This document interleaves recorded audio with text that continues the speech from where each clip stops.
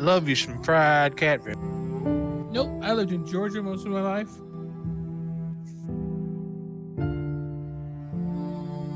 Still don't like seafood. Well, I also got some Cajun fried chicken. Ken, What? you're killing me. Sorry. No, not really. Please continue. I only made a couple of pieces of fried fish just because I was like, well, kind of want fish too. So, frying chicken, might as well fry this fish before.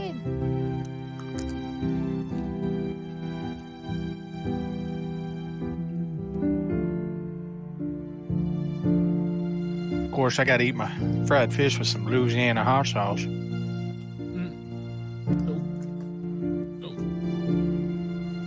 I'm weak. It's not even spicy, really. I mean, it's just flavorful. Tabasco is like hotter than Louisiana. And when I say I'm weak, I'm bad. I used to get chronic heartburn, and anything with even a hint of heat brings it back.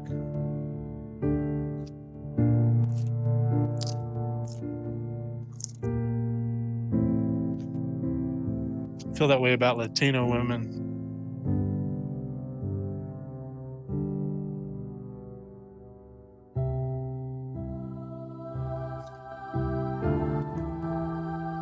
I mean, it used to be bad. I would get heartburn from fucking cheese.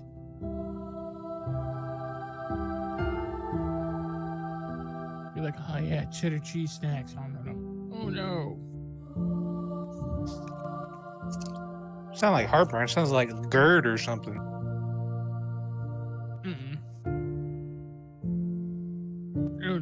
It was real bad.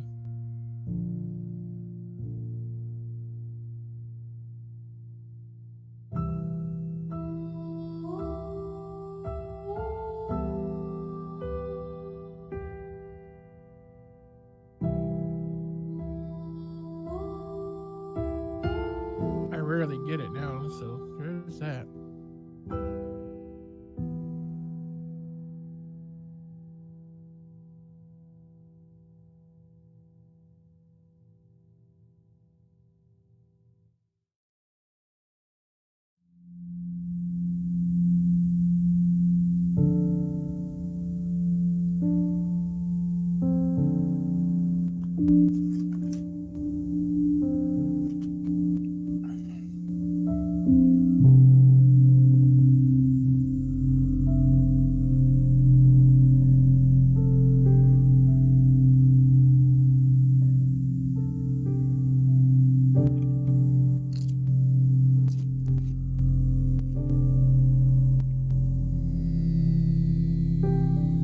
Hey, Chris. How's it going? Fine. That sound might have just been your mic. It sounded like the fine that's not really a fine. My connection. My connection is not. Now it's back. No, it's fine. Is that the It might have been my mic. Is that the life is interesting kind of fine? My morning session did not go as planned. I'll just say that the party got split early on. We're tracking down a stone that the Xanathar want, and we tracked it to a crypt, and then the crypt was broken into by grave robbers. We chased down the grave robbers. They said they gave it to a necromancer halfling. We chased down the halfling, who was being attacked by Kenku, saying that he gave it to the Kenku. We chased the Kenku. Two of us chased the Kenku that had the rock, while the other half of the party argued with the rogue about whether they should check the rest of the place or not. So while me and the I think Planeswalker or something, I don't know, who is by far the most damage dealing member of the party because they have a +2 musket. Plus whatever added damage they have, plus I think a couple levels in rogue. I'm playing a Hexblade, so me and them chase the Kenku to get them a stone, while the rest of the party stayed in the same freaking place, eventually traveling along the sewer to try to chase down the halfling that escaped. So me and the other one chased down the Kenku and eventually got to a tower or they dived into a house that had like a upper. We killed the Kenku along with another Kenku that had, while I was chasing that Kenku, had jumped onto had tackled me. But thanks to strength being my second highest stat, I basically just dragged him along while I continued running like the freaking Terminator down the street after the other Kenku. Eventually we got to that house, we killed both Kenku, but then Gazers showed up and used their the telekinesis ray to take the stone away from me and leave the house. We chased the Gazer down like an alleyway where there was supposedly a bunch of children in troll masks because like this festival where they burn trolls and everything was happening in town. So we chased them down the alleyway where there was children. We were told we're children in troll masks, while the Gazer just went past them and into a building. I yelled out to the children, "Move out of the way, police business," because we were like a police force in that case. At the moment, they didn't move, and instead, as soon as I rushed past them, they got in my way and started stabbing me. They were kobolds. They were disguised kobolds. The other person that was with me got into the building through another entry and immediately got hit by a intellect devourer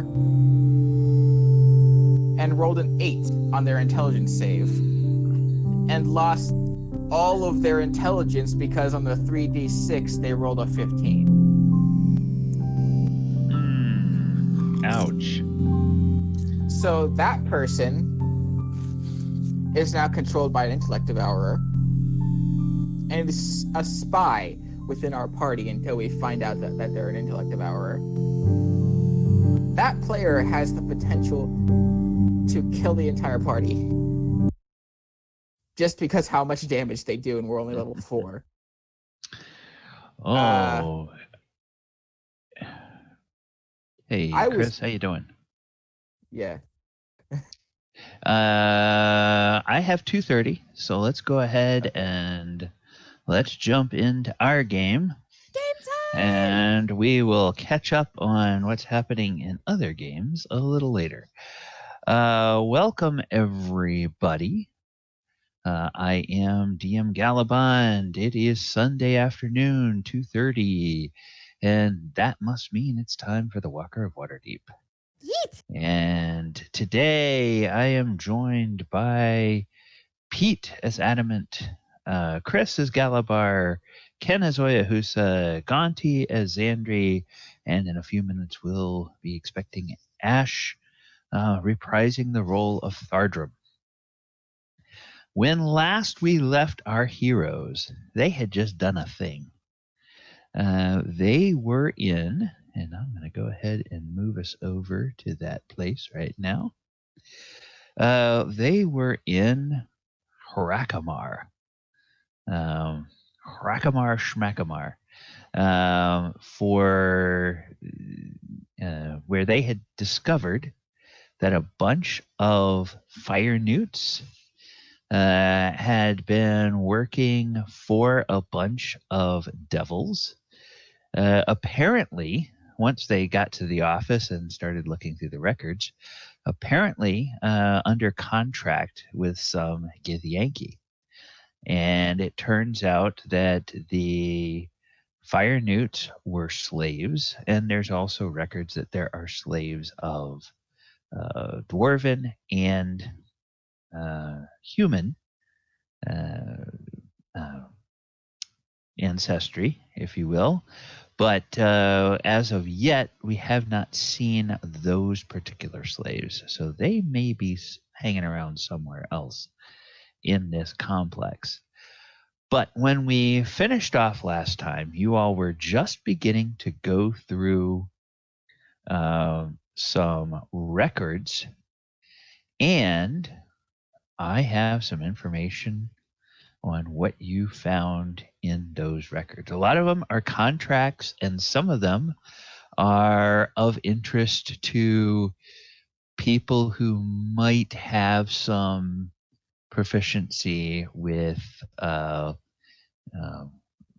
smelting metals and creating alloys from different ores. So first, with the contracts.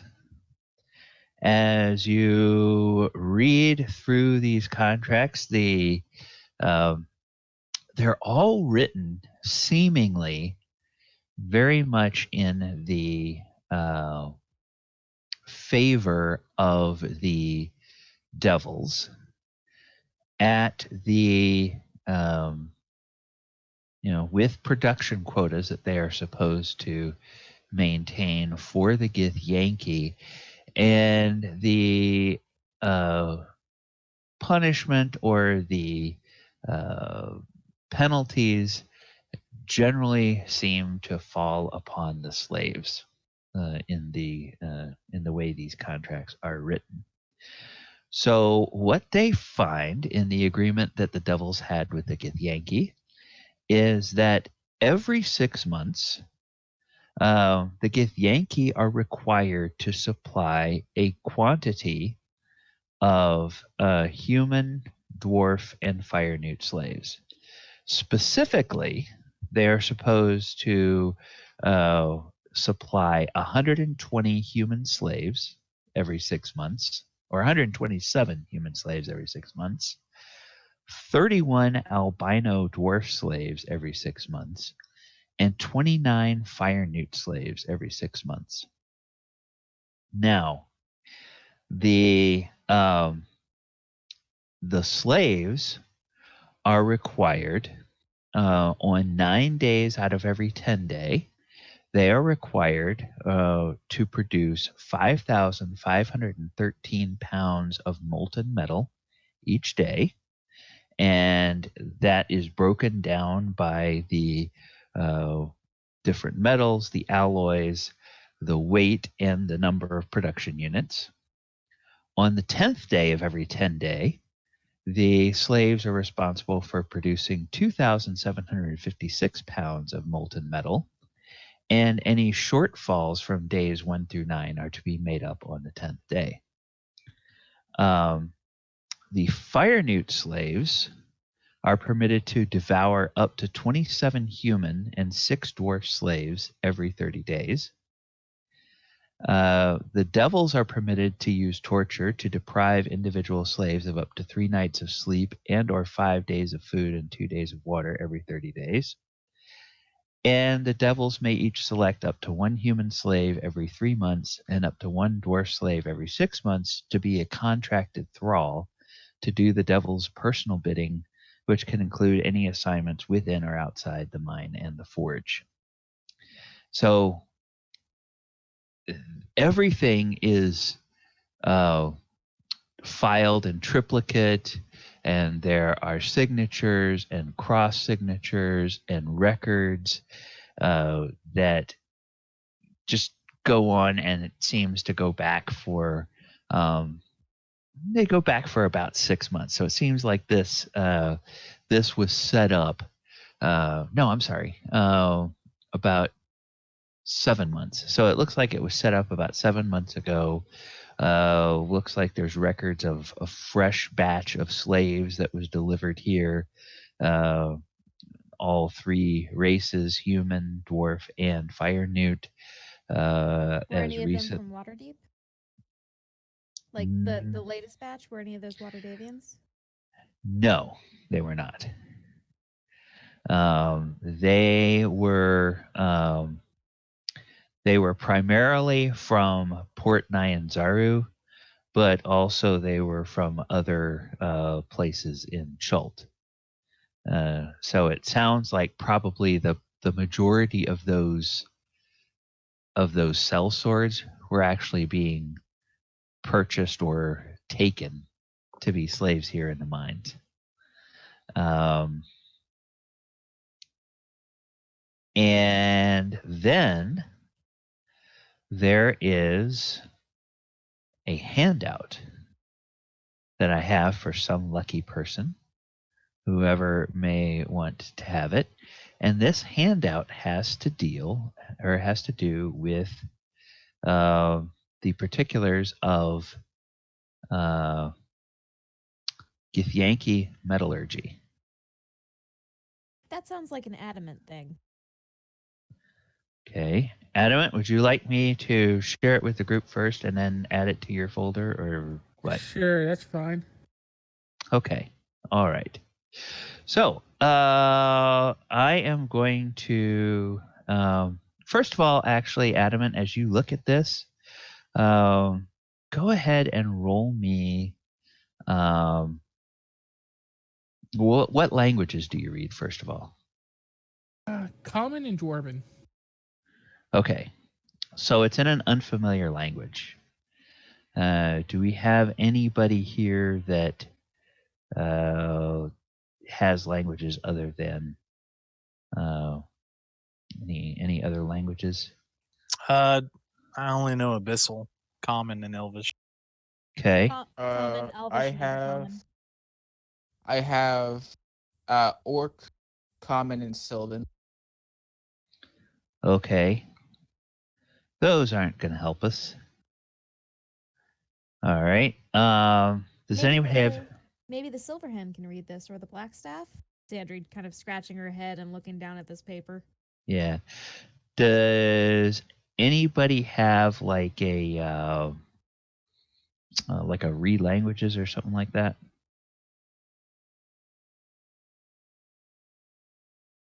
Because we're not in combat, so if somebody has that as like a ritual thing, we can just hand wave the time it takes to do it. Not I. Zandri knows how to smash. That's it. Oh. Okay. My clerics, the Forge cleric does not get comprehend languages. Okay. All right. So we can look at Barack to see if he can read it. Barack will look at it and go, no, I cannot read that. And Chandler will look at it, and Chandler will say, well, I recognize the script, but I cannot read it. That is written in Githyanki. The Blackstaff should know how to read it, right? Well, anybody who, both Barack and Chandler will say that anybody who has the ability to comprehend languages should be able to read it. If nothing else, we can buy a scroll of comprehend languages. Sure. Yeah. We could also take it to the Temple of Moradin and give it to them. Yeah, there is a piece that catches your eye, Adamant. Okay. I'm going to go ahead and open this up. And the piece that catches your eye is this. If you click the little magnifying glass up at the top, when it gets to what presumably are formulas for creating the alloys that they are smelting here, it kind of looks like that. So it's like you look at it and you go, okay. Well, it doesn't help that it's in a foreign language, but you're used to seeing like quantities of things and mixtures and percentages and stuff. And this has, you don't know much about Githyanki script, but that just looks completely, it looks completely alien. I mean, because for one, Githyanki is an alien language, but it just doesn't look like anything that that you have ever seen before. And so That is some complex math right there, my friend. yeah. No, you've got this all wrong, Adamant. That's not math. Look at it. It's a drawing. See, here's an owl. See, there's his eyes, and she kind of points over his shoulder and is like tracing little images on the paper. Okay. See, Yeah. look at the little fishy. Smile. I will go ahead and put that. Okay, so right now it's set up where anyone can look at it. So when we get a comprehend languages spell, we can kind of go through any of the particulars of that, and then Adamant, you will presumably, since you're the person who knows most about forging, you would be able to make any notes on that at some point when we get to that level. I could take tongues, but I can't take comprehend languages. What kind of mess is that? Well, like Zandri said, we buy a scroll of comprehend languages, then presumably as a spellcaster you can use that and be able to, at least for a time, get that, or get somebody in Blackstaff Tower to translate it. Either way, So, we yeah. should keep it safe. Yeah, so that looks like it's a pretty good bit of information. So now, the next question is, what do you all want to do? I don't know whether we said at the end of last session, Short are we rest. going to take a short rest? Okay. So we'll just say while you've been looking through all of this, you have managed to finish your short rest. So anybody who needs to can recover hit points. And you can, any abilities or anything that recoup to you on a short rest, you can take care of at this point. I have one rage left because my rages can't go back on a short rest yet. Oh, okay. Not until you get a long rest. All right. Better be careful. I know, yeah. right? So what would people like to do at this point? Pretty sure we haven't actually gotten to where we were supposed to go, right? We had to go down a tunnel under the mountain. Or did we already go through that? No, you are correct, Barak says. This is Rakamar. This is where the forge is located. The mine is at Wyrmheart. It is further to the south, down through the tunnels. Well, then we better hurry and get down there, hadn't we? I mean, odds are the dragon knows we're here, right? We're just giving them more time to prepare. I am not certain of that, but I am certain from these records that it looks like there may be slaves around. We should see if we can find them, perhaps free them, or learn anything that we can from them.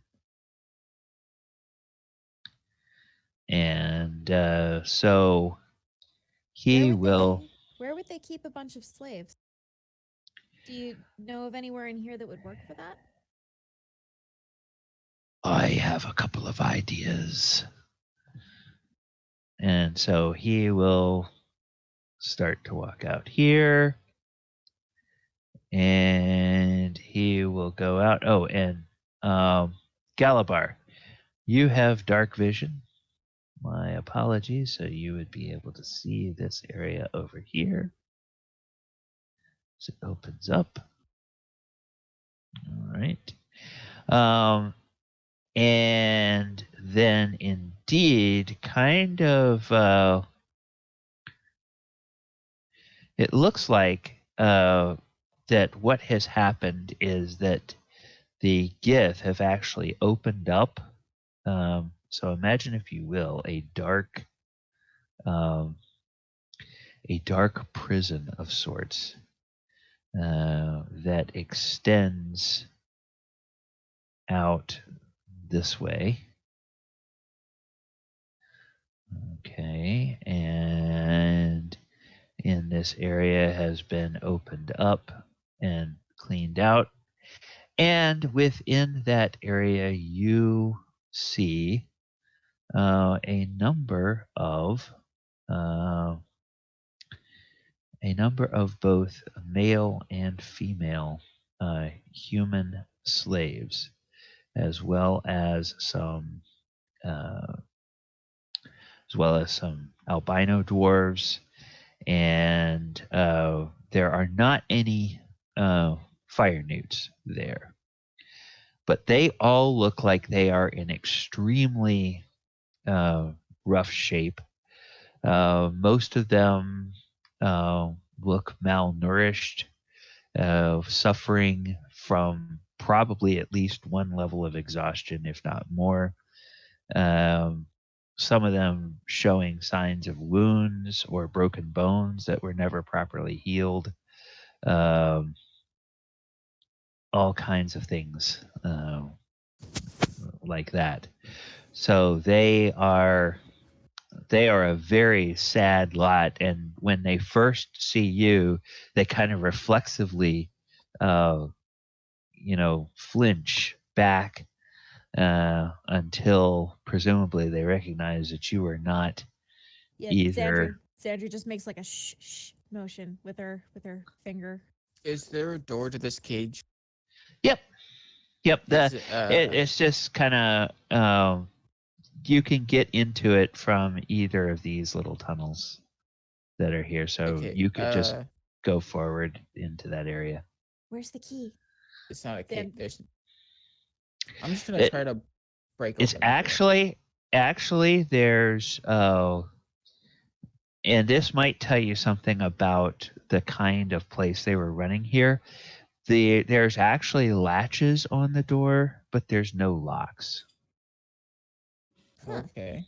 That doesn't seem very secure. Zandri's gonna go ahead and open it. Okay. Yeah. Same. Yeah. Yeah. So you open that, and they flinch back a little bit, and it's like they're not trusting what no. they're.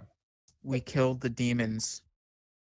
It's okay. I know Gally's scary, but he's a marshmallow. I promise. We're here to help. Right? He kind of glances over at Gally. We killed the demons and devils, and you're free to go now. And then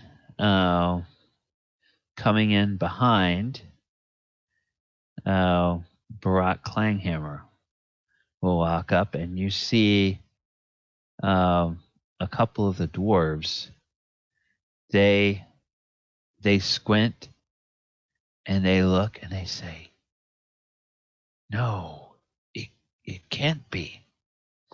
And he says, "Yes, I have returned. I am sorry for my long absence and what has befallen you since I have been gone. But I am back, and I intend to retake what is ours." And one of the older dwarves just sort of collapses on the floor. Is he okay? And he appears to be breathing, but you don't know why he collapsed, but he just sort of falls face forward on the floor, and just lays there. Adamant can Yep. you check him? I'm on it. Adamant is gonna go check him out. Okay, well, he's suffering like 2 levels of exhaustion. And he just seems kind of like overwhelmed at All right. this, at the thought that maybe, just maybe, the nightmare that he and the others have suffered is over. These people need lots of rest and hope, preferably somewhere other than here. In here. Could we send a message to the ship and put them on there? I mean, we can't very well send them into the forest with God knows what else out there. Agreed. And Barack will say, well, if one of you will come with me, I think we should check the rest of the complex. If it is true that the fire newts have fled their tyrannical masters, then we may easily be able to put an end to this and find a safe place for these people. I'll go with you, Barack. Oh, I can handle the okay. heat better than the others. Okay. I'm just fine, I'll have you know. Kind of huffy. You're Okay. also friendlier looking than me. Oh, I see. Perhaps we should give them some water and some rations until we can get a good kitchen up and running. That's a good point. Who's hungry? Kind of like dropping a pack and starting to dig around. I only have the 1 water skin. Guys, what do you have? Oyo just kind of softly throws his water skin on the floor. Catch. Okay. So as you guys tend to the prisoners, who are all extremely grateful, Barack will lead Adamant back over through a couple of these tunnels, go back kind of in the way that you all came in. And when you get over to this area where you couldn't see anything, he gets you to stand back, and he just sort of breathes a cone of fire into that area. And it vaporizes all the smoke that was in there, and you see kind of the remains of some kind of monster that's just totally burned to a crisp. And this area is all empty except for you find a few skeletons of some prisoners tucked into some of these areas, but there's no real valuables or anything in here. And then he'll eventually come over here, and he will, since there's really no good way of getting across here, he will offer to carry Adamant if All right. if Adamant doesn't mind being held in a claw. He will actually transform, fly over the lava carrying Adamant, set you down, and then return to his dwarf form. And he leads you in here.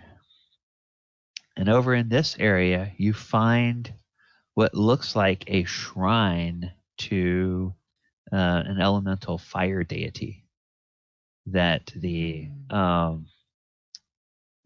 fire newts must have made.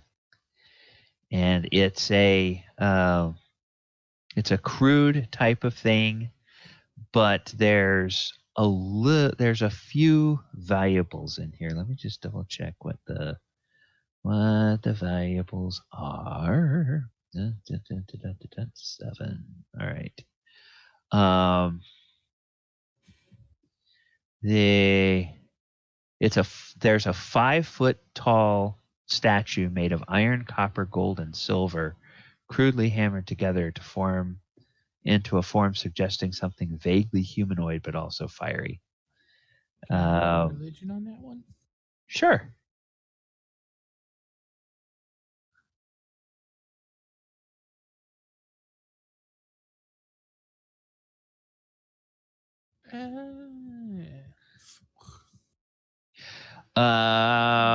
Yeah, it's kind of crude, but you think elemental fire. Yeah, it's, and you talk with Barack, and okay, he'll make a roll as well. Religion check. Okay, so for him, that's going to be, I think, a 3. I think his intelligence is a 3. Damn. Oh my goodness. Okay. Yeah, he says, this must be their attempt at making an effigy of Imix, the elemental fire lord. Crude, but those metals are probably valuable. At some point, someone may want to smelt those. Yes. For now. And he just reaches out a hand and he just pushes it over and it falls and it kind of cracks. It's like, good riddance. And then he will do the same trick, bring you back across the lava.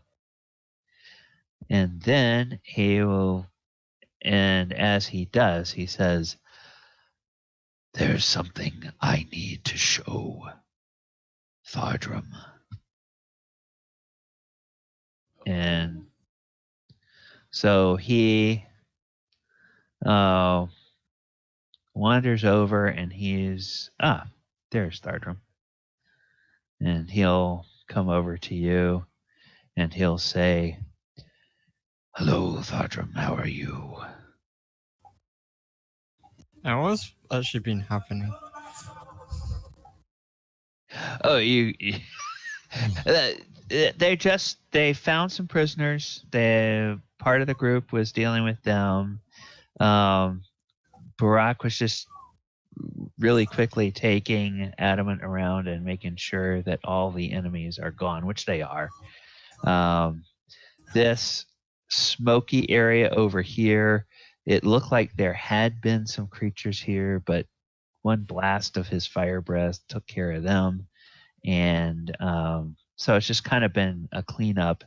And then over at the far end of the complex over here, they discovered some slaves and they've been sort of tending to them and recovering them. So not a whole lot has happened. They also found contracts detailing the agreements between the Devils and the Githyanki, and then they found some metallurgical formulas which are written in Githyanki. Somebody will need to do a comprehend languages on those before anybody can even understand what they're saying. But now Barack has something he is interested in showing Thardram. Okay.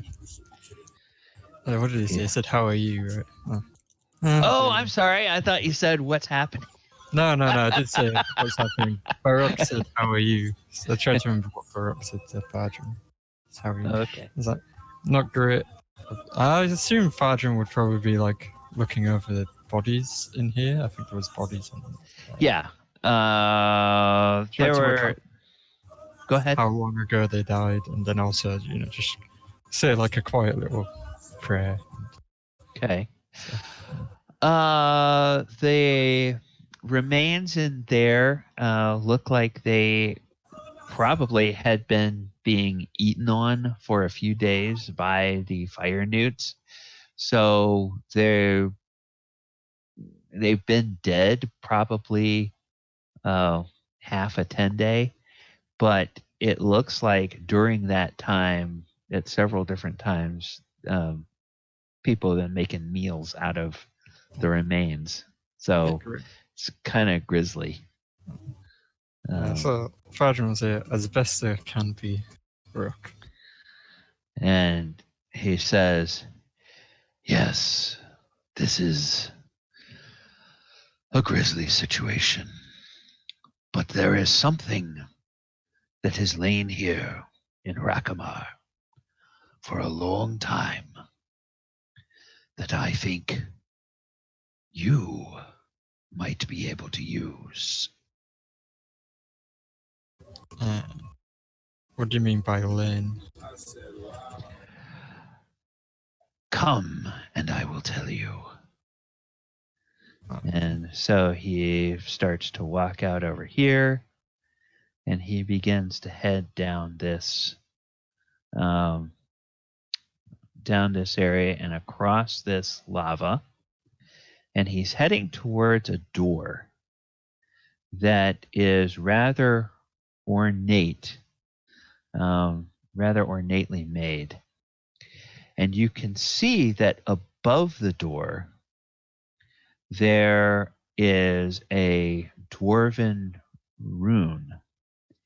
And you don't even have to make a check to tell it, because you can read Dwarvish. It's in Old Dwarvish, a version of Dwarvish that hasn't been used in a long time, and it says beginnings. And then on the right side of the door, near the floor, there is another rune in Dwarvish, same dialect, and it says endings. And then there's these two suits of golden colored plate mail that look like they've suffered scratches and everything, but they haven't been dismantled and they haven't been moved. And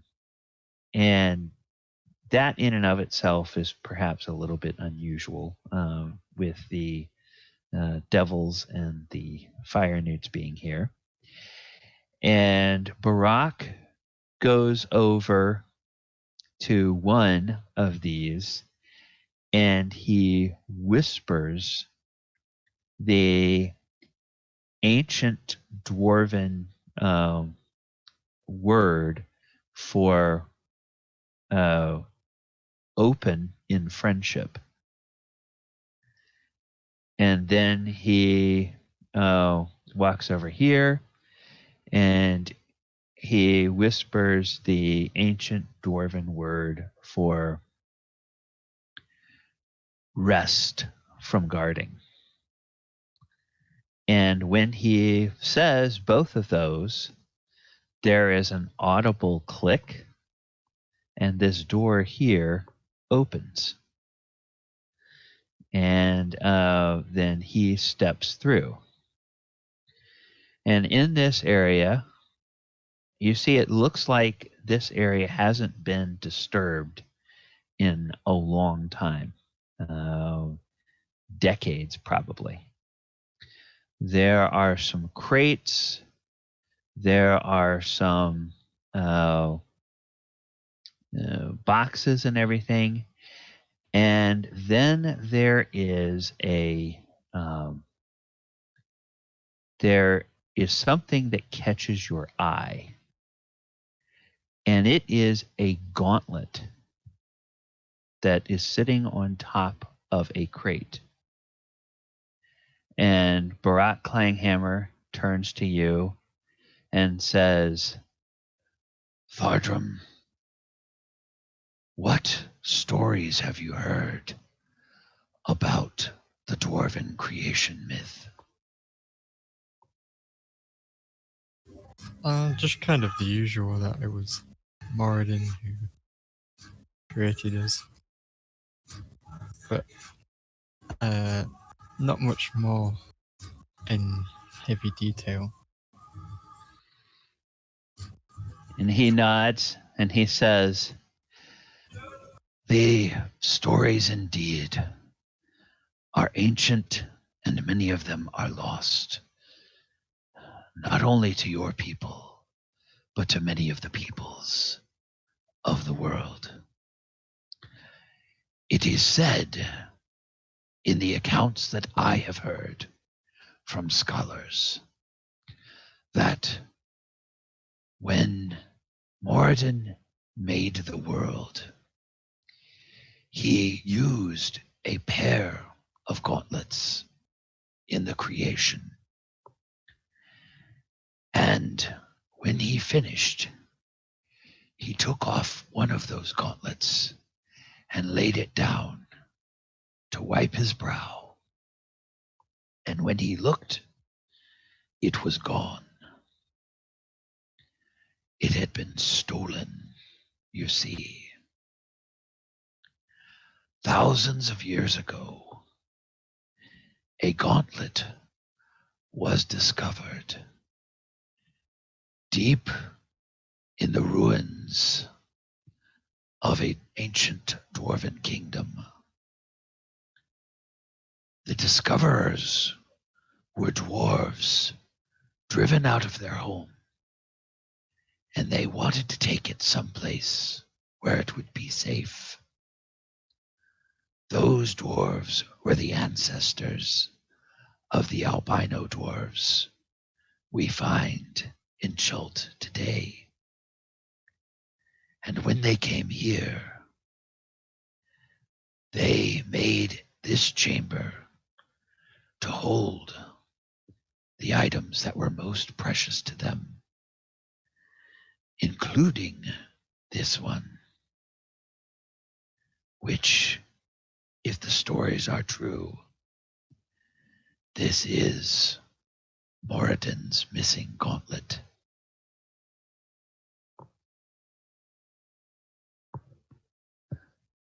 And that is the item that you see sitting before you. And it kind of glows with this light, and there's like an energy just seems to be around it. And it is perfectly sized for an adult dwarf. And then Barak just moves over here and he says, "Thardram, I think it's time to find out if the gauntlet believes it should be moved. Go, take it if it will allow you." I'm not so sure taking this is a good idea. I knew. As soon as I saw as soon as I knew, saw there was a gauntlet, I was like, "Is that the scaling item?" And I was like, "Thardram's gonna deny it." Well, it's just. I mean, there's two reservations. I mean, I'm assuming those statues of armor were magical, right? There's usually a second trap. Dwarves aren't this easy about things. It's usually very complicated. So, it's probably another trick in this room. And then, okay, go ahead. If the albino dwarves discovered it, maybe they should keep it for a while. And Barak chuckles and he says, "Oh, the albino dwarves have used it, but it has never decided any of them are worthy of keeping it. They use it as a badge of office. And for any dwarf of good heart and pure blood that wears it but does not find favor with Moradin, it is simply a glove, a heavy one at that, and merely ceremonial. I have witnessed non-dwarves trying to lay their hands on it, and it is perfectly capable of defending itself.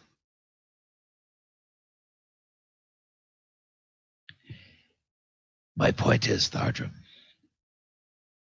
if you are not meant for it, you will notice nothing. And you can leave it here. But if you are meant for it, it may be of great assistance to you in your journeys to come.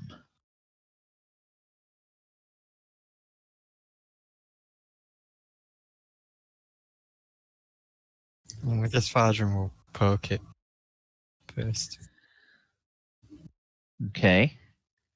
You walk up and you touch it, and the glow and the energy around it, there's kind of a warmth to it that's kind of a comforting warmth, and it sort of just wraps around your fingers and it flows up your arm a little bit as you touch it.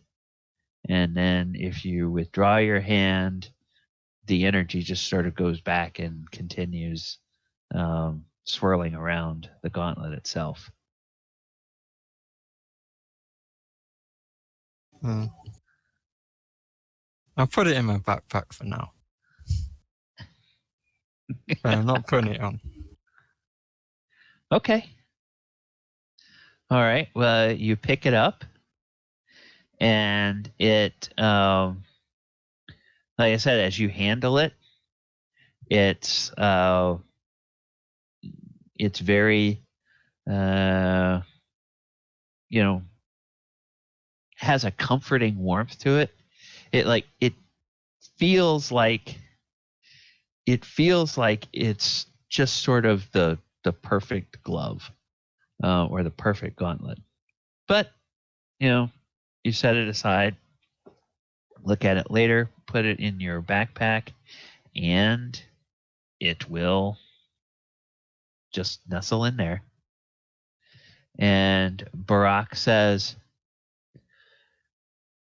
if you take the time to attune to it, you will know whether it is meant for you or not. If you decide that, if it decides that you are not the right dwarf for it, I think it will lead you to one who should have it. But it seems that this is indeed the time for it to leave Harakamar. Oyo kind of clears his throat. Yes, Oyohusa. Maybe because weren't aware he was standing there. He's kind of creepy like that sometimes. What's this weird elf doing there? You know, Thardram, we do have a red dragon to deal with, and if that gauntlet does find you worthy, don't you think that it would be useful in our endeavors? Why won't you try? Do not think yourself unworthy. Well, first of all, I don't know what it does. This could do anything. Well, yeah, if it's for more than, I do not think it is of evil intent. Yeah, but, it might not be useful in fighting dragons.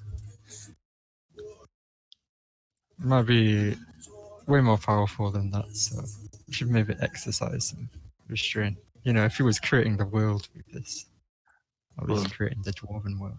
You won't Maybe know have- until you attune to it. You Maybe won't know have what Adamant take a look power at is it. it. Yeah, I think I will definitely show Adamant this item and see what it does. But attuning to it, that'll take a while. And we have more pressing concerns right now. And also, if we see any albino dwarves, should ask them for permission, you know. I think it is a great honor. It's a magnificent gift. You seem to be rather nonchalant about the whole thing. We should just be careful with things, you know. And, you know, it might not be Moradin's gauntlet. And Ask Adamant first. He'll know way more about the history of the Moradin and how he actually created things. and Barack will come up behind or come up and stand next to Thardram, and he'll nod sagely and he'll say, Thardram, prudence is wise. I am old, but I am not as old as the making of the world. And all the stories I have heard are second-hand, third-hand, from diligent scholars, but they have only studied other stories that were written down. So, to be sure, it is wise to be careful. I know that it requires the hand of a true dwarf, because when the albino dwarves first showed it to me, I was foolish enough to try to touch it. That gauntlet doesn't like me very much. Maybe it just doesn't like dragonkind. Maybe. Well, it is a beautiful piece, nonetheless. Oh, I have not yes. seen such craftsmanship before. It's gorgeous, but I'm going to just shove it in this backpack. And if it's a true gauntlet of Moradin, it won't break. There'll be no scuff marks on it. So I'm not going to wrap it up carefully. This is an experiment. And Barack nods. He says, spoken like a true brewer. Experiment and always enjoy the results.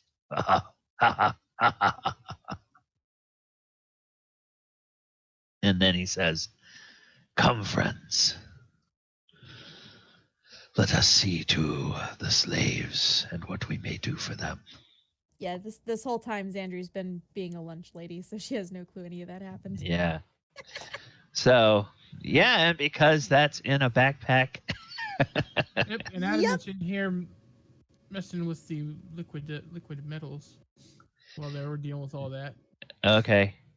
Well, Chandler's gonna come over and help out with the And you know, there may still be some griffin steaks left, but remember, we don't tell the orc what we're eating, right?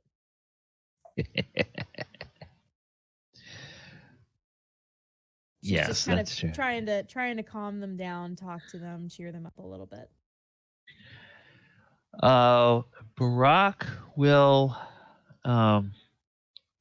suggest that he will tell you all that the trip to Wyrmheart Mine is 40 miles through the tunnels, and it's generally a gradual downslope from here to the level of the mines where the ore cars go. And so taking an ore car or maybe 2 ore cars, because it's like 4 people can fit in an ore car, and then you can kind of hook them together. And so if you take 2 ore cars with the 5 of you and him and Chandler, you guys can make it down there pretty easily. Are these We will. contraptions safe? I'm a little skeptical. He says that they all have a brake on them, which you can see. They do have a hand brake on them. And that as long as you go slow, you would be able to see any obstructions on the tracks. But he says that with as long as the tracks are, in his experience, there is often times where there will be debris that's on the tracks, and who knows what's going on with the fact that obviously there's been slaves. There's at least mention of Githyanki. If there's not Githyanki present, who knows what may be falling them. But he thinks that perhaps within a day, or maybe a day and a half with a long rest in between, you can get down to Wyrmheart Mine with What the should ore we have car. the prisoners do in the meantime? Can we call the ship, or should we have them wait here with food and supplies?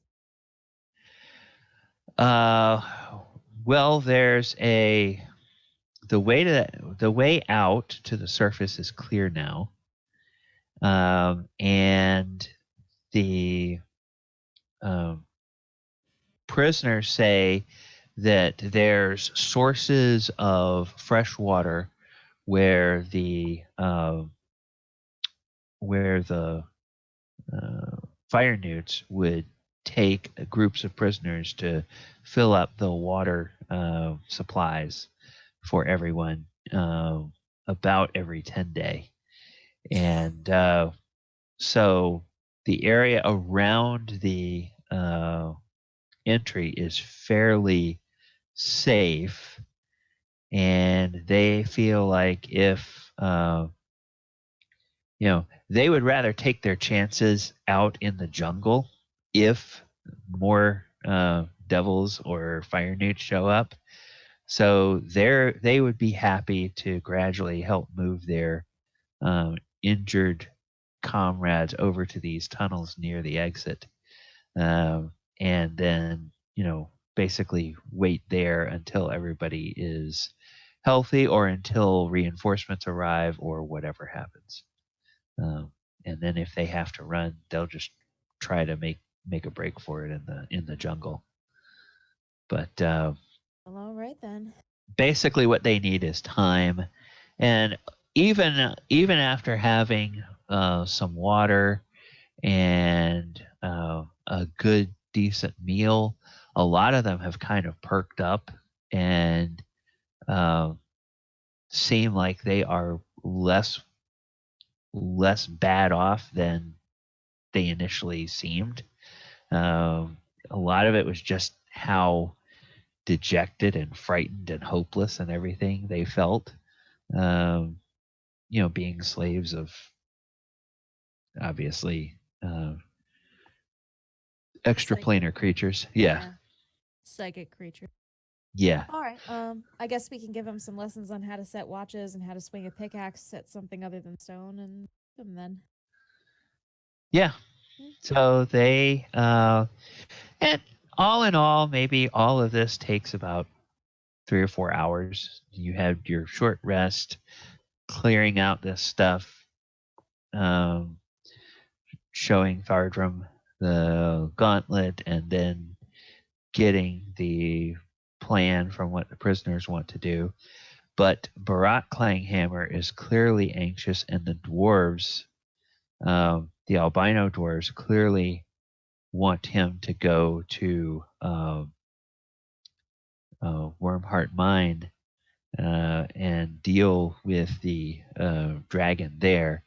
And they hope to hear news soon of the victory, of your victory over the interlopers who have captured the mine. And if Thardram does in fact talk to any of the albino dwarves, Barak will say, he will reiterate that he believes that the gauntlet is ready to leave Hrakamar, and that Thardram is the one who should carry it, and none of them will argue with Barak. And they will tell you, as Barak did, that basically it's always been a badge of office for them, for whoever was the foreman of the forge here would wear it. But they know there's some stories tied to it, and people have always called it Moradin's Gauntlet, but they kind of called it that more because other people did, and not because they really had any kind of belief in it. And so they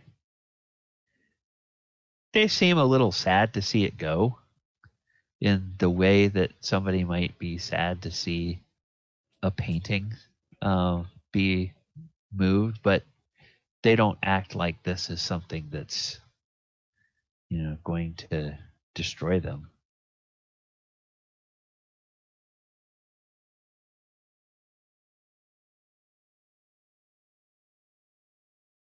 Oh, okay. All right. Might as So well keep it in the backpack then. okay. I love that. All right. Does anybody have anything in particular they wanted to do here before we talk about the trip to Wyrmheart Mine? Nope. Let's Think go we kill better- a dragon. Burning daylight. Anything Adamant would do waits until after they free the mine. We should. Are we going down in these all cart things? Yeah, Yep. basically, there's one on the map here. There's an Yeah. art cart right here. So basically, there are several of these that Alright. are in different areas of it. A couple of them are parked up here on this spur, and Barak will suggest just grabbing two of those, putting them together, and then going down the tunnel. Thardram will find some cloth material, so Okay. just in case the all cart gets really hot. Okay. All right. And that's it. All right. Sounds great. Then what we're going to do is we are going to have a modified skills challenge. And, I thought about this. It's a 40-mile journey. I thought, well, it could either be really long and boring, or it could take us 4 weeks to get there because we have fights along the way.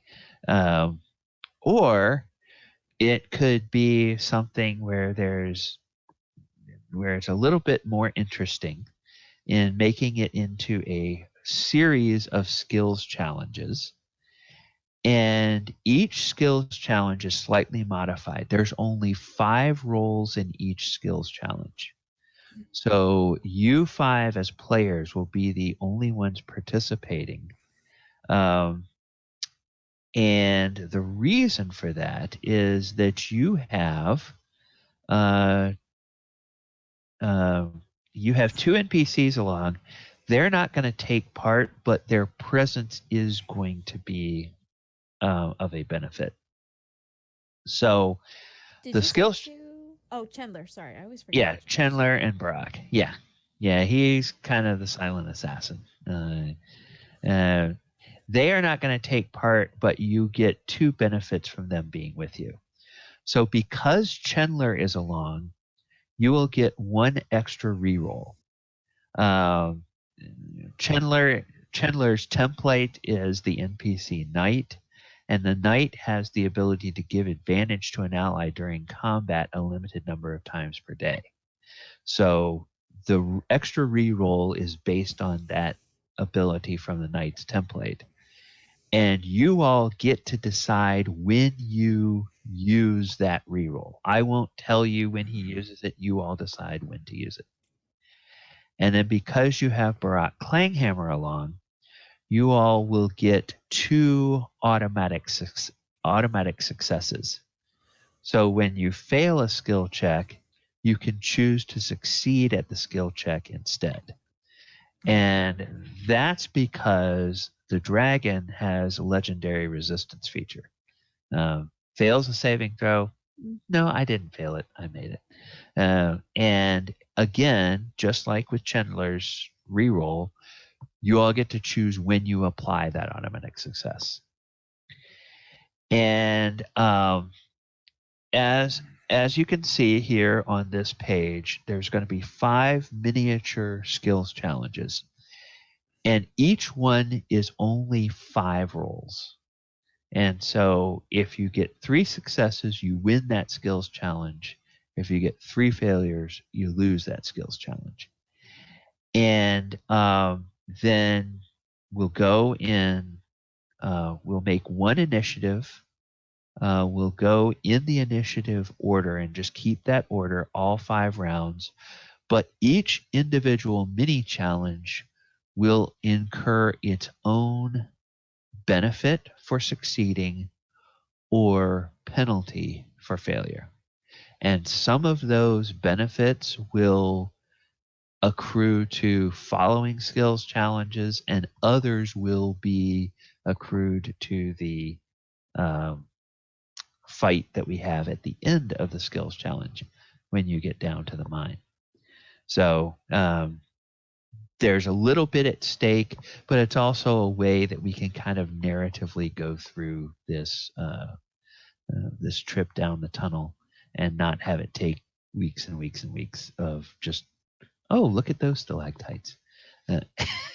So, and you guys remember the rules for skills challenges. We go in initiative order. If you're first, you can use any skill you want. If you follow somebody, you cannot use the skill they just used. And then on a subsequent turn, you have 2 skills blocked out from you. You cannot use the skill you used the turn before. You can also not use the one that was just done before you. So we'll have up to 25 rolls. And I will, if we wind up ending a skills challenge early, I will let you all decide one time whether we go back to the top of the initiative order for the next one or whether we just keep going in order. But once we establish that, we will do that from then on. We won't change that further during the... So we should roll initiative? So, yes, let me go ahead and make sure that... Now, because I have this, let me just see what happens when I put... Oh, okay, good. Turn order does show up, even on the black screen. All right. So you guys can go ahead and roll initiative, and as long as you all don't have ties... Okay, I will... Oh, you know what I need to do? My bad. I'm going to go... I'm not going to change the map, but I'm going to have to go get all 5 of you and put you on the screen so that your turns will show up. I keep forgetting that. I keep forgetting that that doesn't work unless you... Can't we do that ourselves? Well, oh, okay. So Oyo did get on there.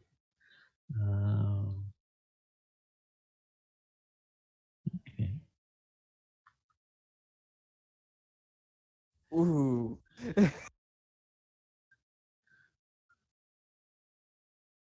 Yeah, it's not letting me drag Zandri over. Oh, no, Oh, wait a whoops. minute. There it goes. Okay. All right. Okay. So, Zandri, I will add a turn for you, and we have 4. Did you? Yeah, Adamant. You did. So let me go ahead. I'll just give you the 10 Adamant, since I screwed you up there. All right. 18, 15, 9, 4, 10. Okay, wonderful. All right, so we will put it in descending order. Let me set the scene for you for this first skills challenge. This one is called Newt Lunch Break. As you're traveling along, you come across a group of fire newts who are planning to turn a group of slaves into their lunch. Can you stop them? So now remember, you can use a skill as an attack. So if it's a strength-based skill, you can say, I want to make an athletics roll, and that's going to be an attack. But you're just going to narrate the damage. We're not tracking hit points and all that other crap and everything. The idea is just you're going to use that skill to try to succeed. If you succeed, then you save the slaves. If you fail, then you can't dispatch the fire newts before they turn the slaves into lunch, basically.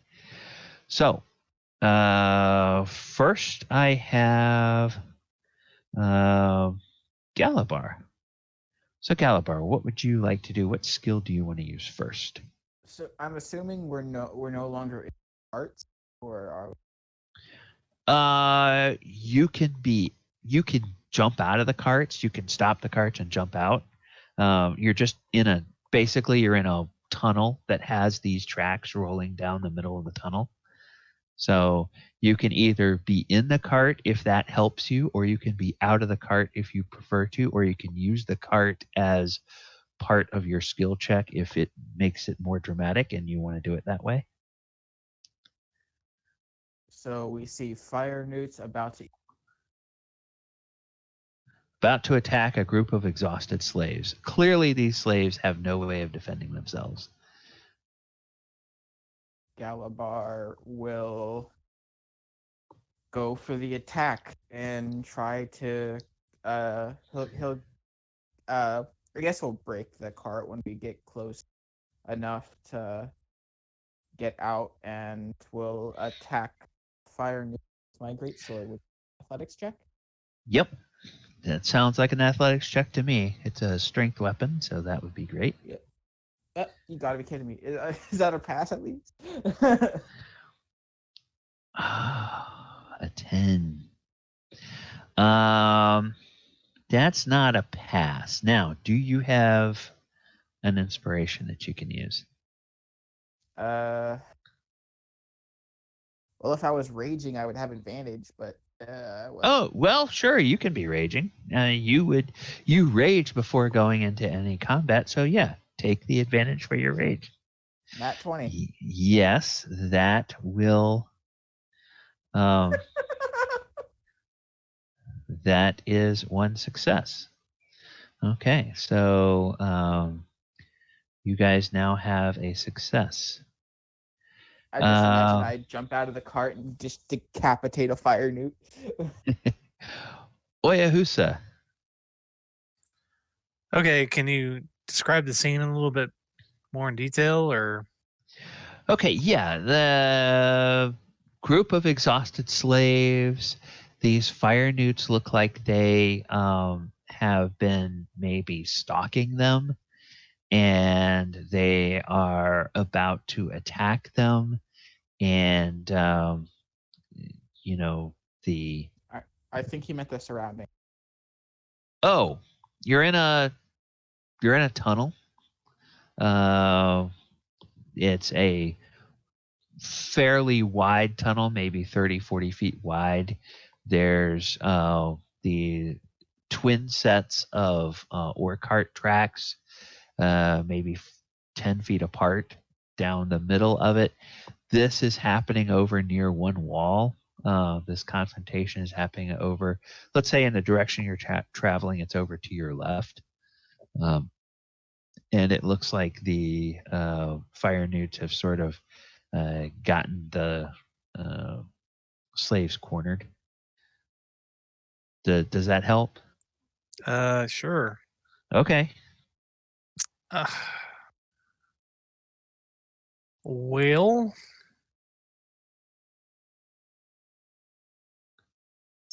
don't really know what I'm working with here. Well, Annie. Okay, paint me a picture of how your skill would help you either get a slave out of the way of a fire newt, or stop a fire newt from attacking a slave, or distract a fire newt from the attack, or disable a fire newt so that he couldn't attack. Any of those. Anything you can imagine along those lines. Guess I'll use acrobatics to get in between the fire newts and the slaves. Okay. Yeah. That'll work. Oh. Okay, do you have an inspiration? That's not quite going to get it. A 19 won't get it? Correct. Wow. Okay. I do have an inspiration.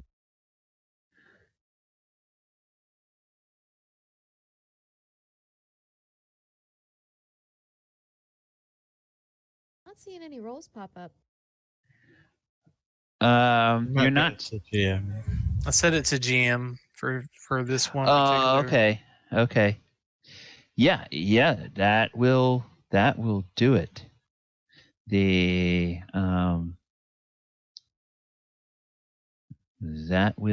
That is a success. So now you all are at 2 successes and no failures. So 1 more success, you win. 3 failures, you will not win. So, Adamant, what would you like to do? Adamant is going to use his insight to figure out who the leader of this rabble is, so he can point him out for the next person to wipe him out. Leader of the fire newts, you mean? Yep. Okay. All right.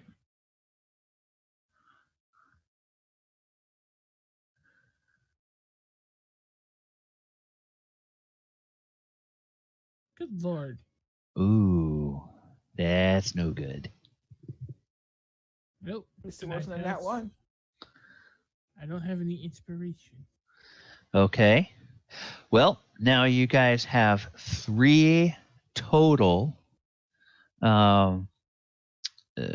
basically rerolls, or you have 2 total automatic successes and 1 free reroll that you can use from your passengers. So, would you like to use that now, or would you like to wait? Because remember, that's spread over all 5 of these mini skills challenges. Thoughts, people? It's We're up not to you. so desperate yet, to be fair. Yeah, I'm going to have to agree. Okay. All right. So that's 2 and 1. All right. And Thardram. Thardram sees a dwarf about to get bitten, and he's gonna dash out of the cart and get down Mr. President him and like tackle the dwarf to the ground and put his plate mail over him with Okay. athletics, I guess, Athletics. All right. to get there fast enough through a big jump. Oh, yes. Dun, dun, dun, dun. Okay. The skills challenge is a success. And what that means is that means when we get to the mine fight, each of you will get +1 on your initiative in the fight at the mine because you succeeded in this skills challenge. All right. So see how that works? You get we get some benefits accruing to you. And now we're going to go ahead and we're going to take a look at what our second skills challenge is. Oh. All right. So the second round, or the second skills challenge, is going to be. Whoops, sorry. Second skills challenge is a Githyanki patrol. Oh no. So there's a group of just a few Githyanki warriors that look like they don't expect any trouble of any kind. But, you know, of course, no one expects the Spanish Inquisition. And, you know, you guys are coming along ready to kick butt and chew bubblegum. And I think you're all out of bubblegum. So, we shall give them all of them. yes. So the question now, Thardram just went. Do we want to continue and have Zandri go first, or do I we think want to? Zandri should go first. Okay. Give everyone a chance, right? Yeah, I totally agree. All right. Okay. Well, Zandri, I'll set the scene a little bit. Let me read what I have written down for this one. Some Githyanki warriors are on patrol. Can you either elude detection or be sure that they don't get back to their base alive? So the idea here, you don't have to use your skills, and this is because I know everybody has different types of skills. You don't have to use your skills to try to beat up or defeat the monsters. You can elude detection, basically. So whatever you have available to you, whatever you think is going to help you out in the athletics was just used, so athletics is off the table, but otherwise you have anything else available to you, Zandri. Yep. Okay. That's yeah. Yeah. Got an idea. So Xandri sees them coming up. And she's going to really quick use the dancing lights cantrip and form it into the shape of a humanoid, and put on a little performance for them for a performance skill check to have that humanoid. Oh, look at me! Look at me! I'm going the other way. I'm not near the carts at all. Sort of thing. Okay, all right. I like that. So go ahead and let's. That's 17. Ooh. Do you have an advantage? No, I never get inspiration, and I don't have anything that would give me advantage on performance. So. Okay. How are we feeling? Do we want to It's the take start of the round. I mean, we've got 4 more people who can go. Okay. All right. Well, that will be 1 failure. Okay, Galibar, we are back to you. Get him, Gally. Get him. Yeah, last time you used athletics and performance was just used, so anything except athletics and performance. There isn't a lot to tell what I can do. I'm guessing they failed to be distracted now. Like, Pardon? I'm sorry, you're cutting in and out a little bit. sorry. Was she did the dancing lights thing? Did that fail to distract them or something? Well, Zandri's magic's still iffy, so maybe it just kind of. Well, that's a good question. That's a good question, Galibar. And to answer it, it looks like when, her spell went off and the dancing lights went there, but instead of that drawing their attention, they seem to now be looking in every direction. Like they must have known that was a spell effect, so they must know there's a caster around somewhere. So it's just it didn't have her intended effect of drawing them off. They're now just sort of looking around. Okay. I will.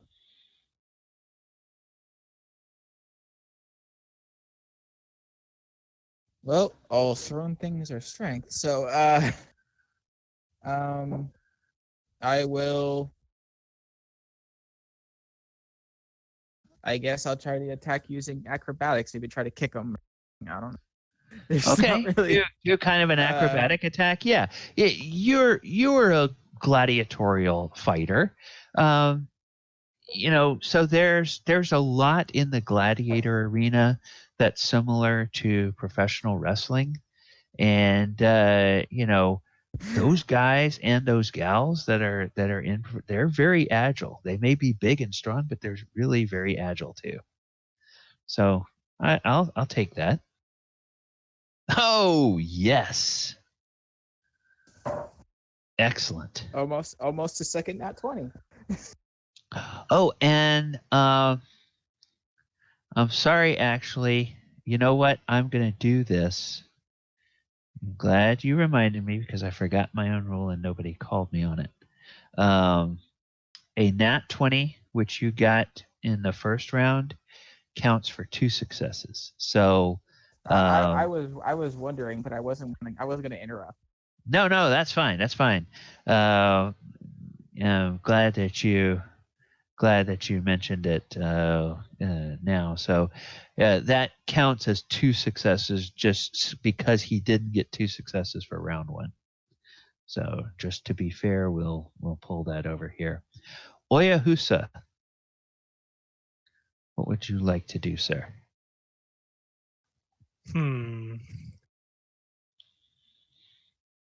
Well, he used acrobatics. All right.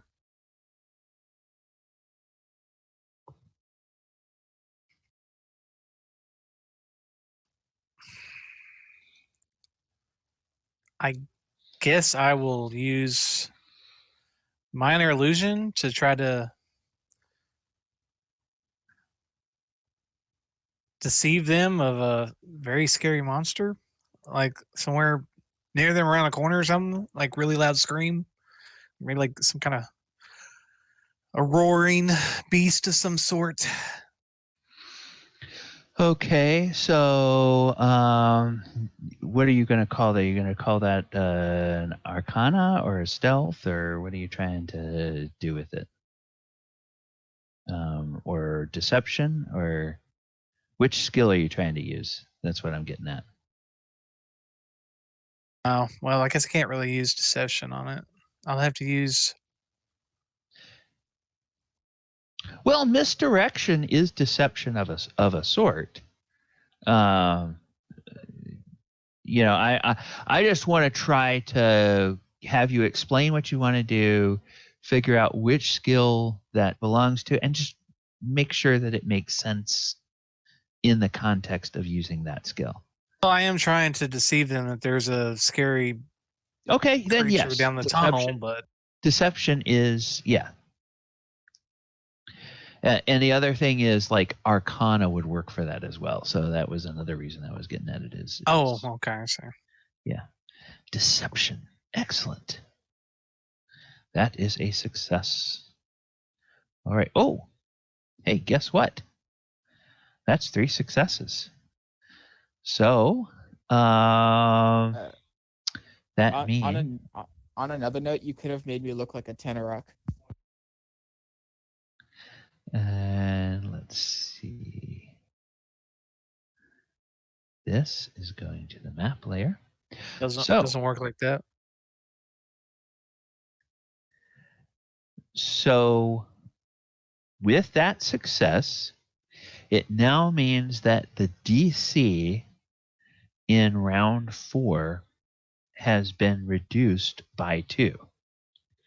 Because you successfully threw off this Githyanki Tunnel Patrol, then in round 4, when you encounter another Githyanki Tunnel Patrol, they will not have been basically warned to look for you. So you'll get a little bit easier DC in round 4. All right. So now we go to the third skills challenge. Okay.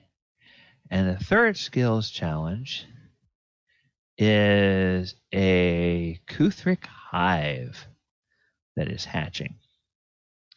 Now, I'm not sure if anybody knows off the top of their head what a Kuthric is, so I'm going to paste it into the Discord, and it should pop up in a moment. For you there. A Kuthric, yeah, they are really nasty insect type things. What you notice, I'll read you. You encounter a group of rocky spheres near some odd-shaped tunnels that seem to burrow into the walls of the main passage. As you near, those spheres begin to tremble and they crack apart, revealing terrifying monstrosities inside that scuttle out and swarm across the tunnel before you. And then an enormous Kuthric hive lord breaks through the side wall of the tunnel and joins the attack. So you have a bunch of little babies and you have a hive lord that are all part of this, and you have to somehow get past them. So last person up was Oyohusa with that great thing. So Adamant, you are now up. No pressure. Yeah, no insight or deception. Anything else, you're good to go.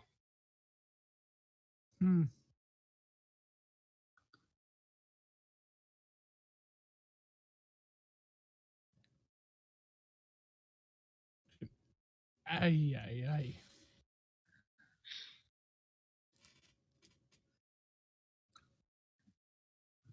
I am going to use thaumaturgy to change my voice to a sound that they would find very unpleasant and they would want to leave.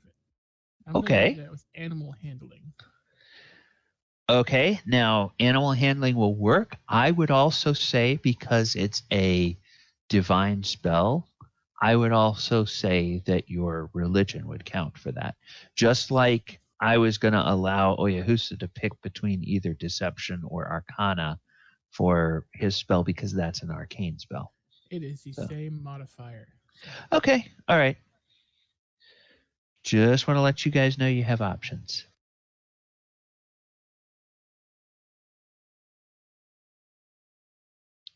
Ooh.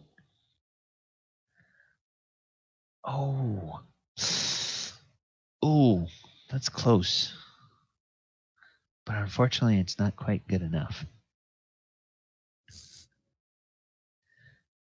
Do we want to use any of our rerolls or any of our automatic successes at this Considering point? it's still early in the round, I'm going to say no. Okay. Anybody else disagree? We need to discuss that. It's still early in the round, and we got 2 more Yeah. rounds to go. Yeah. Okay. Thardram, Uh, you are up, sir. so there's this like infestation of eggs. And well, now the eggs have hatched and all these little baby things are scuttling around. And then there's one that's like 4 times as big. That's the Hive Lord. That's, So how like high up is the ceiling? the ceiling here is about 25 feet up. And maybe this thing, the Hive Lord maybe is 11 or 12 feet from the floor to the top of its head. Because the head rises up a little bit more than the body. Can I try and like look for a spot to throw a hammer or axe and try and cause like a bit of a partial cave-in on top of either some babies or the big thing with perception? Yeah, sure. Because Would you say this is related to mountain? you are in a mountain. So yes, it's definitely related to a mountain. So you Okay. get advantage on that? I get expertise, so Oh, okay. I get an extra +3 on top of this automatic roll. Excellent. Okay, that was pretty garbage. So there's a 10, which I assume fails.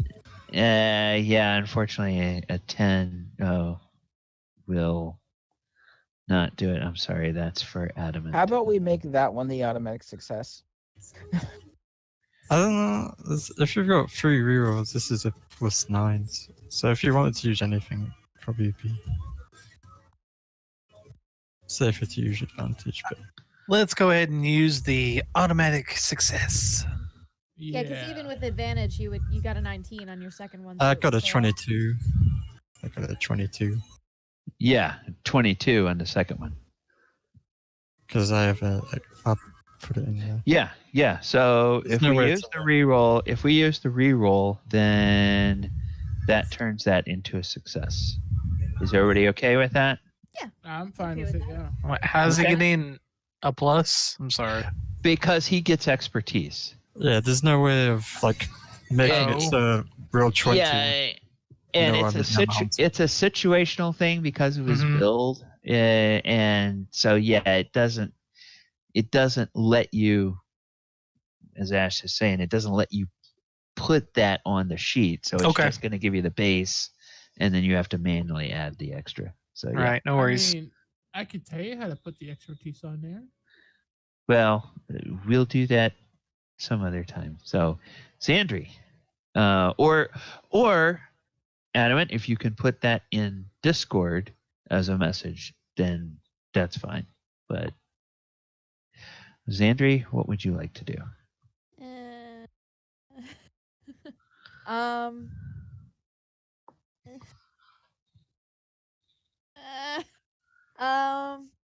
We're just trying to get by these guys, right? We're trying to distract them so they don't come You're swarming trying after to us? avoid being their breakfast, yes. Okay. Are there rocks that we're traveling past that I can scoop up? To what end? Are you saying like use them as something to I've- hurl at them? Yeah, like I'm gonna chuck a rock at their face. Throw Okay. a rock at them. Yeah, sure. These are small critters. I mean, you can pick up. You're strong. You can pick up maybe a palm-sized rock that Oh would. no! These things need to get squished. She wants to pick up a big rock. Oh, okay. Hey, that's fine. big rock. Athletics, I guess. Oh, thank God.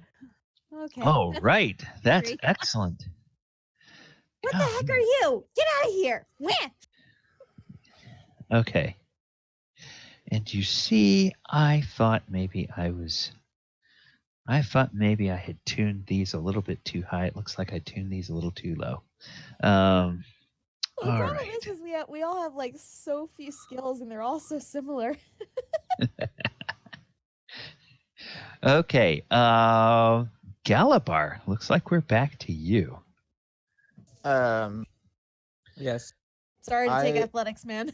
Yeah, I know. I had another plan. Good. I was going to take out. I have a warhammer. I'm going to try to take out my warhammer and bang it against the cart to make loud noises and scare them away with intimidation. I like it. I like it.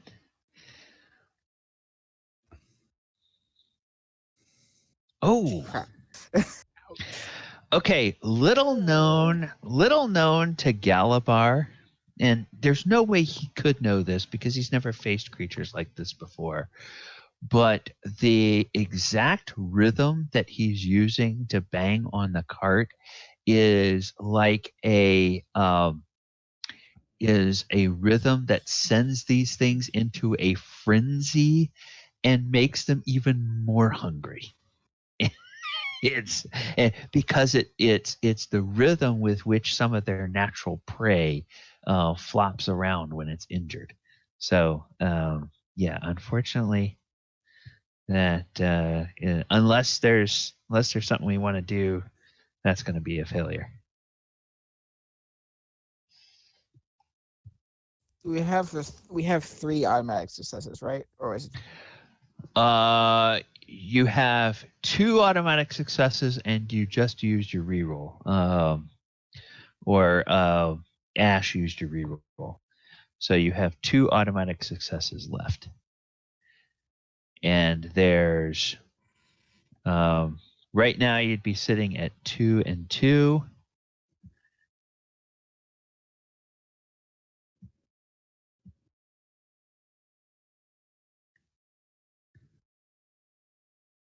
If we don't do this, we want to go ahead and We'll be fine. I got this. okay. So we're 2 and 2. Then Oyohusa. As we go by, I want to kind of like jump out of the cart and just play leapfrog on some of those smaller babies and just squish them with my feet. I'll use acrobatics. Okay. Sounds good to me.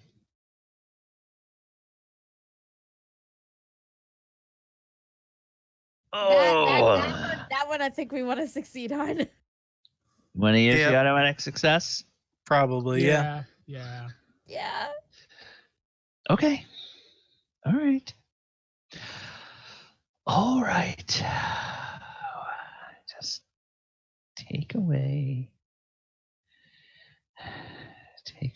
all of my fun that I've worked so hard on. Golly. Just nobody cares about whether the game is fun for the DM or not. Oh, we care, Gally. We just don't Ah. lie. All these players, they just think about themselves. Yeah, we're selfish that way. All right. Okay, so now I forgot to recenter last time. Okay, so you will now gain another +1 initiative in gain another +1 initiative in the fight at the mine because you won that particular one. And because you won round 2, you actually have a slightly easier DC in round 4. And once again, there are some Githyanki warriors on patrol. You need to can you elude detection, or can you be sure that they don't get back to their base alive? And the Yeah, so this will be that. Oyo was last to go. So Adamant, you are up. Anything is open to you except for animal handling or acrobatics. I know you hate not being able to use acrobatics. I know it's terrible. I am so acrobatic. Anyway, I am going to once again make use of thaumaturgy to make the ground shake, and going to try to make them believe that there's a earthquake starting. Okay. Good. All right. And I believe that'd be a persuasion. Sounds like more like a religion to me.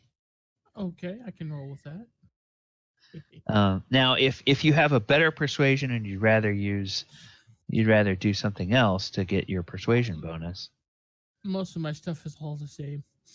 Okay, all right. Son of a bitch. You haven't done an Arcana. My Arcana, I don't even Oh. have a +1. Oh boy. So, do you have an inspiration or anything you want to use? No, on I that? don't. Uh, Why you betray me so? Do we want to use the last of our?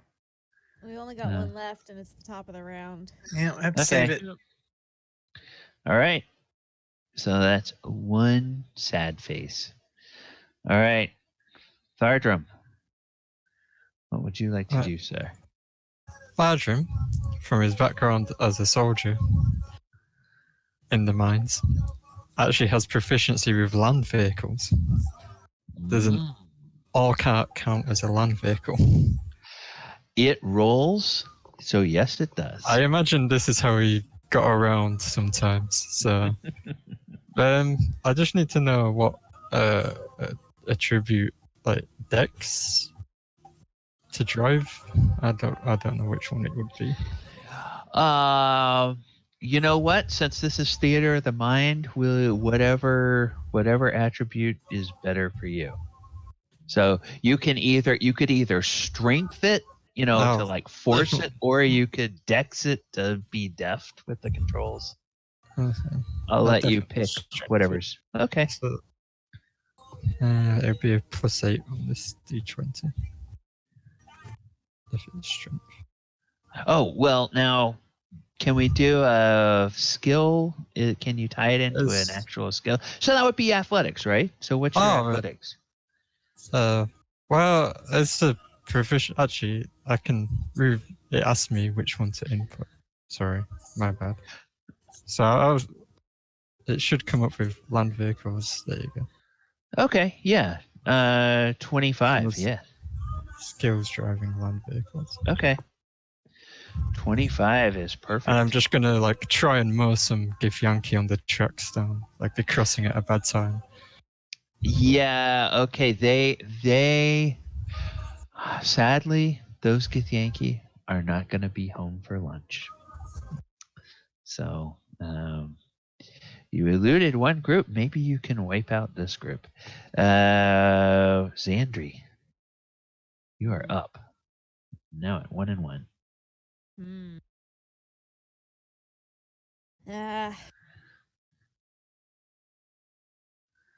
I see what Thardram's doing with the cart. Like, I see him lining it up, and I see that it works on one. So, and I saw what Oyo did with the creepy bug things. So, I'm going to try to use acrobatics to jump out, knock one of them in front of the cart, and see if that helps. Okay. Oh. Well, this is a little bit easier, but it's not that easy. So what are we thinking? We want to go ahead and... I deliberately went with acrobatics because I was hoping that I would be able to leave Galibar open to use athletics. Because exactly the reason we're tied up with one success and one fail. So we'll leave that up to you guys. If Save it. Let's go. Yeah. Save it. Yeah. Okay. Are So we that's, saving auto success or are we saving a reroll? I can't remember which. you're saving an auto success.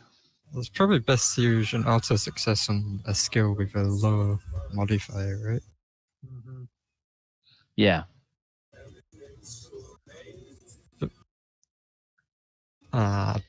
It's up to you guys. I think the auto success should be saved if we're going to fail challenge. Yeah, that's what I've been playing it as. Is like for a moment we're Yeah. about to fail. Yeah, Okay. I think Since it's Galibar's turn, he is going to rage, Yes. and he is Okay. going to try to run one of those freaking Githyanki through. Okay. Uh, And this is a good point to, or a good time to point out that any resources you use during these skill challenges, like a rage, are being used for story purposes, but they do not count for having been used during,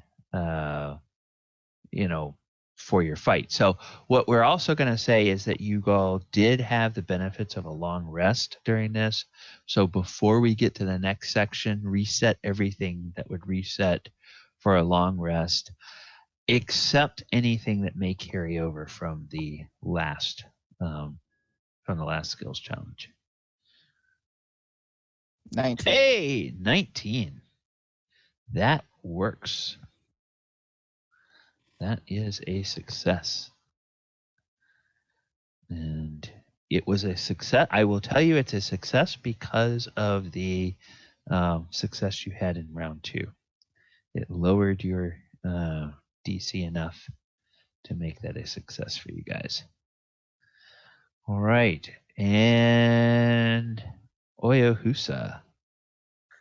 I'm going to try to throw off their information on us because they know we're here. So if one of them gets away, I don't want them to think that we have less numbers than we really do. So I'm going to use stealth Oh, to try to nice. conceal myself from being spotted. Sounds like a plan. Hey, excellent. Excellent. That is a 23. That is a victory for the party. Oh, you Okay. and Gally picking up the slack there. Yeah. Okay. So I'm actually gonna say let's pause now. I'm not take a break, but let's pause the action now. Recalculate everything like you've had a long rest. So all your abilities that return to you on a long rest return now. Anything that recharges on a long rest is recharged. You can go ahead and do that at this point before we go to the final skill encounter. And then when we finish this skill encounter, we will take our break for the session. So let me know when you all are ready to move on with the last one. I'm ready. I'm good. Okay.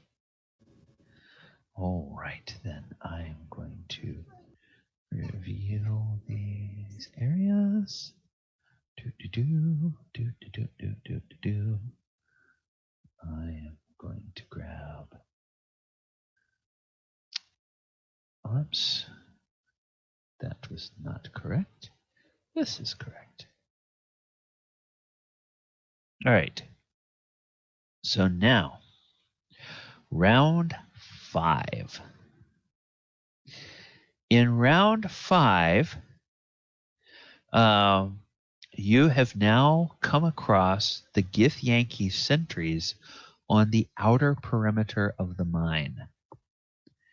Can you eliminate them so they will be unable to raise a warning to the rest of the Githyanki stationed here?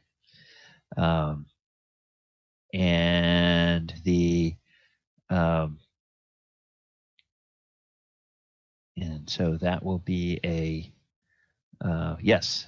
There's a there is one auto success on the table, and no, you do not have one reroll. You guys already used the reroll. I think, didn't you use? Yeah, you used the reroll on the perception.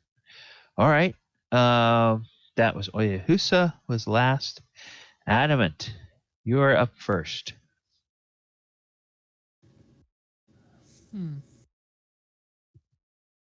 We are going. How are they situated? Are they like in a shack or? There is a. It looks to be some perimeter guards. Yes, there is a shack, and there's so there's probably a guard in that shack, and then there's a pair of guards on either side of the tunnel. What's that shack made out of? That shack looks like it is made out of some kind of wood that has been brought down here, and it's constructed with wood. Okay. Guards wearing armor? The guards are indeed wearing armor. They are regular Githyanki warriors, so they've got their nice fancy metal armor on. Okay.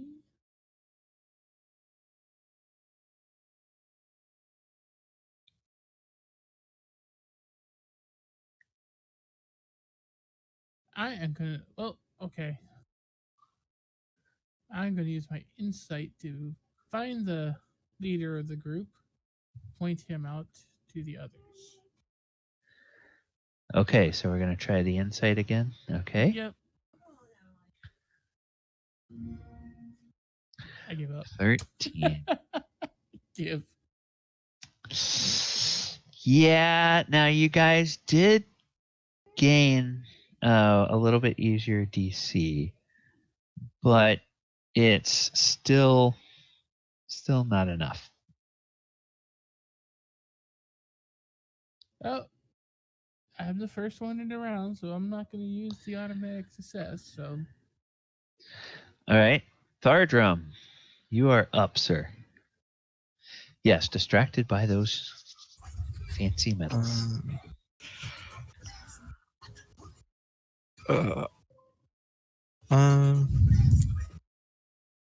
Thardram's been reading about the gift, and he's been practicing learning the language. He hasn't quite got there yet. Okay. But in broken GIF, he's going to just shout at them, "Get to fuck, you wee bastards." Despite them being taller than him and everything. Which I guess would be intimidation, which is not the best. Okay, well, Ash, I am going to give you inspiration for that, so you can go ahead and cash that inspiration in now if you wish. I'll tell you right now that that's a failure. I mean, I might as well use it. Okay. It's not good. Such is life, right? It's really broken if they don't understand what I'm saying at all. They're like, instead of telling them get to fuck, you're so I want to fuck.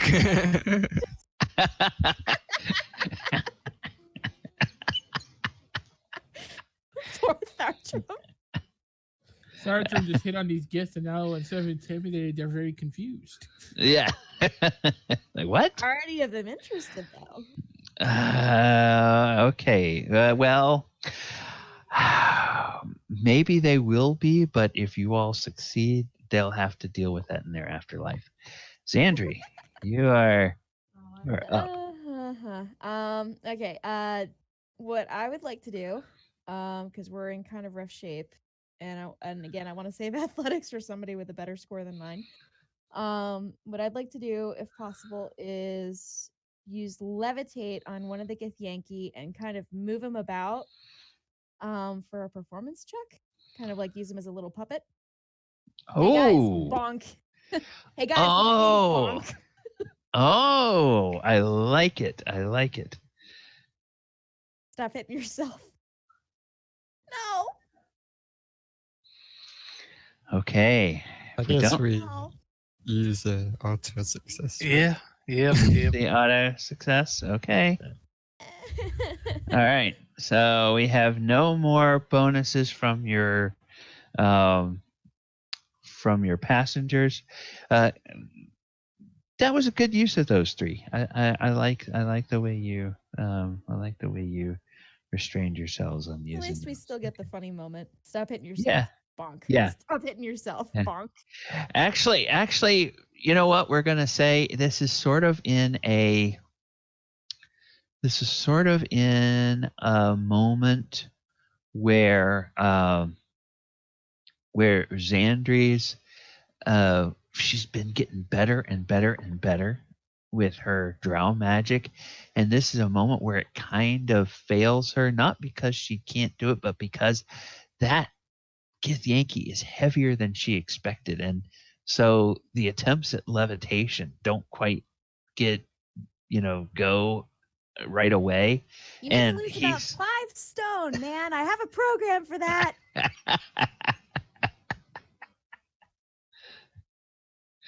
All right, and Galibar.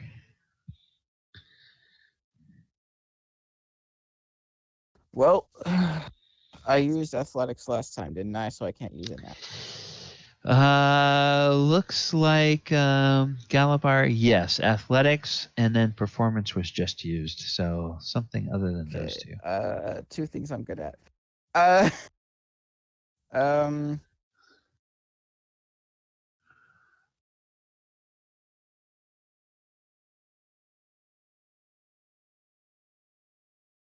I don't have a lot of skills on this character.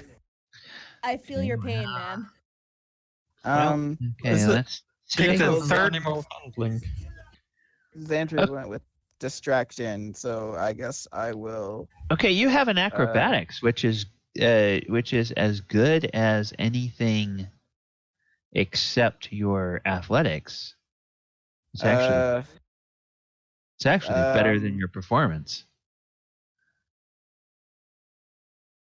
Yeah. I'm going to. Sure. I'll attack with acrobatics. I'll Okay. pretend to be a monk for a second. Okay, yes, you go in and you're just going to look like you're going to hit him with your sword and then do like a flying leg kick instead. Ooh, acrobatics. And I miss. Okay, that's not going to do it. Does anybody have an inspiration they would like to allow Galibar to use? Didn't we give inspiration to somebody like 2 weeks ago? Thardram just got some. I thought we- inspiration. Like I thought we this gave overview. Gally like inspiration like 2 weeks ago. Did you use it? I don't have it marked on my sheet. Okay, well, Well, we definitely gave it to you. yeah, well, rip. Yeah. Okay, well, it's Loss kind isn't of, the end of the world. We can come Yeah. back from this. it's kind of 1 out of 5. unfortunate. It's kind of unfortunate that this is the one that you lost, because as you get through this outer perimeter, they scatter, but in that, each of you will lose 6 hit points from your total. Oh. Eh. So going into the next fight, you're down 6 hit points from your total. Okay. And, But a scratch. and with that, I think it's a good time for a break. I have 4:31 or 31 after the hour for here. Let's go ahead until 40 after the hour. We're gonna come back with a fight. This is gonna be a multi-tier fight, and I've actually taken all the narrative fight. I already played that out off screen, so I'm just going to tell you what happens at that point so that we can keep everything moving a little bit Okay. more. during this fight. All right, so we'll be back at 40 after the hour. I'm going to go ahead and put a little music on while we are away. And Mute I mics shall... and break. Yep. See you in a few.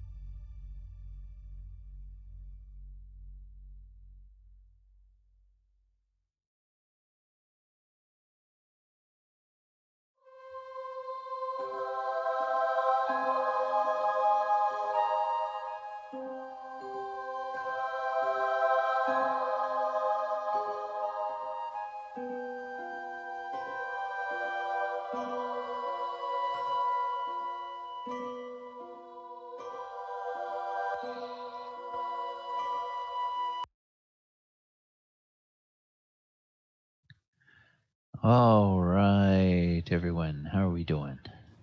I am here. Hey, before we start, we did have a long rest in there that we kind of rushed through, and I wanted to go back and see if anybody wanted to make use of that long rest to do anything. Thardram, did you want to make use of that long rest to have Adamant take a look at that item that you received earlier?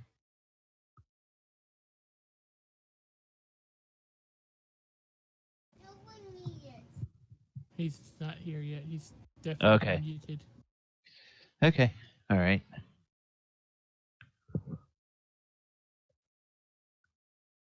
When he gets back, I'll double check with him. In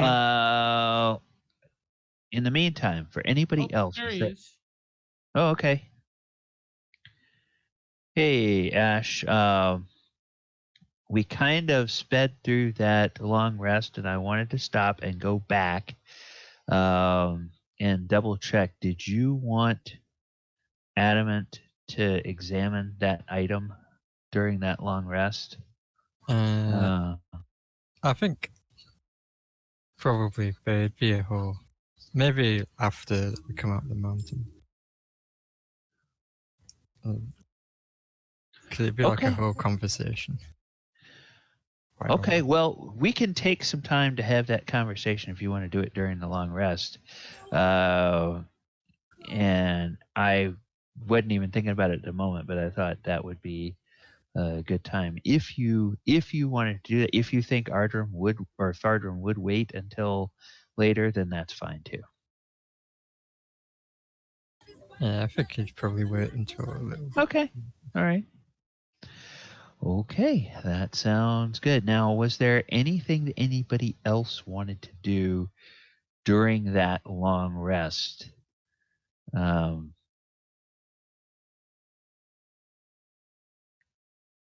Because I kind of rushed through it, and for those of you who are spellcasters and need to change out spells, So I want to make sure you have a chance to do that. I'm having to Alright. reload because it for some like that's Okay. tough for me. Yeah, nothing major, Gally. Just Zandri's starting to get a little bit more comfortable with praying, so she's just gonna say a quick prayer to protect the people that they're leaving with it. She's a little worried about him. So nothing Okay. major. Okay. You you have you go ahead and do that and take the meditation time to pray and think about those people that have been left behind and those that are nearest and dearest to you that you want to protect. And you sense what is now becoming a more familiar feeling of just almost like a presence um, of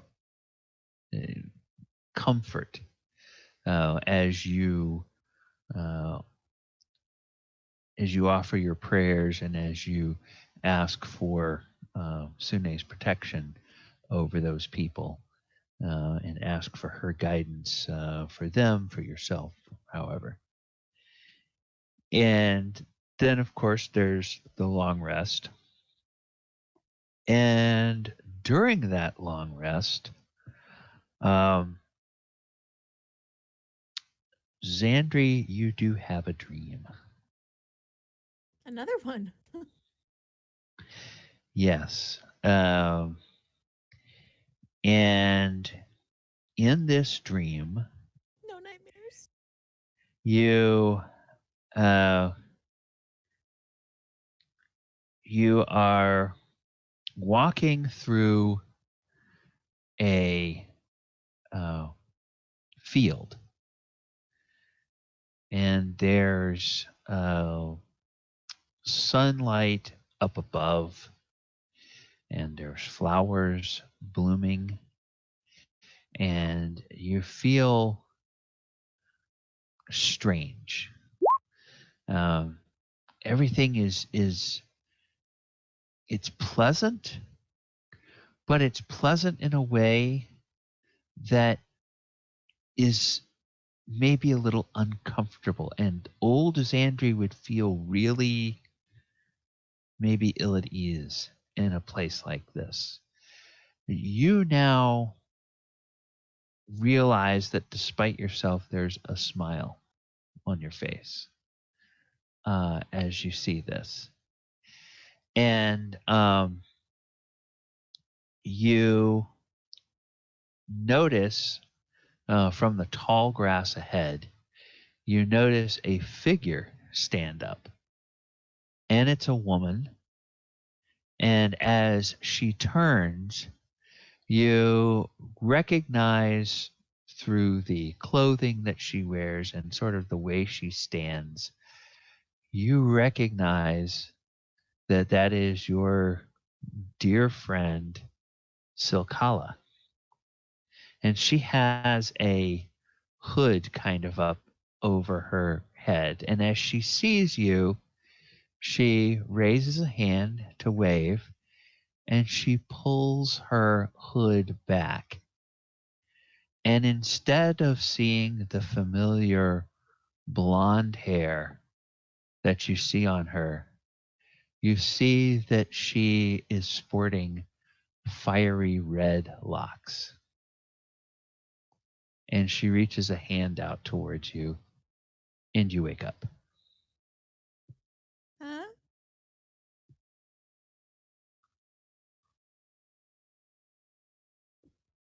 Well, that's disappointing.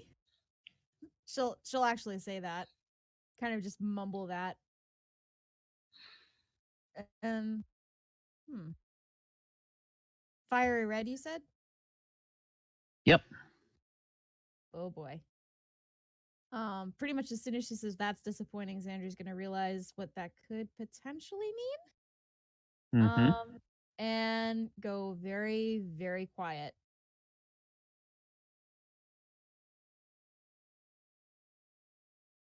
Adamant. All right.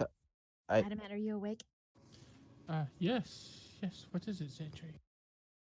Does Moradin ever visit you? Kind of pauses for a minute. That's a bit personal. What's wrong? Nothing's wrong. Just wondering if I'm imagining things. Well, tell me about it. Well, it could. This is gonna sound. I had a dream about a lady with really pretty red hair. Which, as I'm saying it, I'm realizing what kind of dream that could have potentially been. So maybe it was nothing. No, Sorry. no. If you had a dream like that in a place like this, it's probably important. Maybe. Or maybe I just miss people. I don't know. Sorry, I shouldn't have woken you up. I'm sorry. You shouldn't be Thanks, afraid to Adamant. talk about such things. I'm not afraid to talk about it. I'm not afraid of anything. He just kind of stares. Now, Zandri, What? there's nothing wrong with fear. Fear can lead you to great things. It is a fool who is not afraid of anything.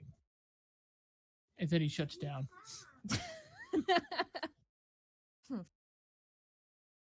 Well, I'm not. So there. She'll just kind of like make a stick her tongue out at his shutdown form. Go back to sleep. I saw that. Oh shit! that was an in character. Oh shit!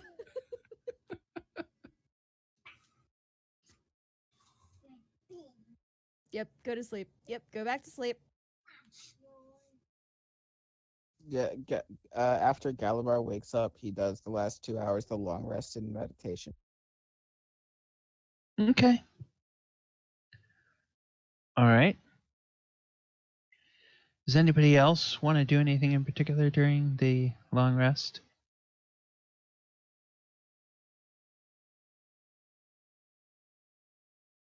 Okay.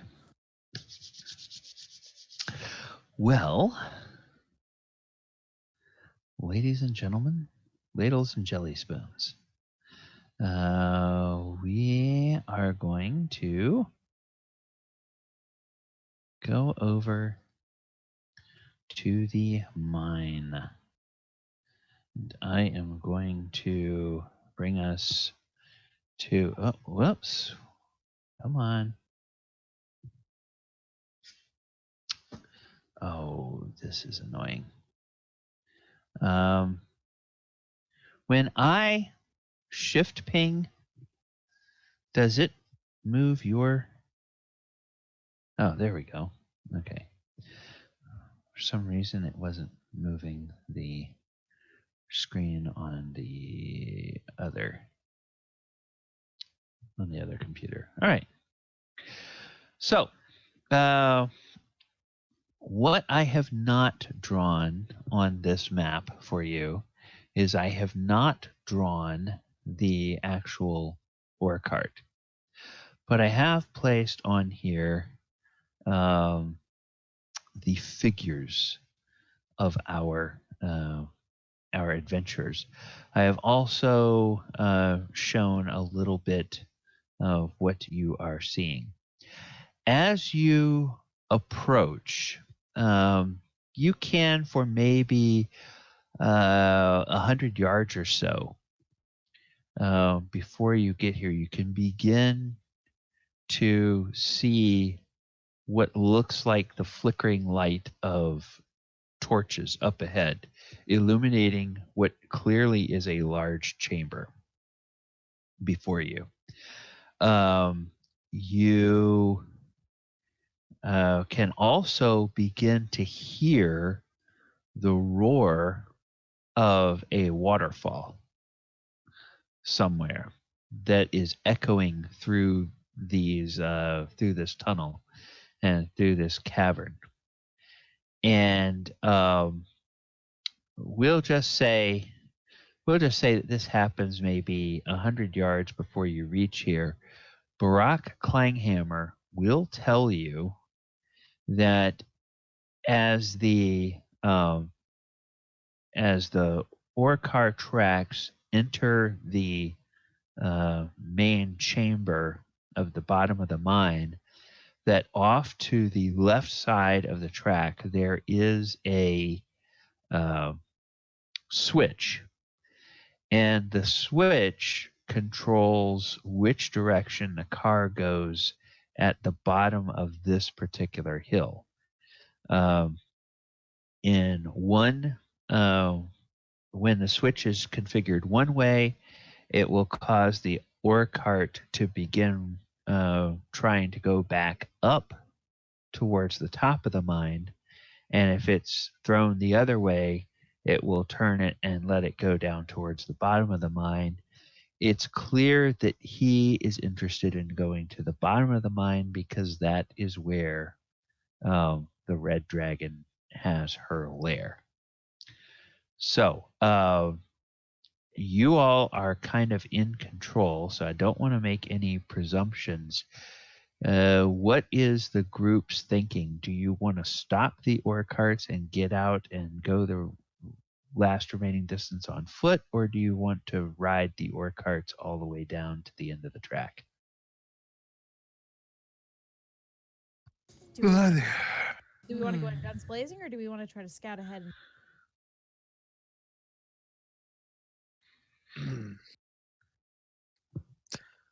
Well, it was always one for, being quiet and sneaky. So Yeah. Natural scout instincts. Scout is. Three of us could be pretty damn stealthy. The other two are not Oh. gonna be able to do like that. mess stealthy. But I still have one scroll of pass without trace.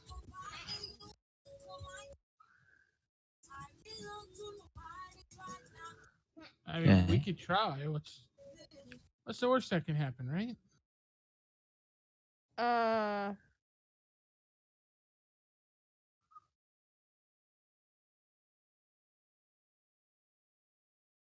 First of all, never say what's the worst that can happen. The universe will hear and accept your challenge.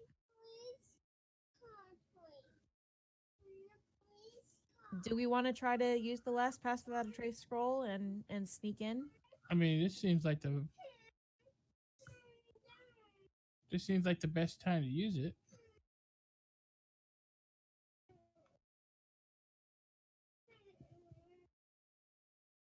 I'm all for sneaking if we think we can do it. I could always take it as an actual spell there. So. And So. as you all talk about sneaking, Barak Klanghammer, or not Barak, but Chandler says, "All right, if people are going to sneak, I don't need to be in front because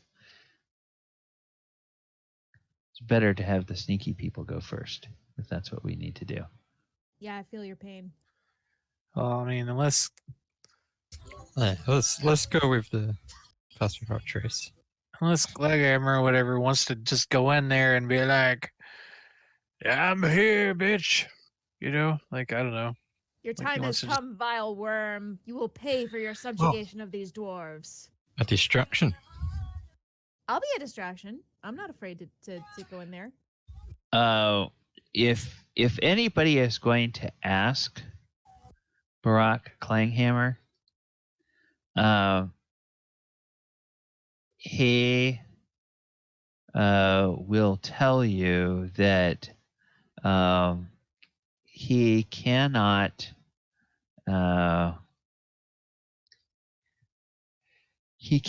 promise that he would be able to restrain himself if he catches sight of that red worm who must die. I'm all for going in there and being a distraction. Should the sturdier ones of us go in, distract, and then Barak can come in and catch her off her guard with some of the sneakier ones? I am ready to distract. Barak, how do you want to proceed this? This is, after all, your fight. And he says, "I intend to kill the dragon. You deal with whatever other forces there may be.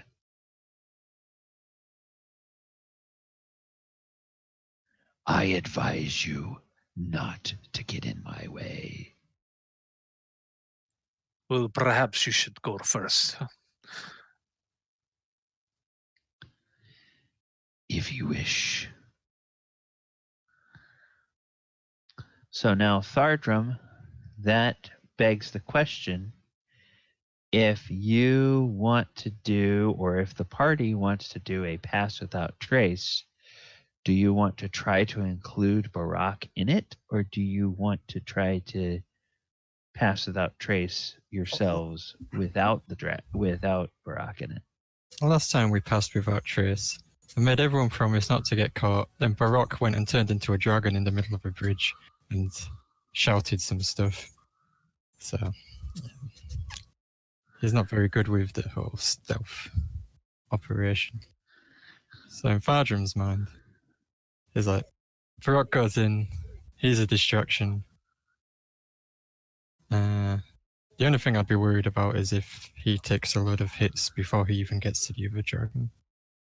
But I think we can be quick enough behind him. Oh, definitely, right behind him. Okay. Then I'll do us, but not Barak. Is that okay, Barak?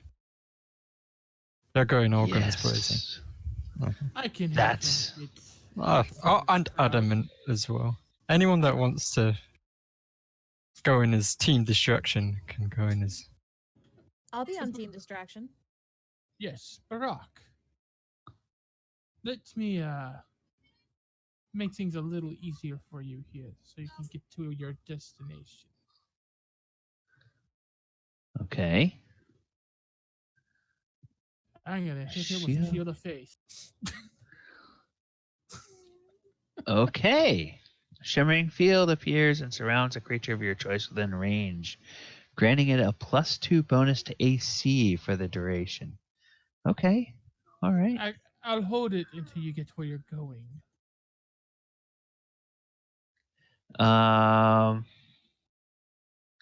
Whoops. Hold on. Oh, interesting. That's weird the way that does that.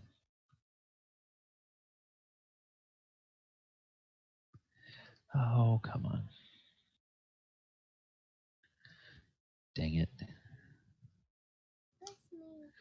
Then I'll just do that. All right. Okay. So, you're going to be in the Distraction, yes. Okay. Oh, you're going to go up front. Okay, so everybody who wants to actually I made a boo-boo when I did this. So let me just move everything back. Anybody who wants to be up front with Barack, go ahead and move up front. If you want to be part of the pass without trace, then stay back there. Okay. So the way I'm imagining things is. Hang on. Okay. So Nice. now, well, do we even want to use that? Because now, like, most of the party wants to go up front. So do we even want to?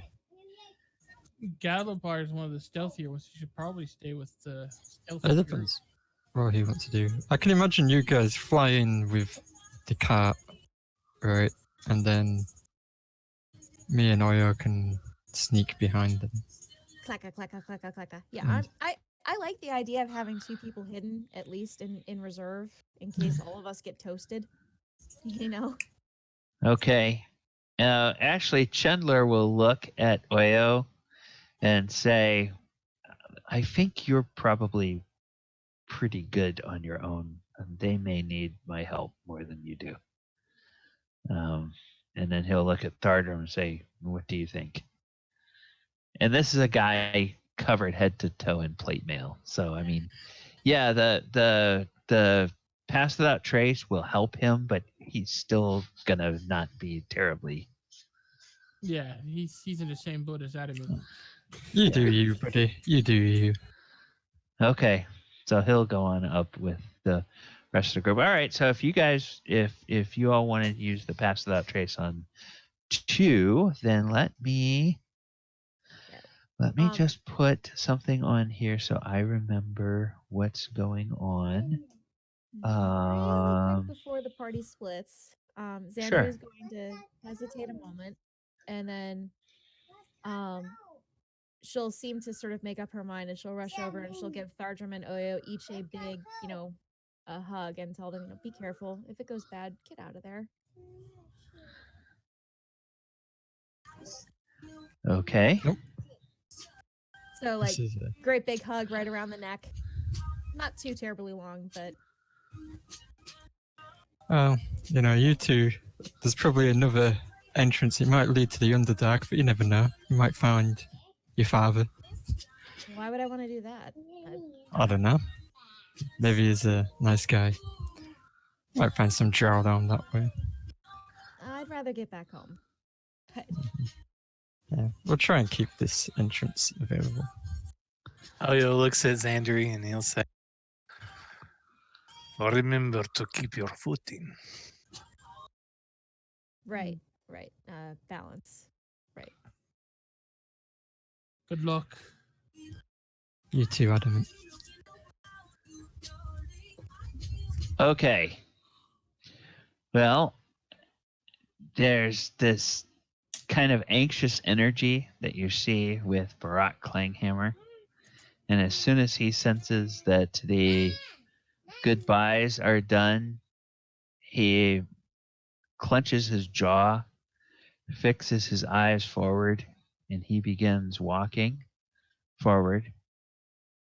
And he gets to about here, and his arm flings out forward. and he yells, "You!" And as he yells, his voice rumbles more deeply, and he leaps off in what appears to be a swan dive off of this bridge. And before he hits the ground, he has transformed into a full-sized gold dragon. And apparently what he has seen is he has seen a red dragon over here who comes flying out of here. Now imagine, if you will, this tunnel on the ground, and up for about 10 feet is a 5 to 8 foot wide tunnel. But as it goes up higher, it widens out and becomes about 30 feet wide and goes up about 40 or 45 feet. So a dragon leaps off, comes flying out of here, gives a shout of rage, and then starts flying straight up this shaft. And as you look up, you can see that there's daylight up above. And so this dragon rises up, flies out. Barat Clanghammer flies out and flies up to follow it.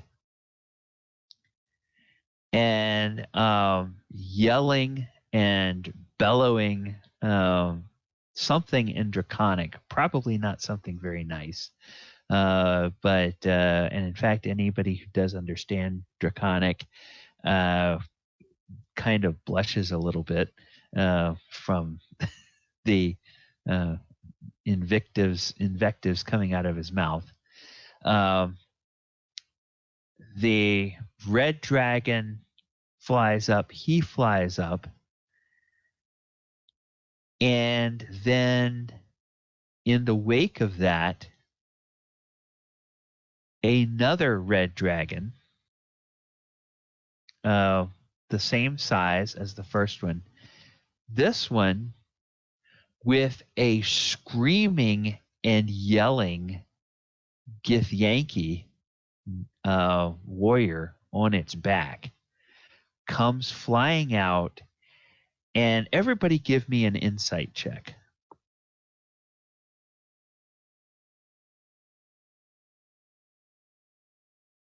Oh my goodness.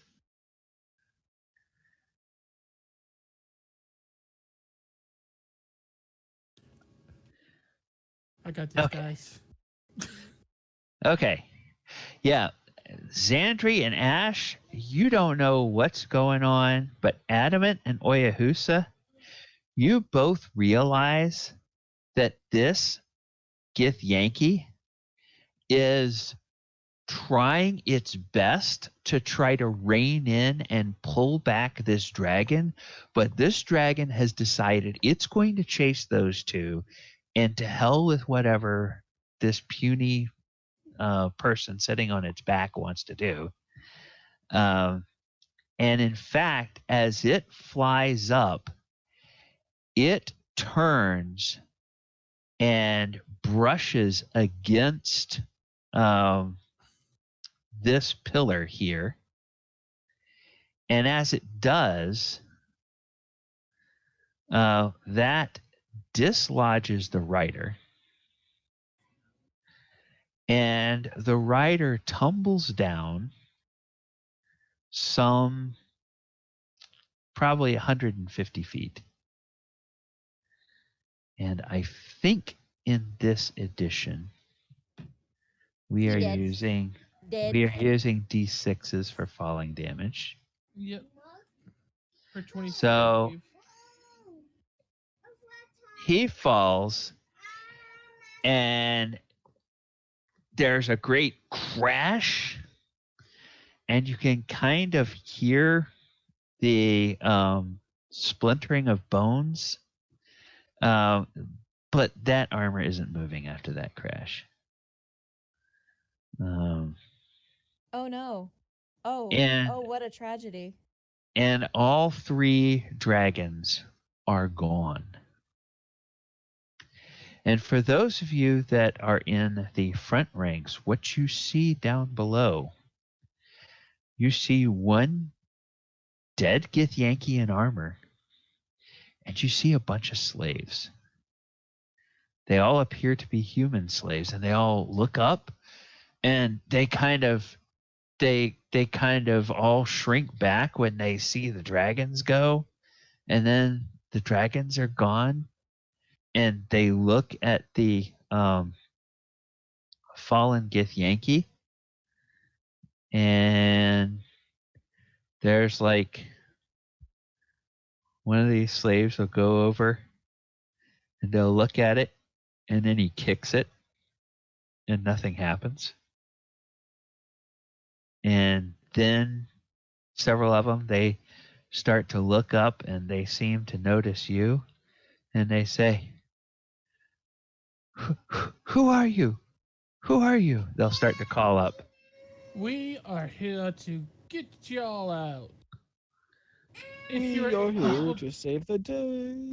if you're able to climb up here and go up this tunnel, you should be able to escape. Shh. And they all, you're a little bit too far to see, because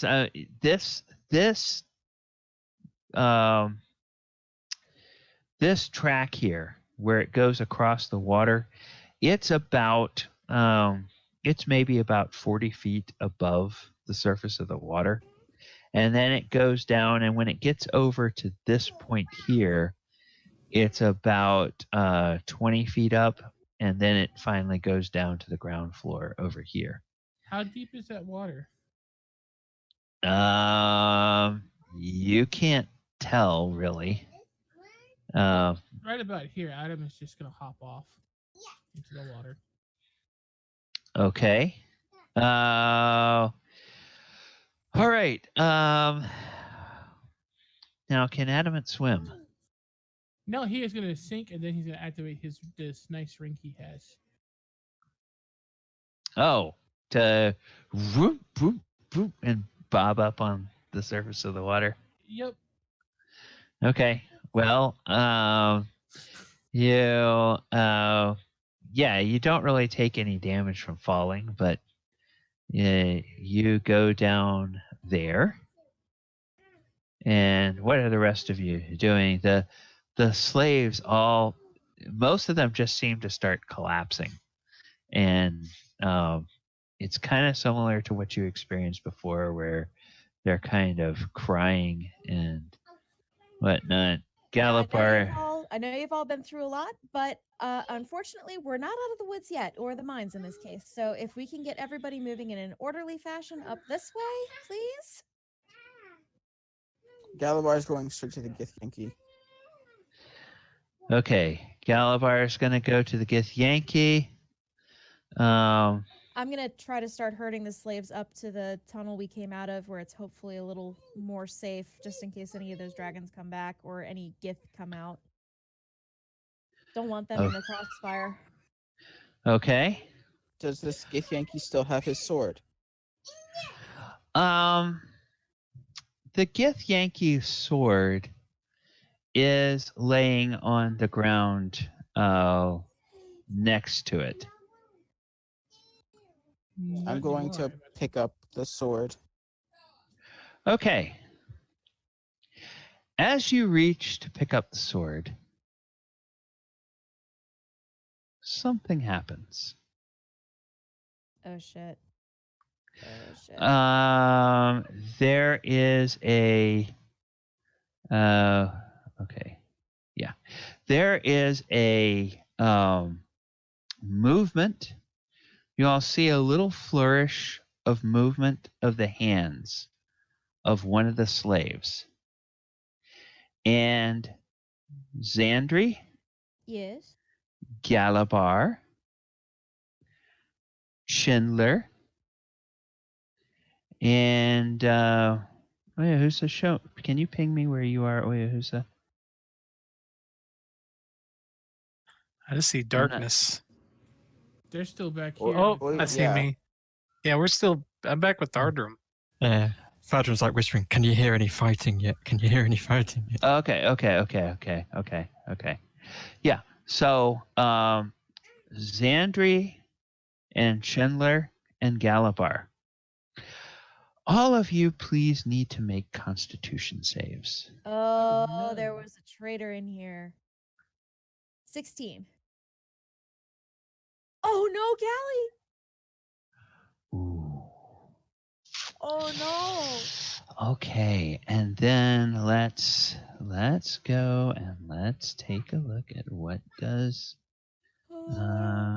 what is okay.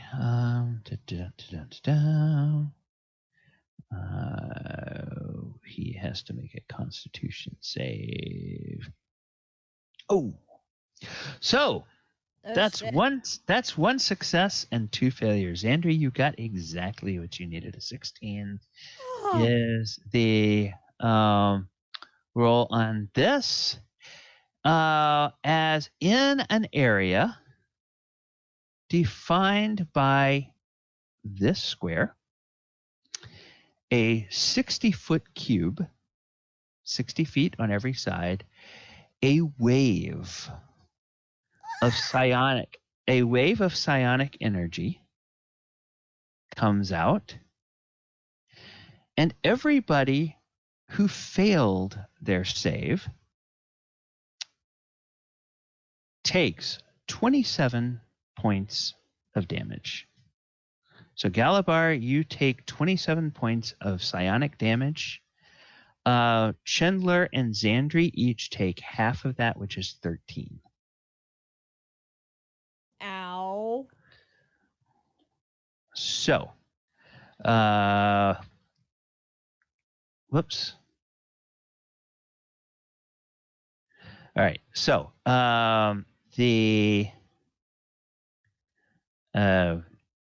the next thing that happens is that this slave, this slave, this slave, this slave, this slave, this slave, this slave, this slave, this slave, and this slave. So 1, 2, 3, 4, 5, 6, 7, 8, 9, 10 slaves. They all collapse and die. No, come on.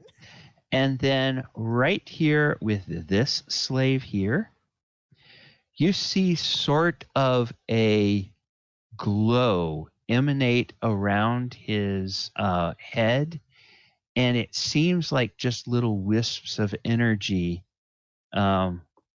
fly into him, and he gains 20 temporary hit points because 40 hit points of creatures within the range of his effect died, and he gains temporary hit points equal to half of every creature that dies from his effect. So, Do we need the square we- still?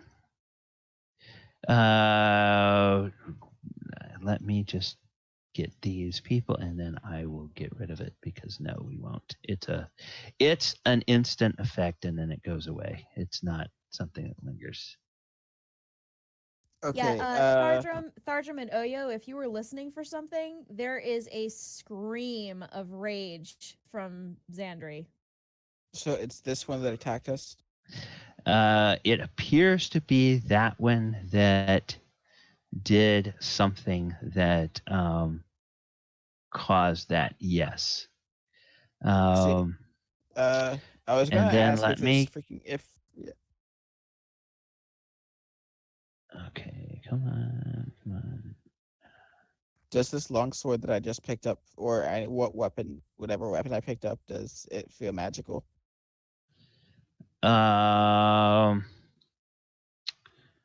Well, most magical weapons require being attuned to them.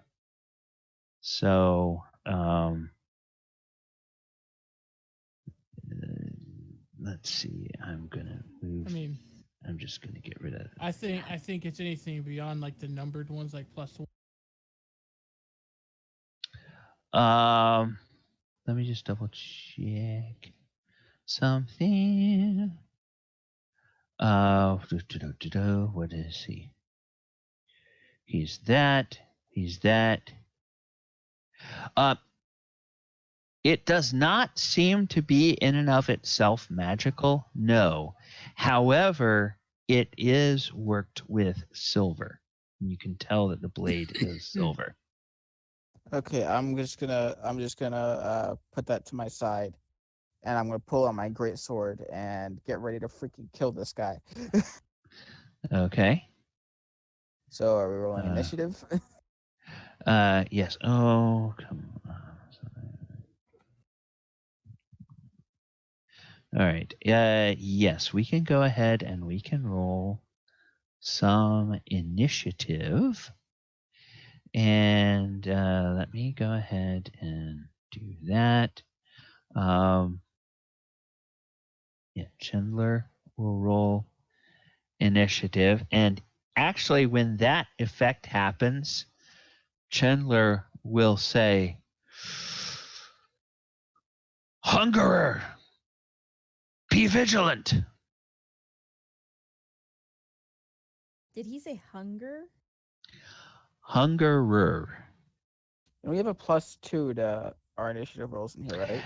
You guys have a +2, yes. So whatever your initiative is, +2. What the frick is a hungerer? Well, Guess we're gonna find out. yeah, he didn't have a whole lot of time to explain right now, but we're gonna add a turn for him. We are then going to don't,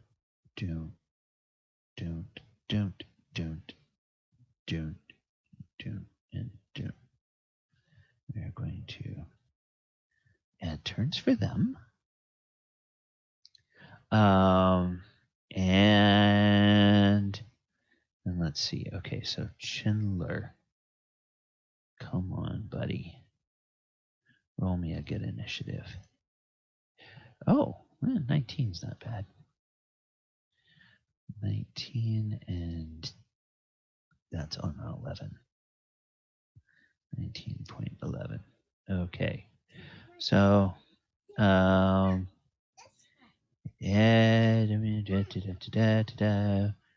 let's see for the hunger. What is he going? Okay. Hunger gets a +3. So that's a 1d20 +3. Oh, well, that's not very good. Better than mine. 6.17. Okay, then everybody else is just a normal. So we'll do him. Then we'll do him.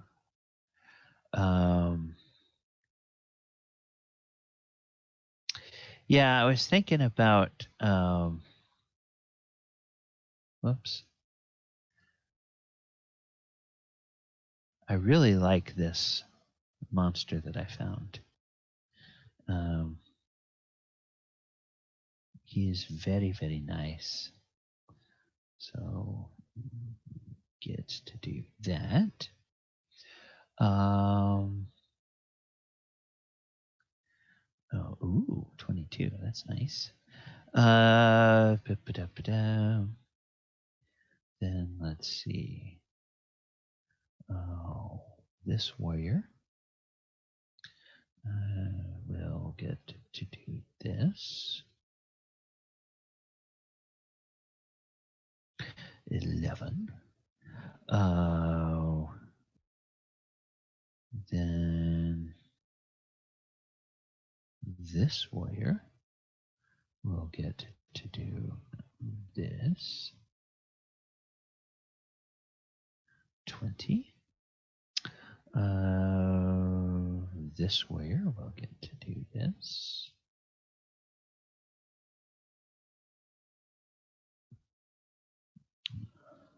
There's how many Githyanki? 1, 2, 3, 4. This warrior. Well, no, one of them died. One of them fell off his horsey and died. So don't complain. That's makes it easier on you. So that's a 9, and then we have one more. You. Okay. And 5. All right. Now, do we have? We may not have any. My God, we may not have any.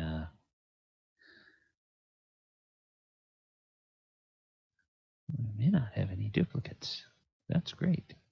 Okay, and then there's one more thing that we need to do, which is this. Add a turn, and it's going to stay at 0 for Dragon Battle. So, at initiative count 0 on every round, we'll tell you what happens with the Dragon Battle. Yeah, Kelly, I'm sorry. When I had my when I rolled my thing, I had the ruler selected instead of the cursor. I didn't realize. Oh, okay. Yeah, Sorry, so it's that's no problem. 5.14. 5.14. So let me find you. Is that with the +2? No, yeah. 7.14 then. 7.14. Did everybody add? Well, I think we all need it to be plussed onto us. Okay. No, I added. I Okay. added mine. Okay. So Oyo, you need me to add +2 to yours. Okay, you did it. Wonderful. Oh, wait, you can edit this yourself. Oh, sick. Yeah. never knew Okay. that. And then, oh, dang it. I did not add it to Chandler, so I have to do that. Galibar, you added it. Adamant, did you add it?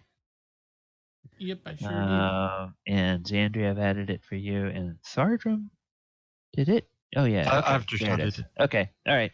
I just didn't see you on the list and wanted to make sure that we didn't miss you. All right. So let me reset this again because it may change the order. And it does. It does. Oyo, you are at your accustomed place. You get to go first now.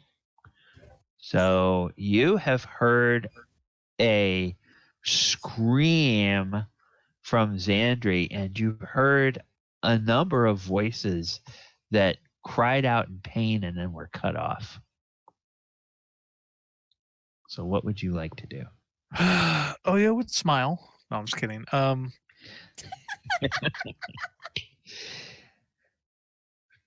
Today is a good day to die. So he heard screaming, and then he heard Chandler shout out "Hunger." Is that correct? Probably with my bad. Hungerer. Yes, I'll put it in here because it is a little bit. Is what he yelled. Hungerer.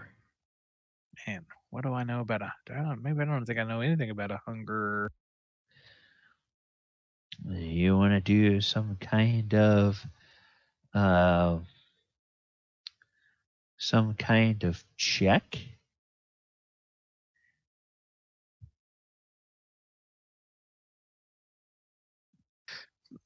Well, I don't see anything right from where I'm at.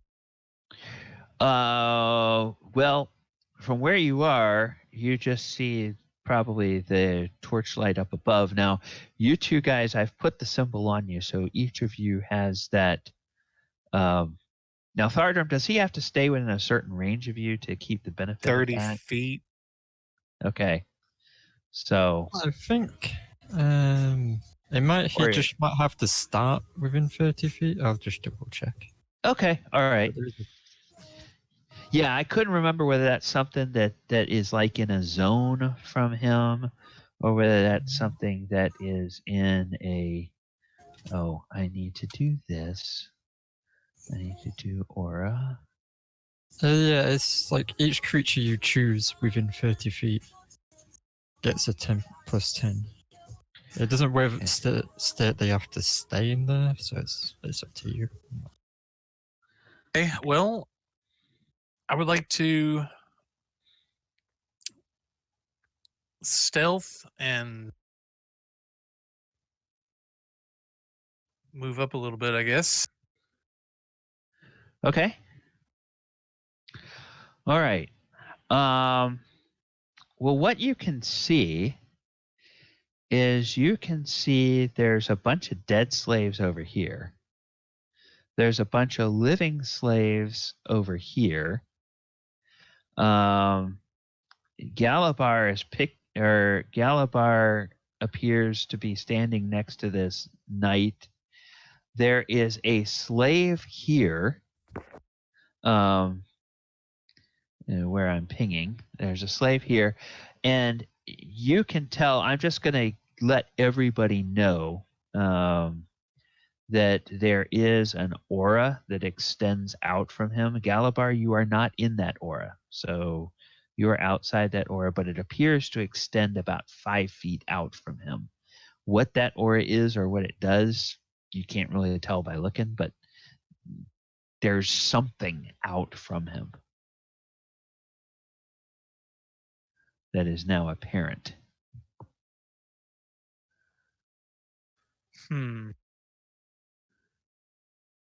Okay, so do I feel like he just looks like a normal slave? He What looks is like a normal slave, except for the fact that Galibar's looking very menacingly at his direction. Chandler's kind of pointing over at him, and there's this strange aura around him.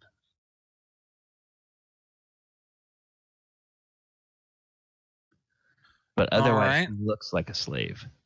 And his back is turned, or No, there's no facing in 5e. That's just the way the token is made. right. Well, I guess I'm just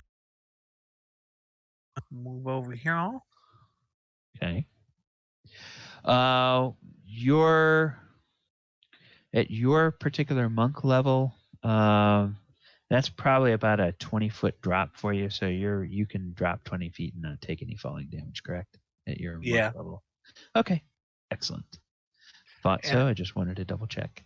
That's probably my turn. I don't really know what's going on just yet. Okay. All right. Then the next thing that happens is one of the slaves will move out over here and we'll take a look in the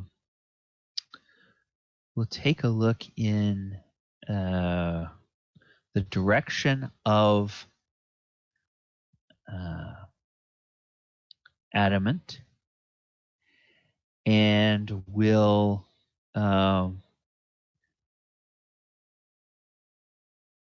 cast a spell. Actually, the slave will run right up to Adamant and go, "Oh, but it's so dangerous!" And then we'll cast Thunderwave at you, Adamant. Okay. And yes, That's a that con also. save, right? Actually, no, I'm sorry. She's not going to do that. She's going to run over here and she's going to cast it at Galibar. That makes more sense. That way she doesn't. Of course, when I'm not raging yet. Well, it's also there's collateral over there. So, if you will go ahead and make a is it a Constitution for Thunderwave? Yeah, I think for a most Constitution. Yeah, Constitution save, please. We'll see. Oh, easily. easily. If only I did that before. Yeah, so that's Thunderwave is what? It's 3d8? No, 2d8 thunder. 2d8. All right. So 2d8. So you only take 6 points of thunder damage and you are not moved. But that came from this particular slave, if you will. And when it cast that spell, the guise of the slave kind of ripples a little bit. And as it ripples, you can tell that it is not a slave at all, but it is a Githyanki spellcaster. And that is her turn. Thardram. Oyo's gone rushing off. Yep. Guess Thardram follows him. Takes a little look. He's a bit confused. Yeah, so this person still looks like a slave. But everyone looks angry at him. Yeah, and thunder went off from somewhere. Let's see. This pillar is supposed to go like all the way up to the top of like this 300-foot shaft. So from that particular angle, you probably can't see her. If you maneuvered around, you might be able to see an edge of her square to tell that she's a Githyanki. Otherwise, this is the only person that people seem to look angry with at the moment. Okay. Well, Thardram's gonna... Because he's not really sure who to attack, because I don't think he could realistically see the gift spellcaster from where he is. Okay. So he's gonna take the dodge action Okay. and heal himself. Okay. All right. For some reason it's rolling a d4, and I don't know why, but that's enough to get him back to full health anyway. Yeah. Oh, interesting. Yeah, And, that's weird. I'm also going to cast Zephyr Strike with my bonus action, but not use it at all yet. Okay. So, All right. I think I'm that sorry. would end. I think that would end Pass Without Trace, because I'm pretty sure Pass Without Trace is concentration. Okay. I can double check that. Yeah, it's concentration. So Okay. All right. Then I'll just go ahead and remove that. And that would remove it for anybody you're on. So, yeah. All right. So, Oyo, unfortunately, you don't have that benefit from the Pass Without Trace. Chandler. Chandler says,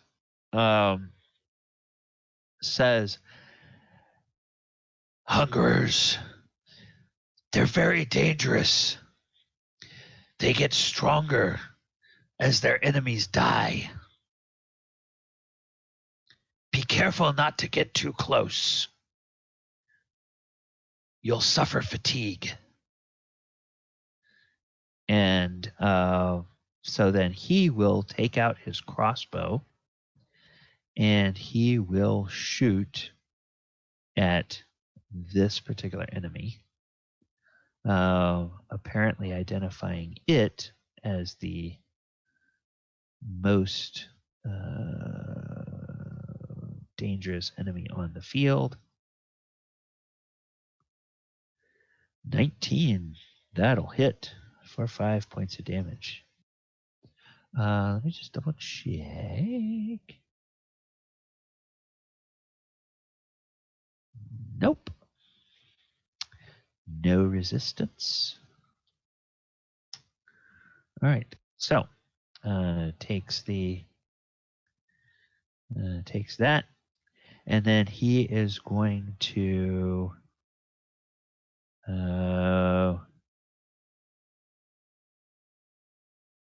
jump down over here.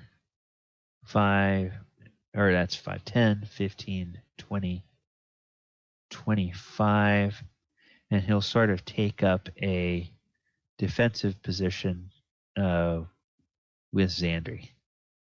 So, Probably like not wise. She's gonna be heading like right away from him in a moment. yeah. But it's like in a moment of panic, it's like, oh, there's a woman on the battlefield.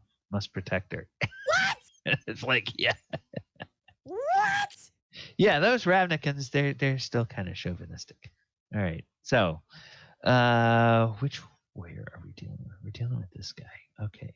So, he is going to unlimber his He is going to unlimber his greatsword. And then he is going to simply Misty Step over to Adamant. And he is going to attack with his greatsword twice. Bring it down. Miss and miss. Okay. Have you updated your AC on D&D Beyond? It doesn't let me put the Artisan's Blessing in it. Okay. All right. Cool. So 2 misses, 2 swings, 2 misses. Galibar, you are up.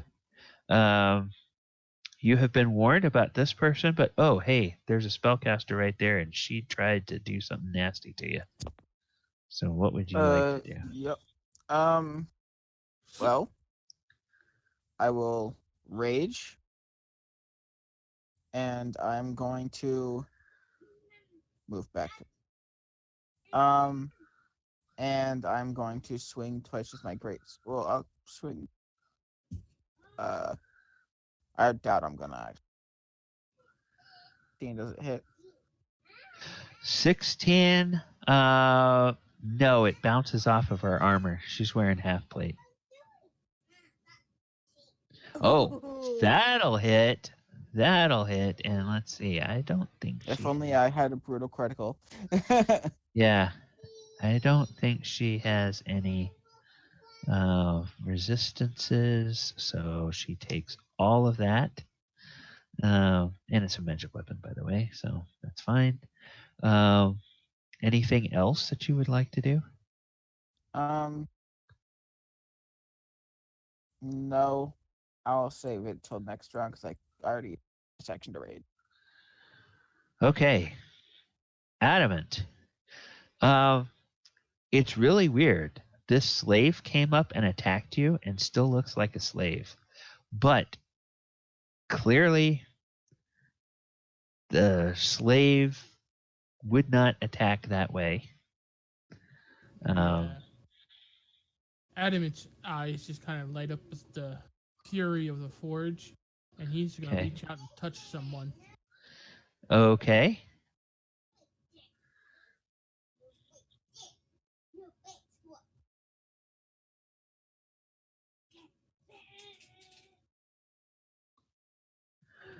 Okay. Ooh, touch. So now, and you're casting it at 3rd level. So, what is the save on that? It's no save. I had to hit his AC. Oh. 21 to hit. Oh, 21. Yep. That hits. That hits. So it's 30 damage to him? Yep, Okay. 30 necrotic damage. Well, it kind of sucks to be him. He doesn't have any. Nope. He has absolutely no. And that bloodies him. So he is now a bloodied creature. Would you like to do anything else? I don't have any bonus actions I can use at the moment, so I'm good. Okay. I think I've made my point. Okay. So now this warrior. Okay. This warrior will go 5, 10, whoops. 15, 20, 25, 30. And will attack Galibar with a pair of greatsword slashes. That's 1, and then, come on. That's 2. Okay, so 1 hit for 11 slashing and 8 psychic damage. Now, I think you can mitigate your half raging the now. slashing. Half the slashing, so it's 5 slashing and 8 psychic for 13 total damage. Galibar is going to die. No. Okay.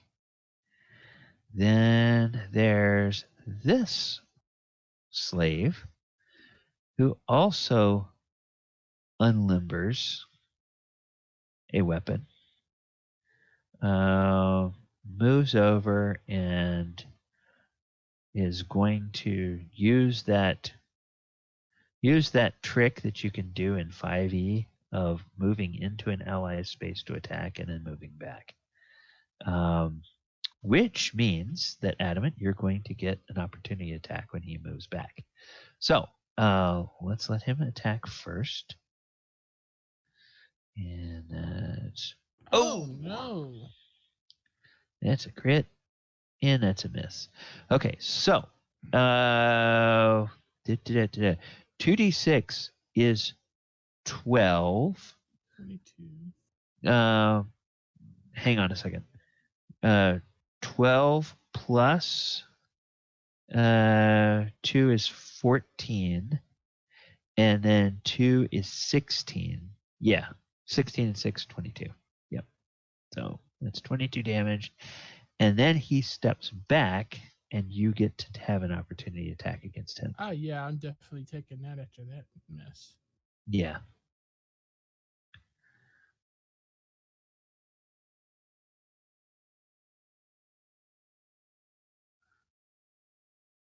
Oh, yeah, that'll hit. And he takes all of that. Okay, clang. All right. And then there's this warrior. This warrior will... Okay. You can tell that these guys are not... Maybe they're more cocky than they should be, or maybe they're just not all that bright. Because instead of attacking the person that's already used their reaction, he's going to step over here, try to attack Galibar, and then move back, which is going to give Galibar an opportunity attack. So,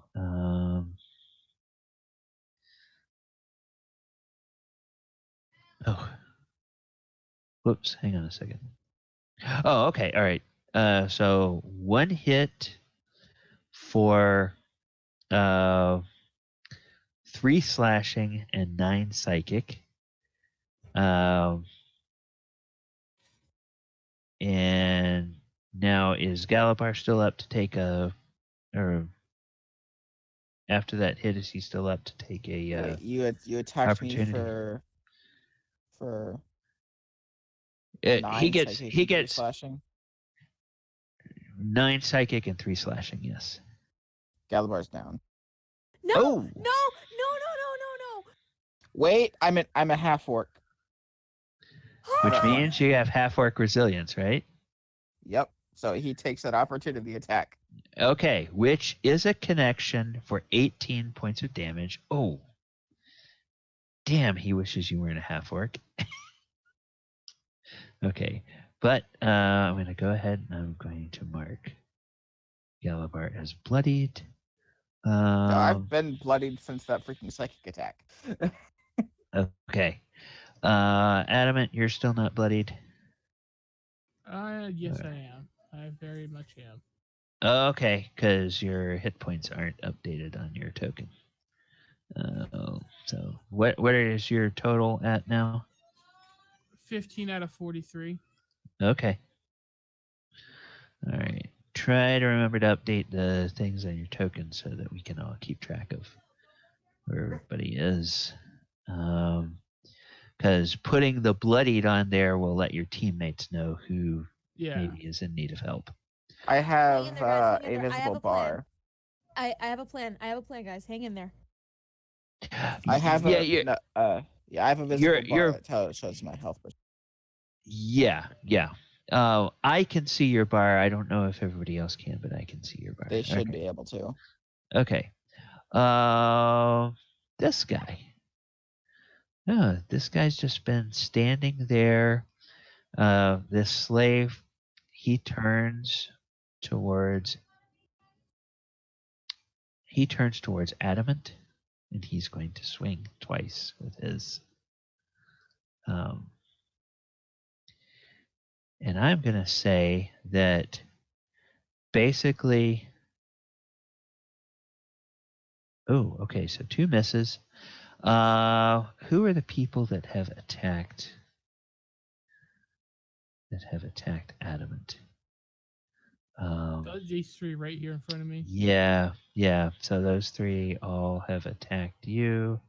So I want to do this. I want to do this. I want to do this. This guy is at 19 and is bloodied.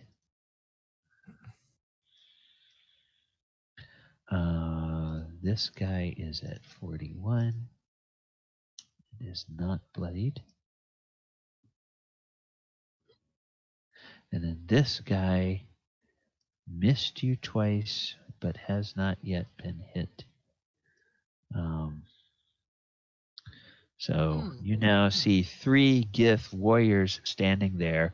Basically, what happens as they hit you, as they physically come in contact with you, the illusion of a slave kind of ripples, and then it sort of dissipates.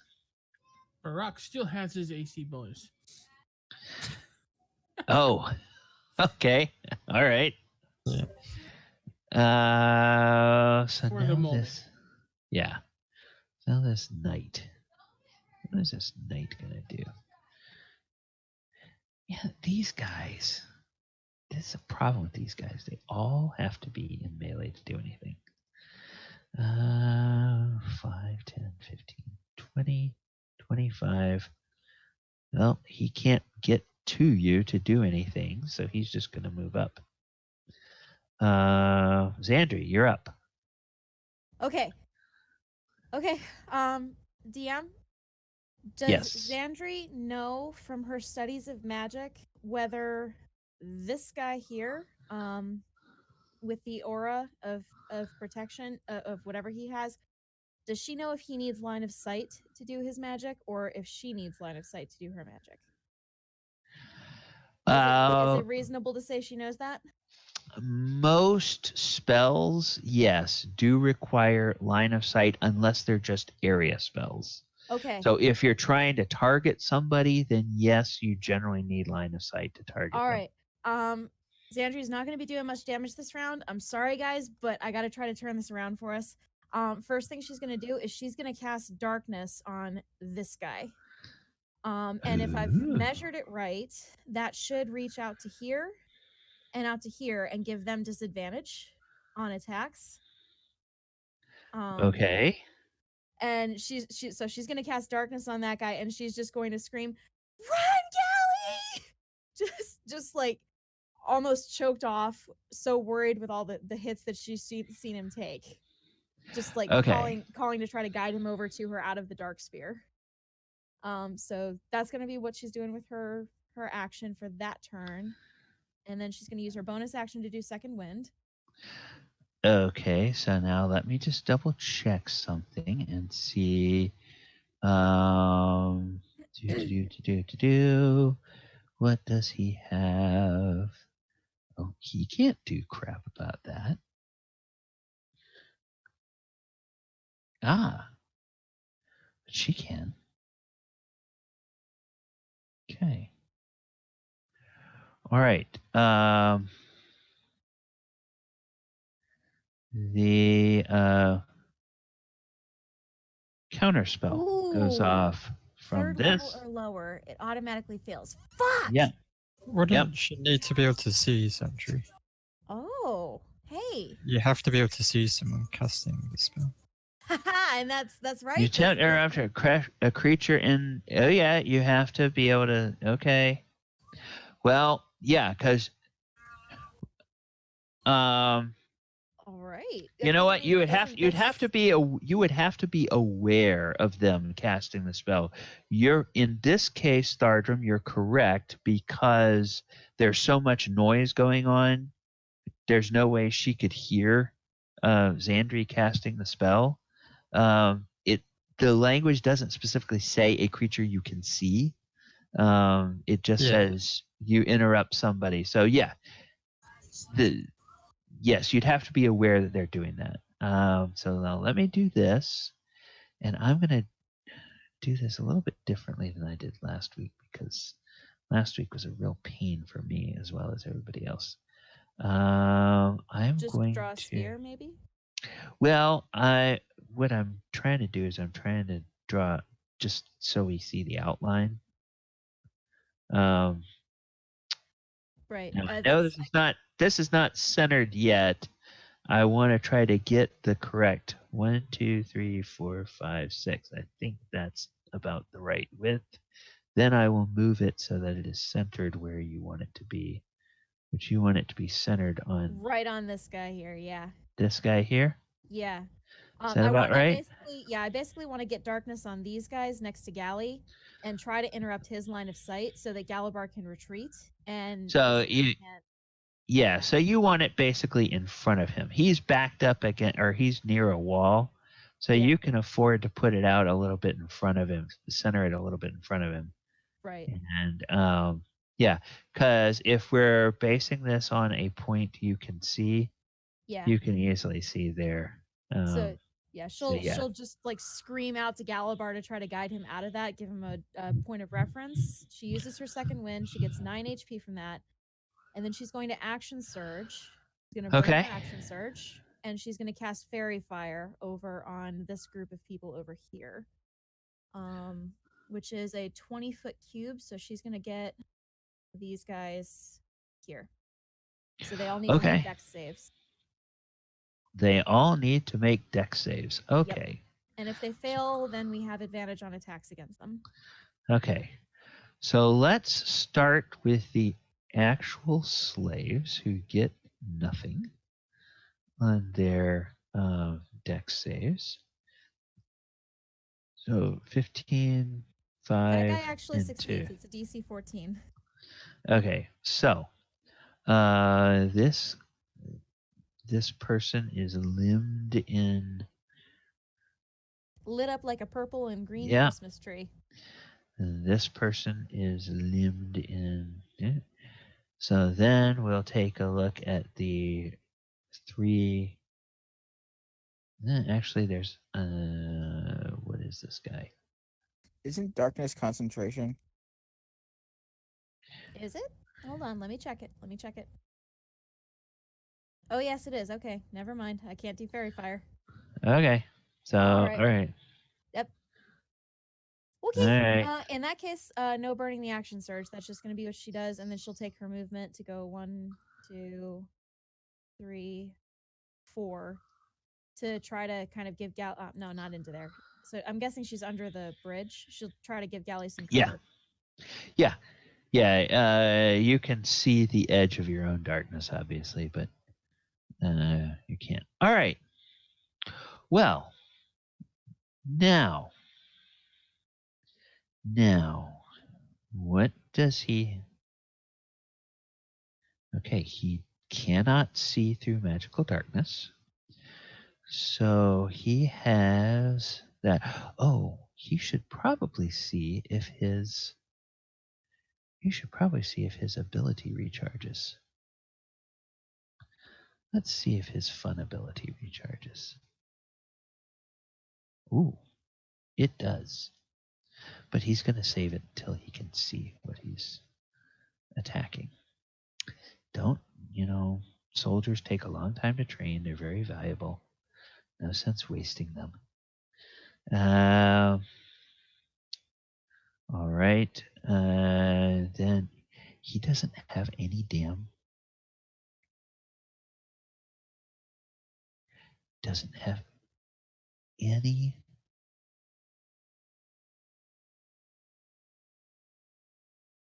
Oh. That'll work. Okay. So he will cast a spell. And then unbeknownst to anyone, he will go boop, boop. And I'm putting the aura on the board so you guys can see it, but you don't see an aura peeking out from this. Just for those of you who can see the board. That's just a courtesy so you all know that something happens when you get close to it. So that's me being nice to you. This person is in darkness.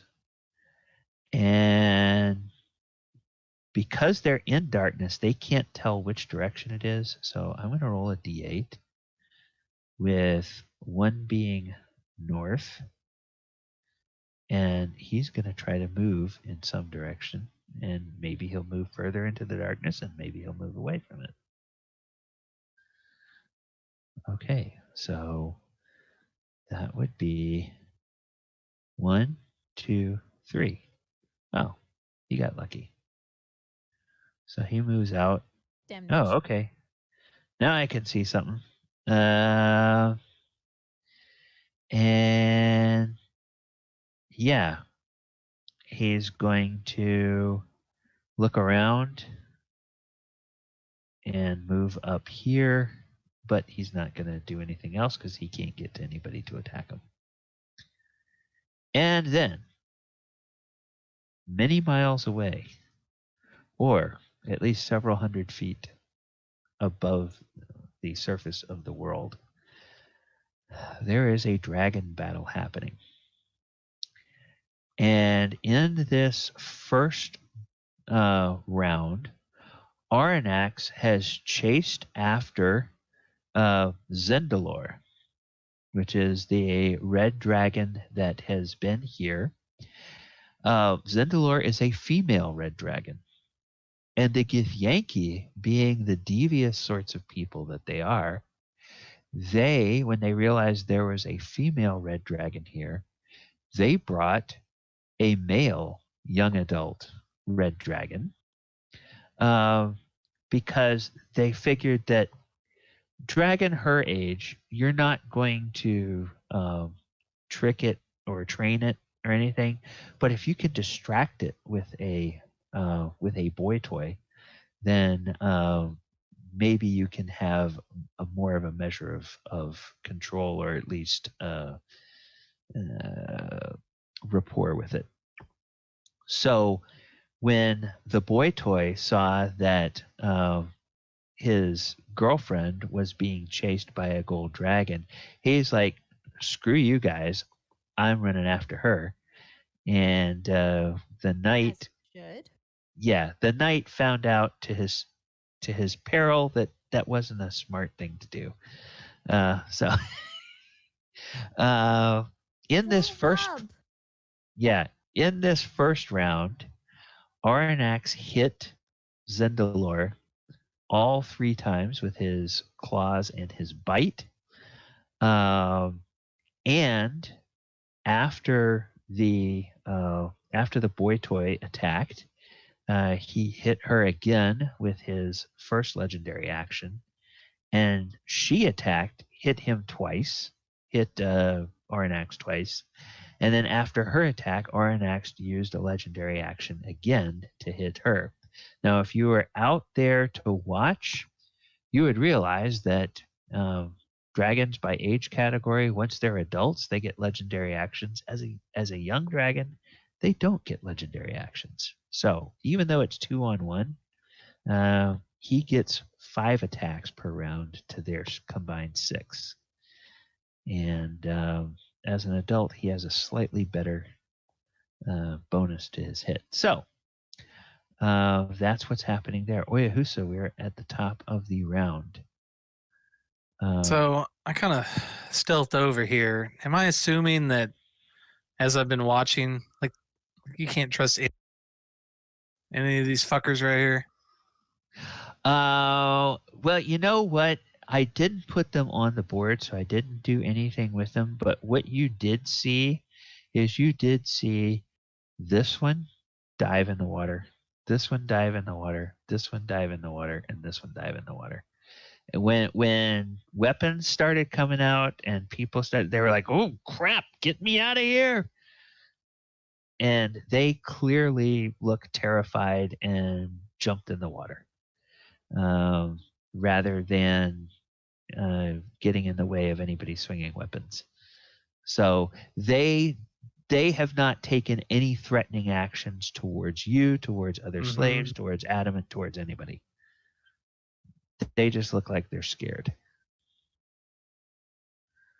The rest of these people over here decidedly look unfriendly. So you can now see that's a GIF, that's a GIF, and that's a GIF. Their illusions or whatever have dropped. Okay. Well, he's gonna cast darkness too. Why not? Okay. Where would you like to center that? Right there. Well, and as we have established, you know what? Can I do this? I think I can. Since I have the right diameter, I'm going to move it. You just tell me when. Tell me when to stop it. Is that good, or do you want it on Adamant or? Yep, that's good right there. I'm kind of like on the border of it, I imagine.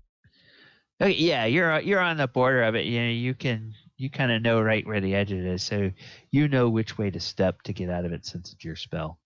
I'm also going to, just so I don't do something and screw this up, I'm going to put it on the map layer. It may look a little funny. It may look like part of it is missing, but it's actually there, and I've done it. So.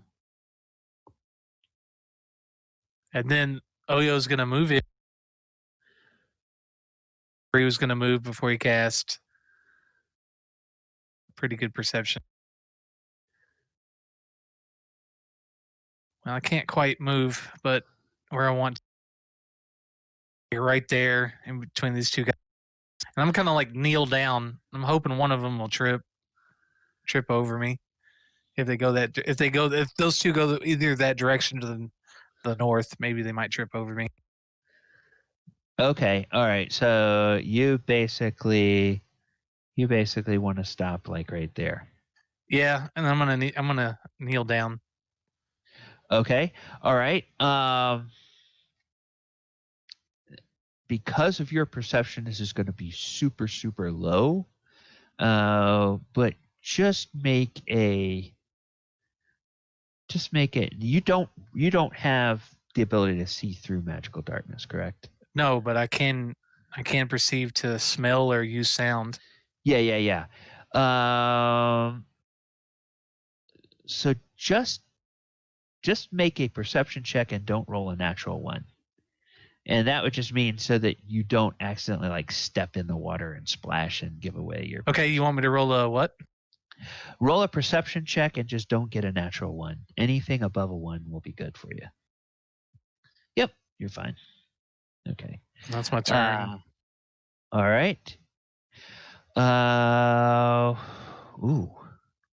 Well, now the bad thing about counterspell is you can only do it when somebody's casting a spell. So if you don't know that they're casting a spell, oh bloody hell! I'm And as sorry. we- Zandri wants to save her friend. Hey, you know what? Nobody's the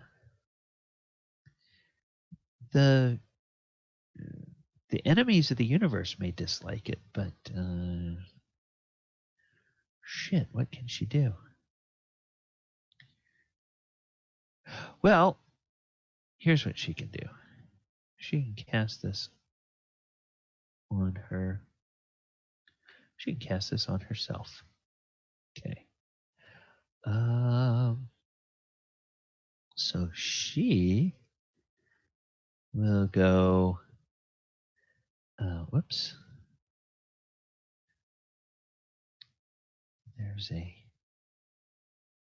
There's not a. Yeah, we'll do that. All right, there's the sound familiar to so many people who enjoy Saturday morning cartoons of somebody going arriba arriba andale andale, and then Speedy Gonzalez. yes, so then she's gonna roll a d8 and see which direction she tries to go. Ooh, 7. Well, she tries to move and she runs right into this stone pillar. So that doesn't do her any good. That's her Bonk. turn. Yep. And she doesn't leave her space. So Galibar, you don't sense somebody leaving, so there's no opportunity attack there. Thardram, you're up. A magical darkness just sprang up in Can't two see places. shit. Yeah. You can see these slaves like, whoa! Shit. And then when that darkness gets up, they try to even get further out of the way. Yeah, 1, 2, 3, 4, 5. Yeah, I'll just dash over here. Yeah, It's still dark on that side. Yeah, it's like, oh my god, where is everything? Who's that trip trumpet on my bridge? Hello? Did we accidentally open a portal to the shadow realm? No, What's Thardram! happening? We're trying to stop the spellcasters from killing Gally. Okay. Yeah, so I'll just dash over there and keep Okay. Zephyr Stroke running out. Hear the pitter patter of little dwarven feet. Okay. Well, you guys are outside the darkness, so you can see him. So. All right, Chandler is going to drop his crossbow 5, 10, 15, 20, 25. He thinks he remembers seeing something there, but because his enemy is in total darkness, he does have disadvantage. Well, but his enemy can't see him either. And we went over that last time. No. The thing is, according to the rules, if both sides can't see each other, the disadvantage cancels it out. Okay. If you can't see your enemy and they can't see you, or if you can't see your enemy, then you just have disadvantage. So he can't see his enemy; he just has disadvantage. I didn't realize the gift he was swinging at could see out of the darkness.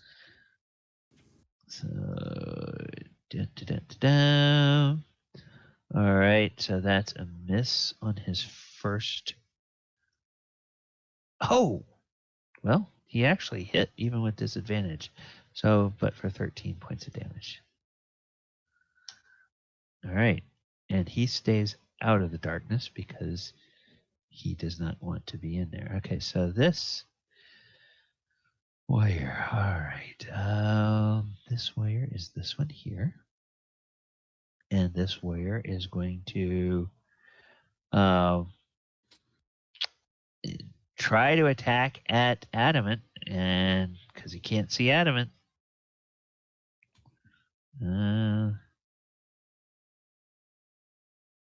that's...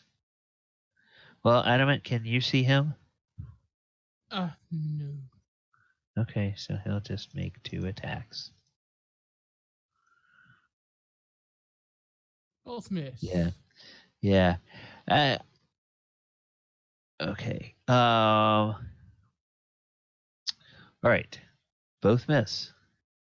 Yeah, to me, it's narratively, it's just not appealing, even though mechanically, the not seeing Yes. your opponent and your opponent not seeing you cancel each other out.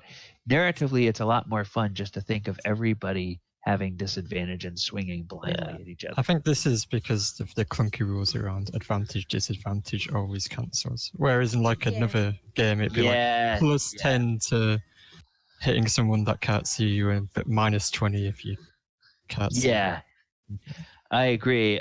Different editions had different ways of doing it. Okay, Galibar, you are up. Yep. Okay. I will. They got disadvantage For- on attacks against you. Yeah. First, I am going to down the freaking greater healing potion like it's the Oh, last thing. did you not see my message?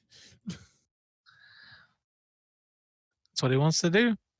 Okay then. Yeah, but he is like at 1 hit point. So I'll go Adamant. right after him. Yeah, you but also need to be able to see him. I probably. need to be able to move. If by any chance they hit me with an opportunity attack, I'm down. Yeah. Let Chris do his character. Okay.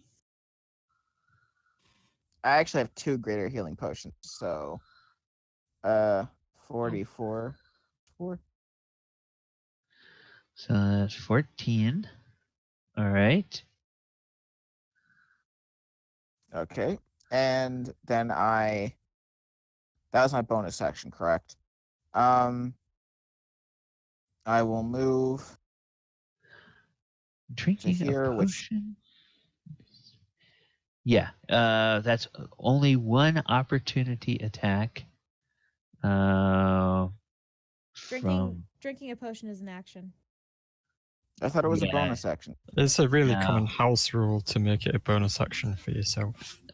Oh, but it's Mm-hmm. we've never discussed that, so rules is written. It's an action. We've used it as action before. Do you bump Yeah. into this guy when you're running? Because you are in darkness. He was there before. Well, and mechanically, even if he does bump into him, the rule says as long as you don't leave his threatened area, you don't provoke an attack of opportunity. Cool. So this person is the only one that gets an attack, and she missed. So. Well, she's blind too. So. Yeah. Well, again, that clunky rule we were talking about, it cancels out because he can't see her, she can't see him. But it's just a flat thing, and it's still a miss. Oh, I right, misread was there- that rule, but no problem. Yeah. Was there anything else, Galibar, you wanted to do? Cry, So- bleed. My action was to drink a potion. I thought that was a bonus Yeah. action, but You can move through friendly people if you want to get behind the line to recover a little bit. I mean that's risking opportunity attack, but Zandri has her shield reaction as well. Yeah, I can give them disadvantage, so that'll cancel out the darkness canceling out. I've got my protection, and I got your back, buddy. I got your back. okay, then I'll continue moving this way. Yeah, and if she does take an Okay. opportunity attack, that's a disadvantage. Yep.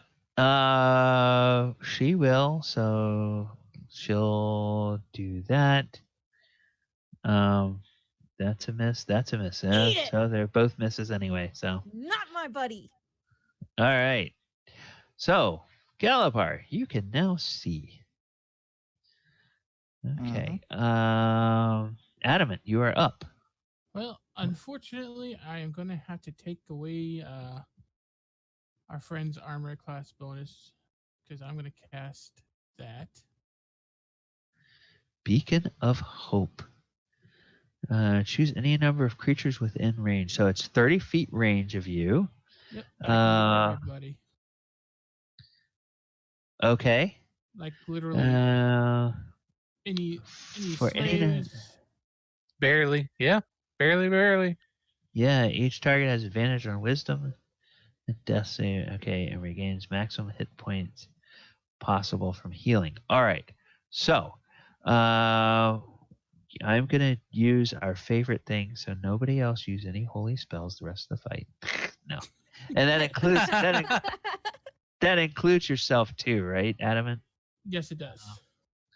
Okay. So I'm actually gonna.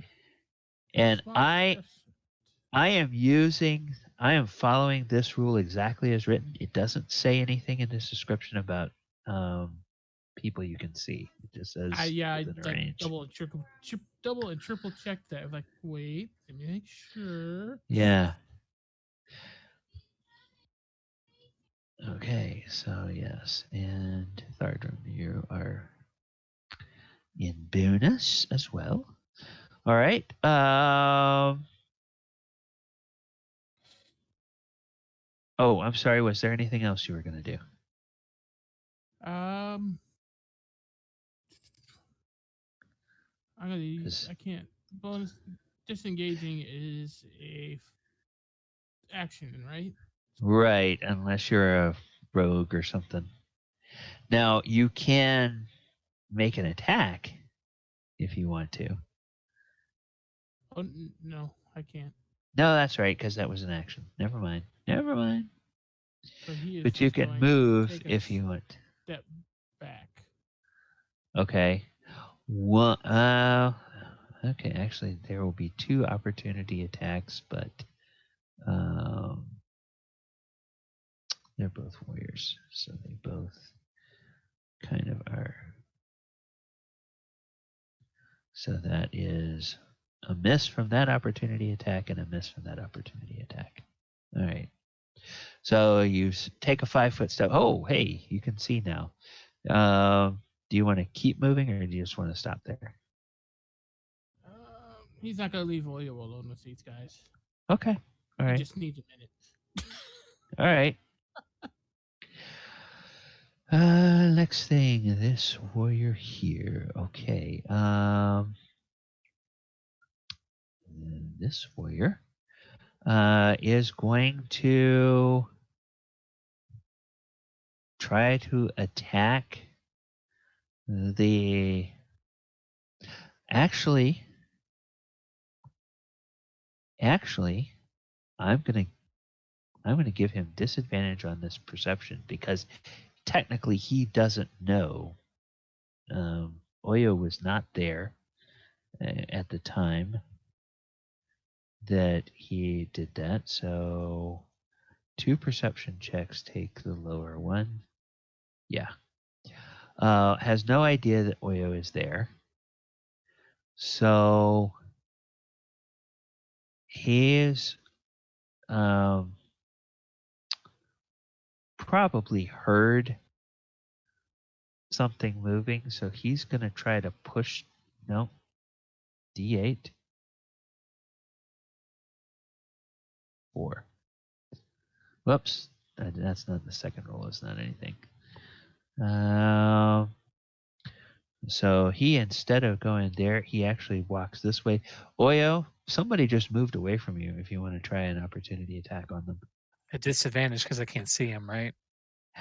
They can't see you. You can't see them, so it cancels itself out.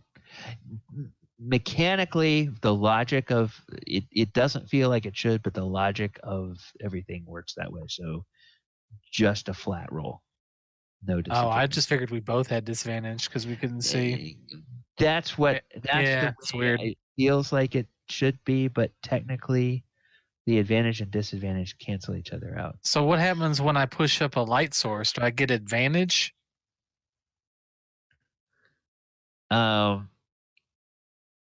Yeah, well, no, because if it lights up you and them, then it also cancels it out because if they're in that light source, then they can see you. Okay.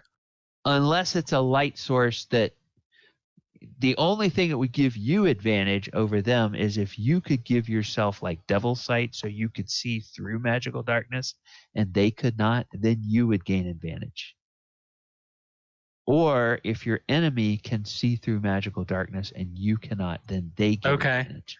Do we want to keep that rule, or do we want to make a house rule where it's like if you can't? We're not gonna debate this now. Just take your turn.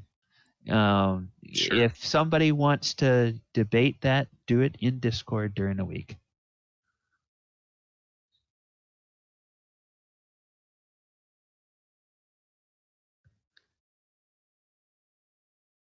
$17 is exactly what you need to hit.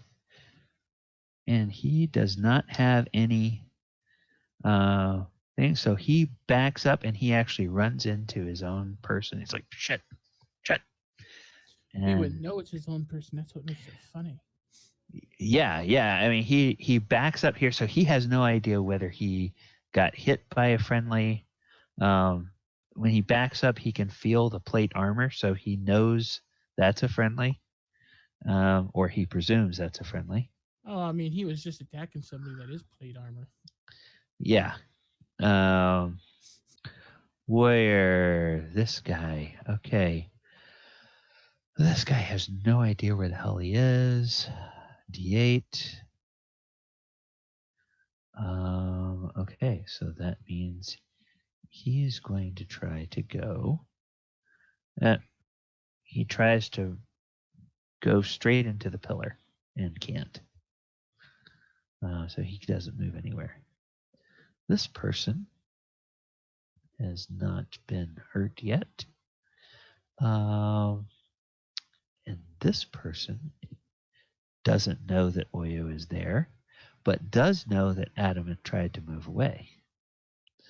So we'll try to move in that direction. 7. Oh, whoops. Sorry. So that's 1, 2, 3, 4, 5. Okay, so winds up moving over here and running straight into this pillar. So somebody else moved away from you, Oyo. You can make an opportunity attack on them if you wish. I already used my reaction, so I can't do it twice. Oh, that's right. Knight is going to try to get out of this and senses somebody next to him, so he's going to try to move away. Yeah, basically he doesn't have a whole lot of distance he can move or directions he can move. So he's just going to go 5, 10, 15. Oh, crap. That's bad for him. He now needs to make a saving throw. Because he walked into his buddies. Friendly fire. Yeah. So he is now slowed. Because he's in that guy's aura. Zandri. Okay. You are up. Galibar's out of there, and I need to be able to see these guys to hit him. So darkness that Zandri cast, gone. Okay. And as I understand concentration, that doesn't use any actions at all. It's just correct. Yep. Yep.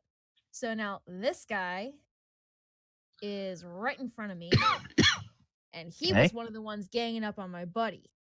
Yep. So, he's got 2 attacks coming his way. First one is going to be a menacing attack. So you've got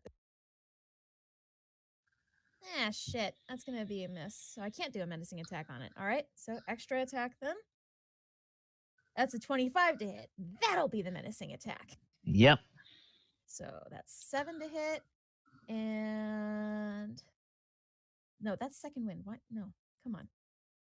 Okay, so 8 for the superiority dice, so 13 points of damage, and he needs to make a wisdom save. Because Zandri is pissed. And she's got death in her eyes for him.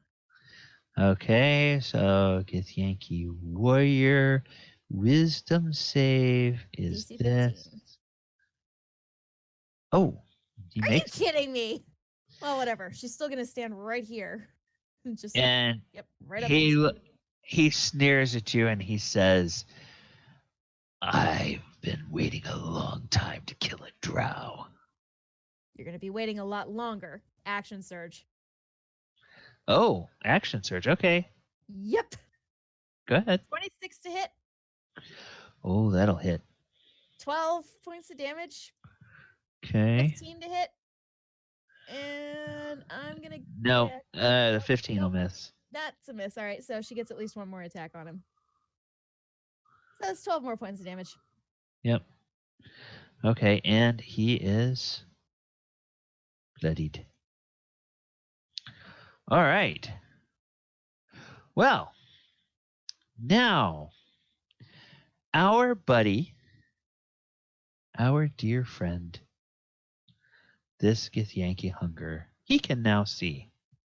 Oh, and he sees an enemy here, an enemy here, an enemy here, and an enemy here. He also sees an ally there, so let's not waste resources with our ally in place. So instead of that, I'm just going to...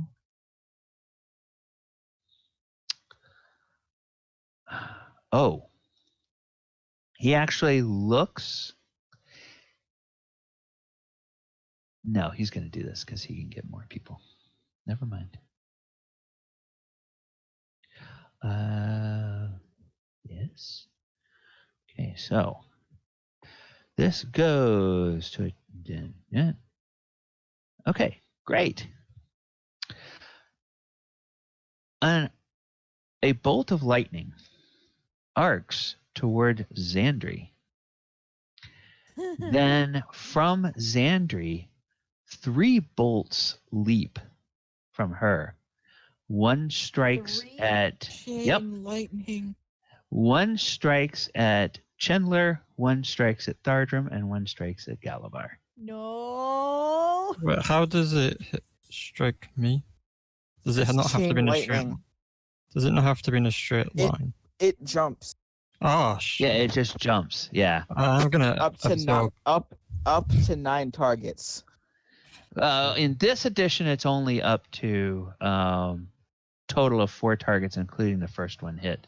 So you guys all need to make Dex saving throws. And Oh no. for him, it's... What is his DC? His DC is a 16. So that's 1 miss. That's a success for Galibar. Ash, did you have advantage on that or not? No, I'm not dodging, but I am gonna absorb elements. So. Okay, fine. Oh, Oh. I have And that's a fail for her. So, the nice thing about it is that this monster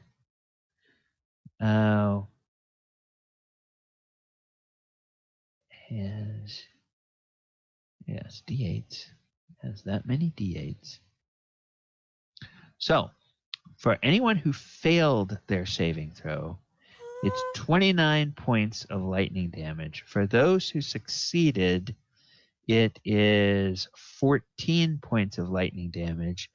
If you absorb Thardram, I'm not sure what that does. And then Galibar, you take half because of your totem of the bear, right? So it really didn't matter. Did my 16 succeed? Oh, your 16 succeeded. So do you only take half half I of take- of that half? I take Yeah. half of half. So you take 7. That still so- almost kills me. Yeah. Yeah, Zandri's bloodied, by the way. Yeah. Okay. So, ooh, yeah. Yes. So I took 14 Yeah. because I get resistance from the absorb elements. Okay. I'm at 8 health. Oh, wait a minute. Now, I'm at 10. Thardram, I'm sorry. Did I mess that up? Did you already take your damage? And did I take it again? Yeah, did. you did. I Okay. do my own health. Okay. And you're at 8. Okay. All right, Zandri, after 29, you should be at 10, you think? I'm at 10 hit points. Yeah. Okay. All right. So somehow, I don't know why it says 7. yeah. Well, maybe the sheet was The yeah, sheet says 10 calculated. too. Okay. All right. All right. So that is his attack. And then he is going to. Yeah. Okay. Well, that sucks for him. He can't do anything. Can't do anything else except move. So he's going to try to. He's actually going to try to do something that he thinks will help him out. That is 1, 2, 3. Go into the darkness, because now he feels like maybe it will be harder for his enemies to hit him. So that was it. This night. Oh, well, thanks a lot, buddy. You just screwed me up. You just screwed him up.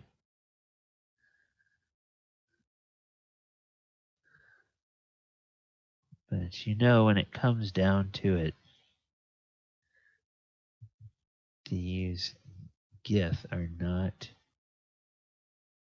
really all about teamwork. They're more about if you're trying to run away from the bear, you just have to be faster than your teammates. Okay, so this guy, he's like, oh, ugh. And he's going to try to 5, 10, 15. That's all he can do. Because he doesn't have any ranged attacks. And then the dragon battle. So, in the second round of the dragon battle, Arnax hits. The male dragon misses. Arnax hits with 1 legendary. Zendalor hits twice. And Arnax hits with his 2nd legendary. And so, at the end of 2 rounds, Zendalor, the red dragon, is down to 19 hit points. Arnax is down to 215 hit points. And the other red dragon has not been touched yet.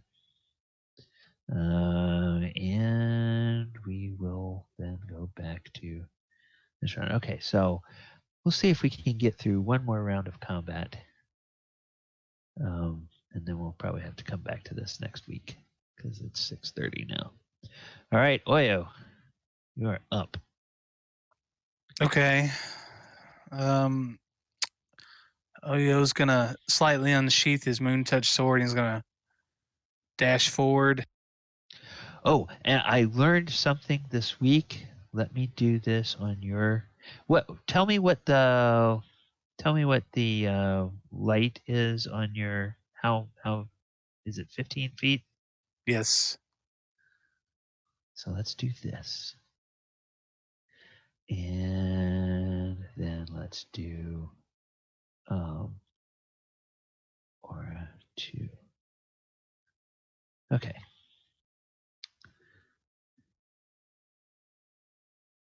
Okay. Yeah? Okay. All right, so 15-foot radius from you.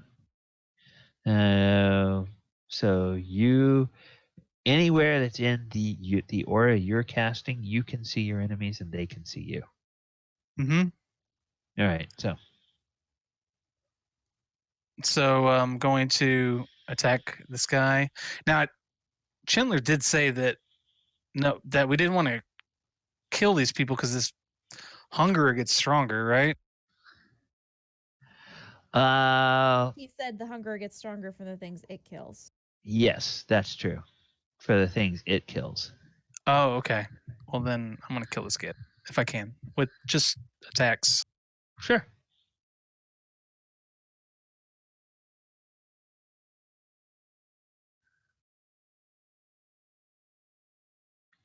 Oh, that'll hit. -7. Okay.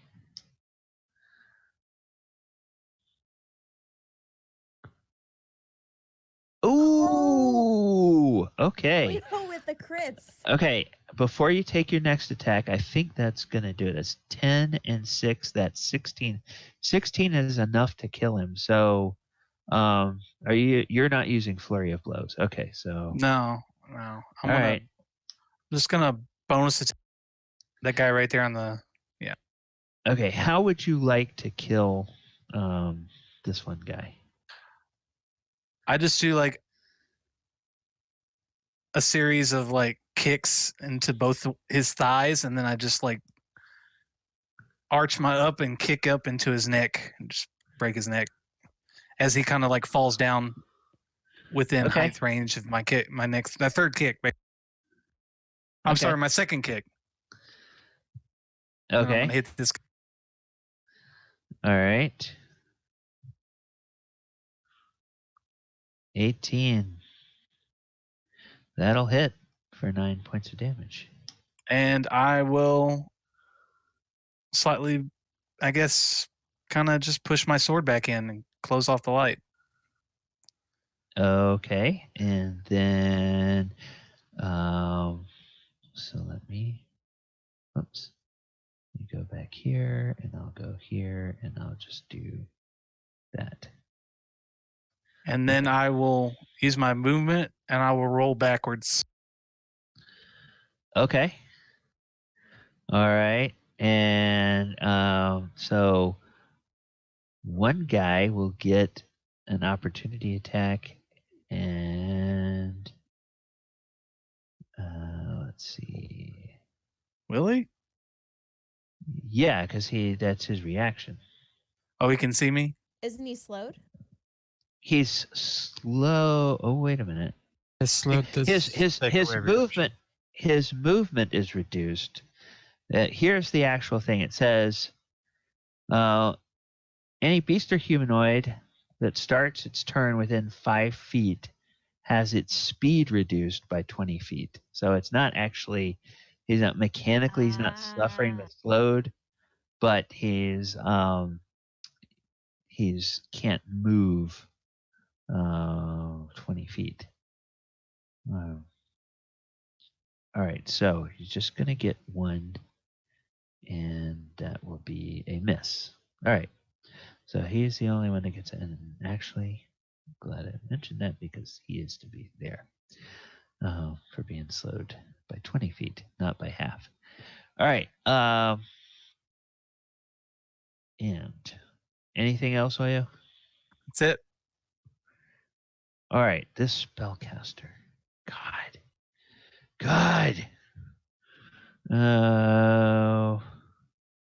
So is going to push out of here. Oh, hey, there's some enemies over there. Now I can see. And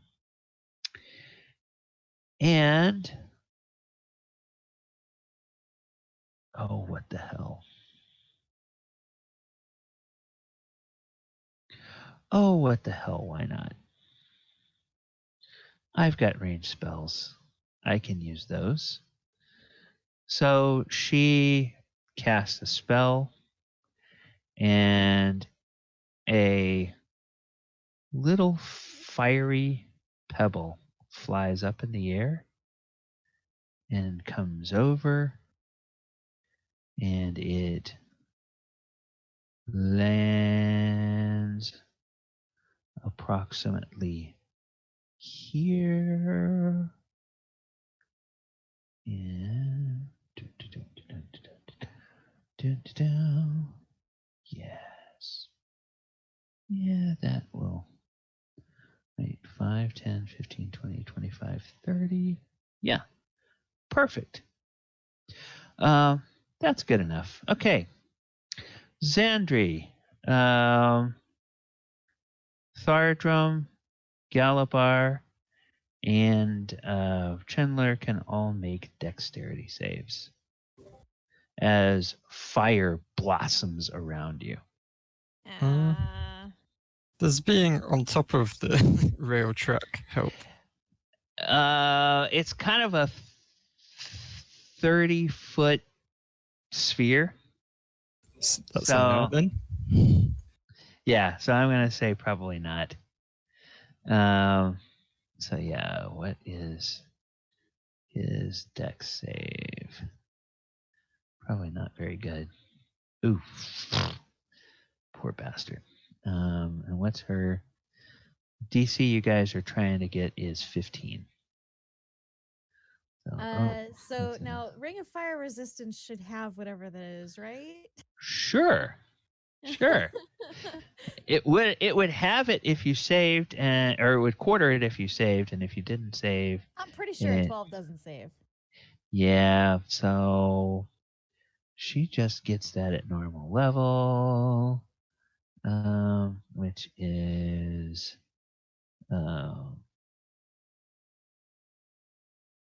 86. Oh God. Zandri's unconscious. 33 points of fire damage. I'm pretty sure even if I like half and half that because I rolled an 18, I'm not sure if I'd still be up. I do not have the mass healing. I still wouldn't. I don't think I would. Okay. 15 divided in half. Okay, that's Yeah. no, that's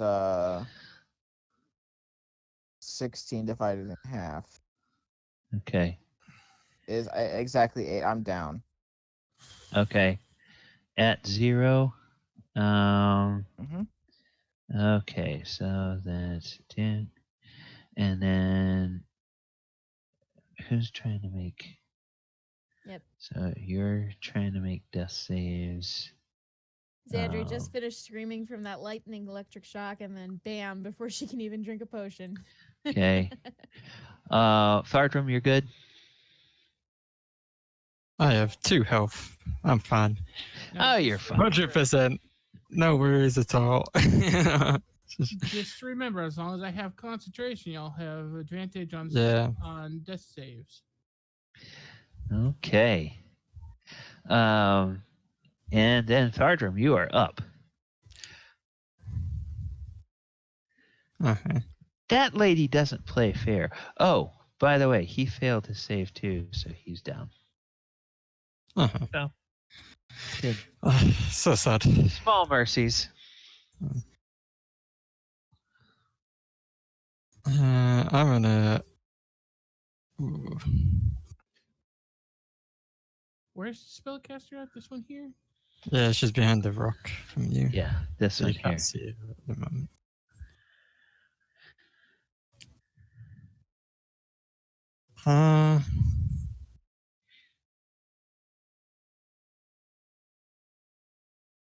I'm gonna. Oh.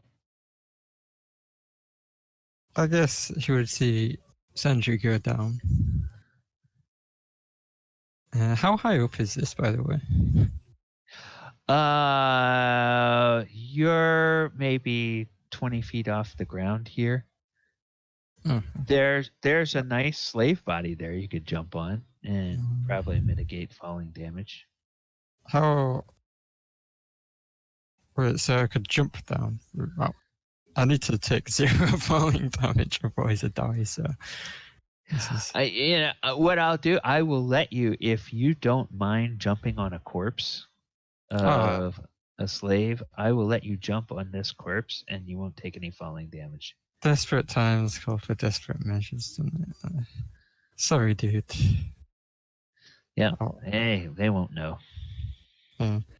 I plug out one of me, which was my biggest healing potion. Potion of greater healing. Plug that into Zandri. Okay. So she gets the full effect because of Maximum. spell. Yeah. maximum health. So what is that? Thardram, I love you. She'll get back Uh, 20. 20. Okay, Yeah. so you are at 20, Zandri. No, I'm gonna bonus action Misty Step the fuck out of here. Okay. So All I right. can go 30 foot away. I'll try and get near Galibar as well. Okay. I will say that I will let you Misty Step up onto the tracks if you want to, if you think you're going to try to get out that way. I think here I'm pretty far from getting any effects, and the main darkness thing, no one will be able to see me from here. Then I'll be able Okay. to help Galibar as well. Okay. All right. Because there's still have potions like delete the greater healing potion. Yeah. So Zandri comes to, sees Thardram like feeding her a potion, and is just like, before she can even thank him, whoop! I'll turn into vapor and just disappear. Yeah. Chandler will run up here, and I'm just gonna move this guy to the GM layer and this guy to the GM layer so that I'm not constantly dragging around the wrong people. All right, and he will attack the caster with his greatsword twice. Doo-doo. Okay, well, one miss, one hit. Oh shoot, the first strike is gone. 15 points of damage.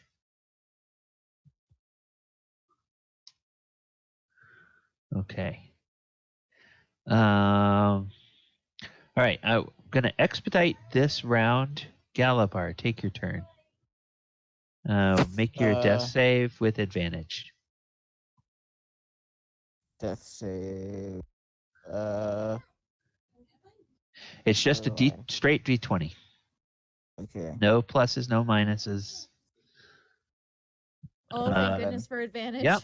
Okay, so that is a success.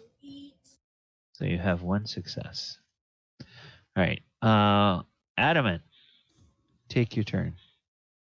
Adamant is going to, let's see, 5, 10, 15, 20. Adamant's going to swing on down here. Okay, now that's your distance. You have to go around that pillar. You can't go through it. So, Yeah, it was 30 feet 10, getting 15, around. 20. Okay, yeah. Okay, excellent. All right. He is going to take a swing on her. Okay. Nothing special. Just gotta smack her with a +1 mace. That's a miss. And then he is going to swing his shield arm around, point at Galibar, and he is going to cast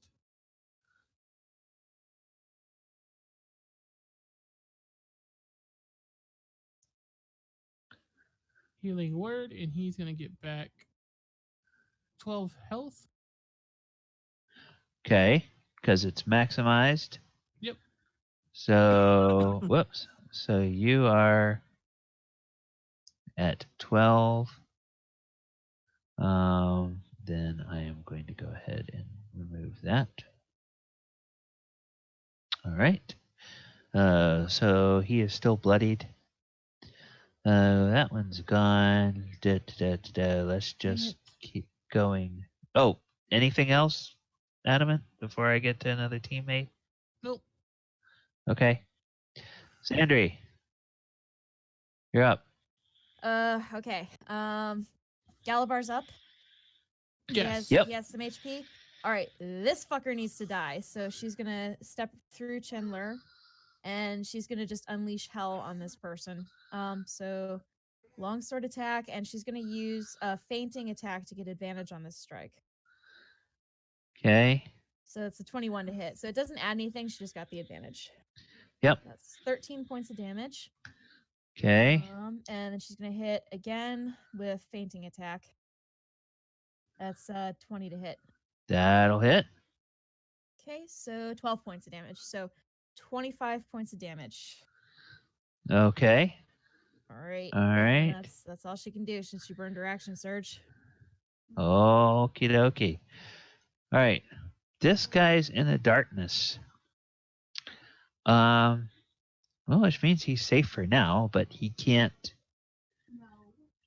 do a whole lot. He doesn't know exactly where things are, so he's gonna try. Oh, and that's gonna be. Well, that's actually gonna run right into one of his guys, so he can't do anything. And Chandler. Oh no, I'm sorry. This guy. Well, he's all right. We won't worry about him for now. Dragon battle. The end of the third round, a couple of things happen. Unbeknownst to you, because you can't see it down here, Zendalor, the red dragon that had been living down here, falls dead from the attacks of Oranax the Gold Dragon. The other dragon, the other red dragon, does strike Oranax a couple of times, and Oranax strikes that other dragon with a legendary action. And then at the very end of the round,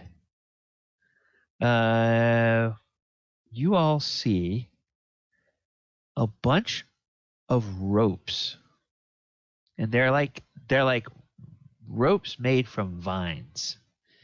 They all sort of dangle down from above in a very peculiar display.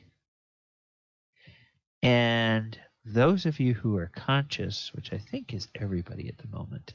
Yes. Okay. Those of you who are conscious will see a group of albino dwarves Oh, thank goodness. Oh, yes. rappelling down, and then there's more ropes down here on this other side that fall down, and you can see other albino dwarves come down on this side of the cavern as well. And How many are there? well, there's actually like ultimately there's like 45 of them that come down.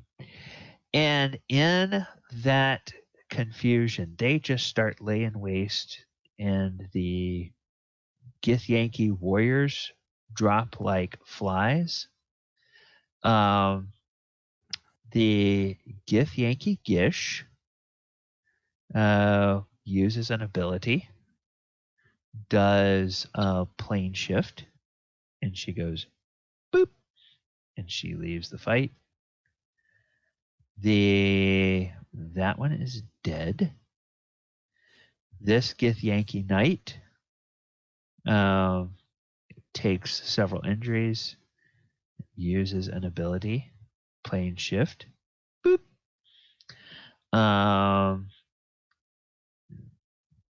This Githyanki Knight uses a plane shift, boop. And then the Githyanki Hungerer takes some injuries, says, F this, uses a plane shift, boop, and he's gone. And in short order, the Githyanki warriors along with this Githyanki knight that fell off of his horse. They are all overwhelmed by the combination of attacks from the party and attacks from the albino dwarves. And the battle is won. And in a few minutes, well, not in a few minutes, about a minute later, you hear or you see a rather gruesome sight as first one and then two red dragon heads that look like they've been chewed off halfway down the neck fall down and go splat on the floor here. And then shortly thereafter,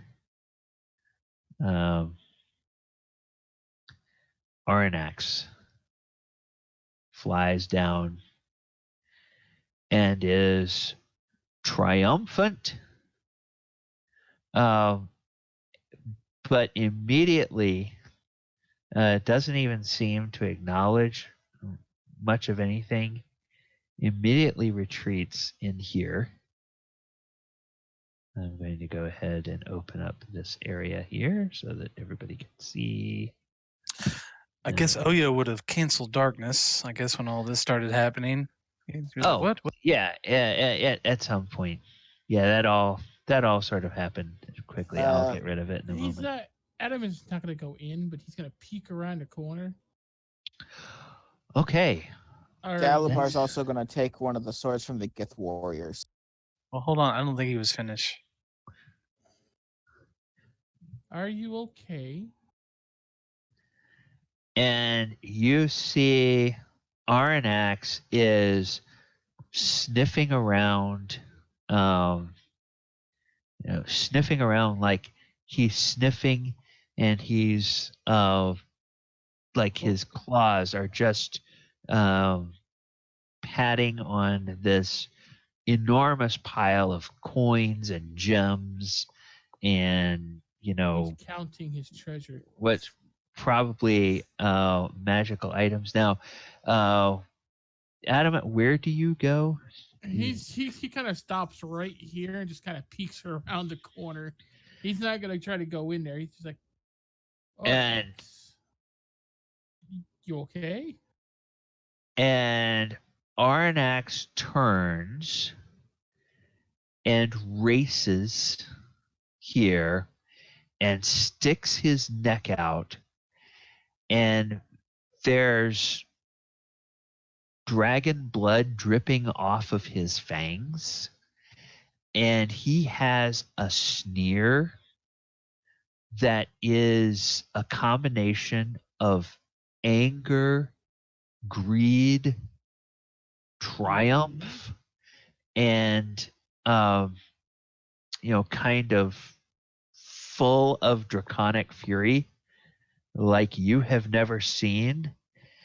And he says, "Do not talk to me until I finish counting." Right. Right. And then he turns back and he goes back in there.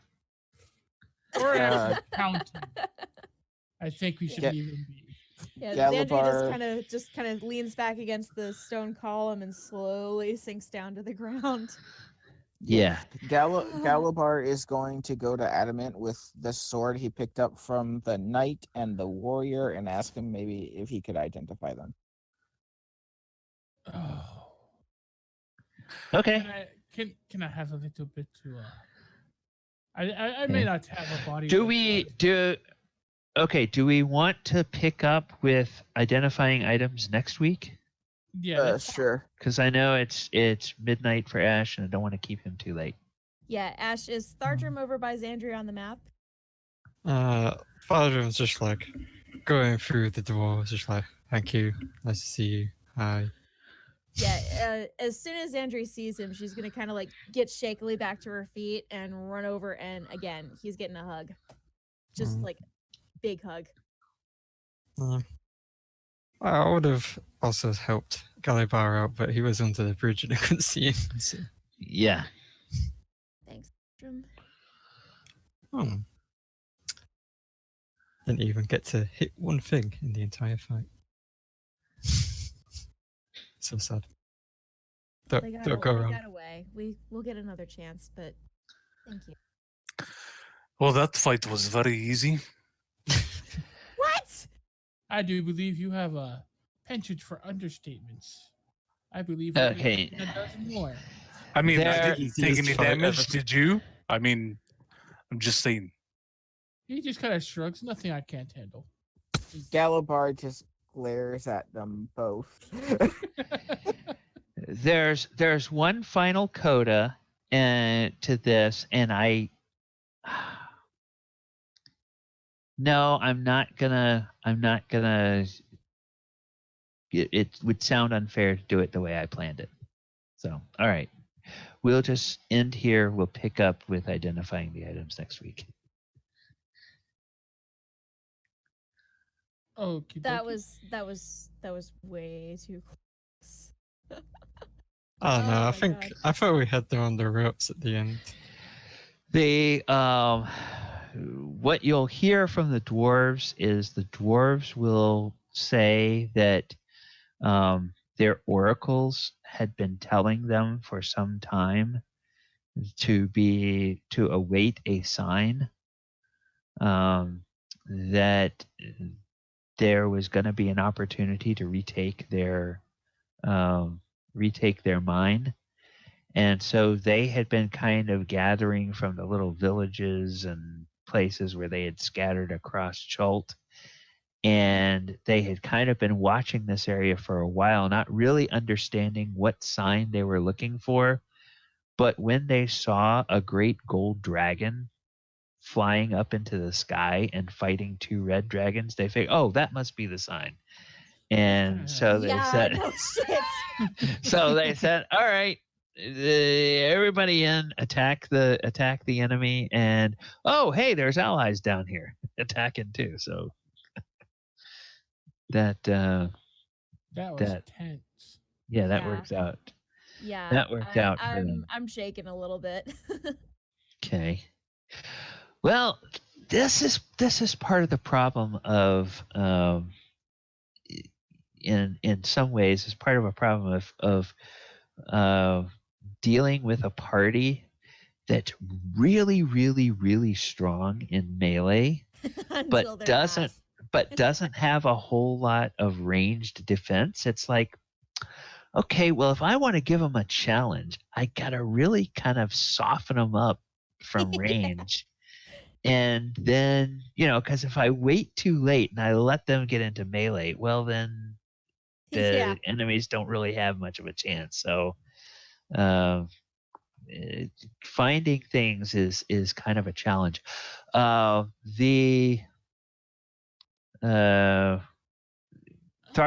or Ash, you won't miss anything if you need to log off, but just sort of table talk at the end. The Gith Yankee Hungerer is a reskinned creature. I was looking for other things that had range and did psionic or did psychic damage, and I found one, and it actually has a couple of abilities that I didn't use, and a couple of abilities that it has I toned down because I thought they were a little bit too tough for even a good party of 5th level composition. The ability it has to oh yeah, I'm sorry, I forgot to tell you that that thing it hit you with at the beginning, in addition to taking psychic damage, you were also supposed to take 1 level of exhaustion with that. But I set that damage level at 5d8 psychic damage. Normally it does 10d8 psychic damage. And I said, okay, half of 10d8, that would kill several members of the party outright. I don't want to do that. I want to make it so like if it's full damage, it hurts, but it's not deadly. And if it's half damage, okay, well you get hit by something. So I changed that to 5d8 instead of 10d8. Kind of felt like fighting a favor. And then the You psychic screamed us? He did. Oh no, never mind. That's even more damage. and then the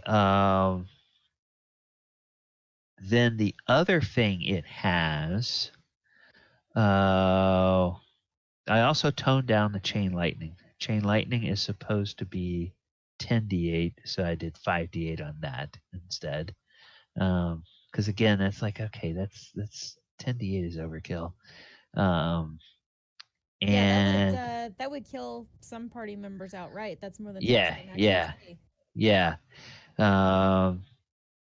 And then one ability it didn't get a chance to use. A lot of it's big hitting things, except for that what's called a wave of weariness, is that thing that gives you exhaustion.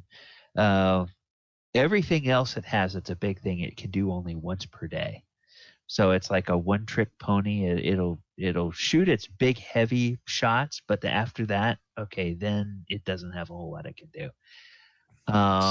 So it was a hungerer, but you reskinned it as what creature, or just like several different abilities? Hungerer is what it is reskinned. Initially, it's a Shatterkai Soulmonger, is what it is. Yeah, the thing is, like, a hungerer is an actual creature that when I saw that you said it was a hungerer, I was like, he's trying to kill the entire party in one go. Well, I know it was a Pathfinder monster, but I didn't think it was a D&D. They have a 5e version. Yeah, I decided to call it a Githyanki Hungerer. Yeah. And used one of the other Githyanki image models for it. But its AC and its hit points are in line with other Githyanki. It's not too much. It's actually lower armor class and a little more hit points than the Githyanki Knight. But it's got this spell ability. Go ahead. All those temporary hit points? Yeah. Yes, those temporary hit points, that comes from the Soulmonger. So it's called Soul Thirst. When it reduces a creature to 0 hit points, it can gain temporary hit points equal to half the creature's hit point maximum. So a bunch of 4-point commoners as slaves, it basically got 20 temporary hit points from downing those guys with its spell. I gave it Dimension Door and I took away its normal 7th level ability, which is Finger of Death. I thought, that would be overkill. And it never got a chance to use its 4th level Phantasmal Killer. I did have plans for that, depending on how that went. And then the reason everybody looks like slaves is because it has a 5th level ability called Seeming. Oh, God. And this spell allows you to change the appearance of any number of creatures that you can see within range. You give each target you choose a new illusory appearance. An unwilling target can make a charisma save. This spell disguises physical appearance as well as clothing, armor, weapons, and equipment. Make each creature seem 1 foot shorter or taller, appear thin, fat, or in between. You cannot change the body type. So if it's humanoid, it's going to be a humanoid, blah, blah, blah. Otherwise, the extent of the illusion is up to you. But the changes wrought by this spell fail to hold up to physical inspection. So that's why I said that when they actually moved up and attacked physically, that would drop the illusion. But if they attacked from range with spells,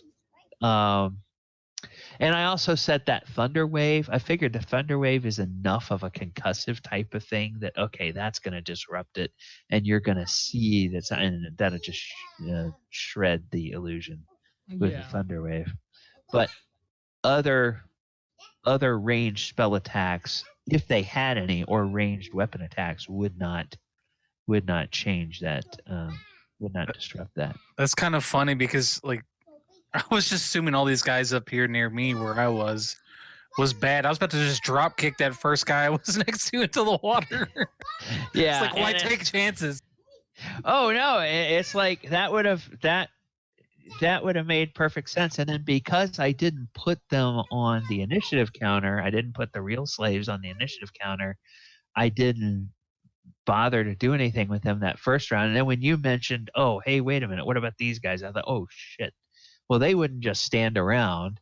They would be like, oh crap, get out of here, weapons, everything. They would be crazy. So they would jump into the water. Watch that crazy metal man walk up to somebody and do some fucked up shit to him. Yeah.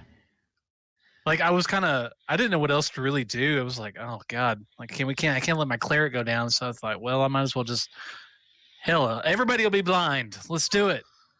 Hey, yeah. And I thought, well, I'll just like ping pong around in the middle with my sword out and a little bit to give me a light, and then just start beating the hell out of these guys, and then go back into darkness. Yeah, it's really good for you to be able to pull that sword, go bash some things, then put the sword away, because then when it's their turn, they're in darkness. They have, they don't have any extra advantage to see you. So. Well, I don't know about you guys, but I already thought of some really serious character development in this fight. Right. Yeah. So, if it's, the Githyanki, they probably are going to be on the lookout for you guys. Now that's twice you've escaped their clutches. Once in Waterdeep and once here. And they had to abandon not only one, but two facilities they've been using here. So they're probably not going to be very happy with y'all. We're not happy with them, so, it's it evens out. How long does it take for our gold dragon to count his gold? Oh, funny you should mention that. So I guess we can do this during table talk. There's a point where he will fly up and come out, and he will go to 3 of the Githyanki warrior corpses, and he will just claw at them and rake out coin purses, and of course they scatter coins all over the place. And then he will actually go and, using like the nail of a couple of claws, he'll actually like pull out certain gold coins from each of those purses and take those back. And the rest of them he just leaves scattered on the ground. So it's like somebody once told you that dragons never forget a single coin in their treasure. Well, maybe that's true. At least this guy seems to recognize coins Adam just kind of watches it happen, like, Well, yep, that just happened. I've never seen this side of him before. I'm intrigued and also a little frightened. Yeah, and there's just like this all this time there's just like this single-minded greed that is in his eyes, and they're just like burning. And you know, he comes in the area and all the dwarves just sort of scatter out of the way, and they don't even look much at him. They're You know, like, guys, yeah. it reminds me of a phrase I once heard in a tavern, I think it was. Meddle ye not in the affairs of dragon, for thou art crunchy and taste good with ketchup. Yeah, pretty much. All right. Well, so we're not meeting next week. Correct. Super Bowl. Face. Yes. So place any of your side wagers and your prop bets and everything on who's going to get the most yards, the most carries, the most fumbles, whatever they are. If you can think of it, they probably have a prop bet for it in Vegas. So Meanwhile, I'm wondering what crazy commercial Totino's is coming out with this year. I don't even bother, man. I feel like the commercials get worse every year. the last few years they have been disappointing. There was like a golden age where they were like really, really good, and it seems like I have this theory. It's the inverse theory of commercials and programming, or Super Bowl commercials and programming. And it's as the quality of actual scripted programming on TV gets better, the quality of Super Bowl commercials gets worse. So, I mean, I think the decline started about the time that Breaking Bad came around, and maybe it started even a little bit earlier when West Wing was out. But then since you've had this rise of all these really good scripted TV programs, everything from Amazon Video and Netflix and the pay channels. But now you've got all these reality shows that are really terrible, so it should be going back to normal soon. Well, I maybe. can tell you, in marketing class, the Super Bowl commercials are legendary. What you pay to get on that time slot is absolutely ridiculous. So if the commercials flop for long enough, the people who are paying the marketing companies are going to stop paying them. Oh yeah. I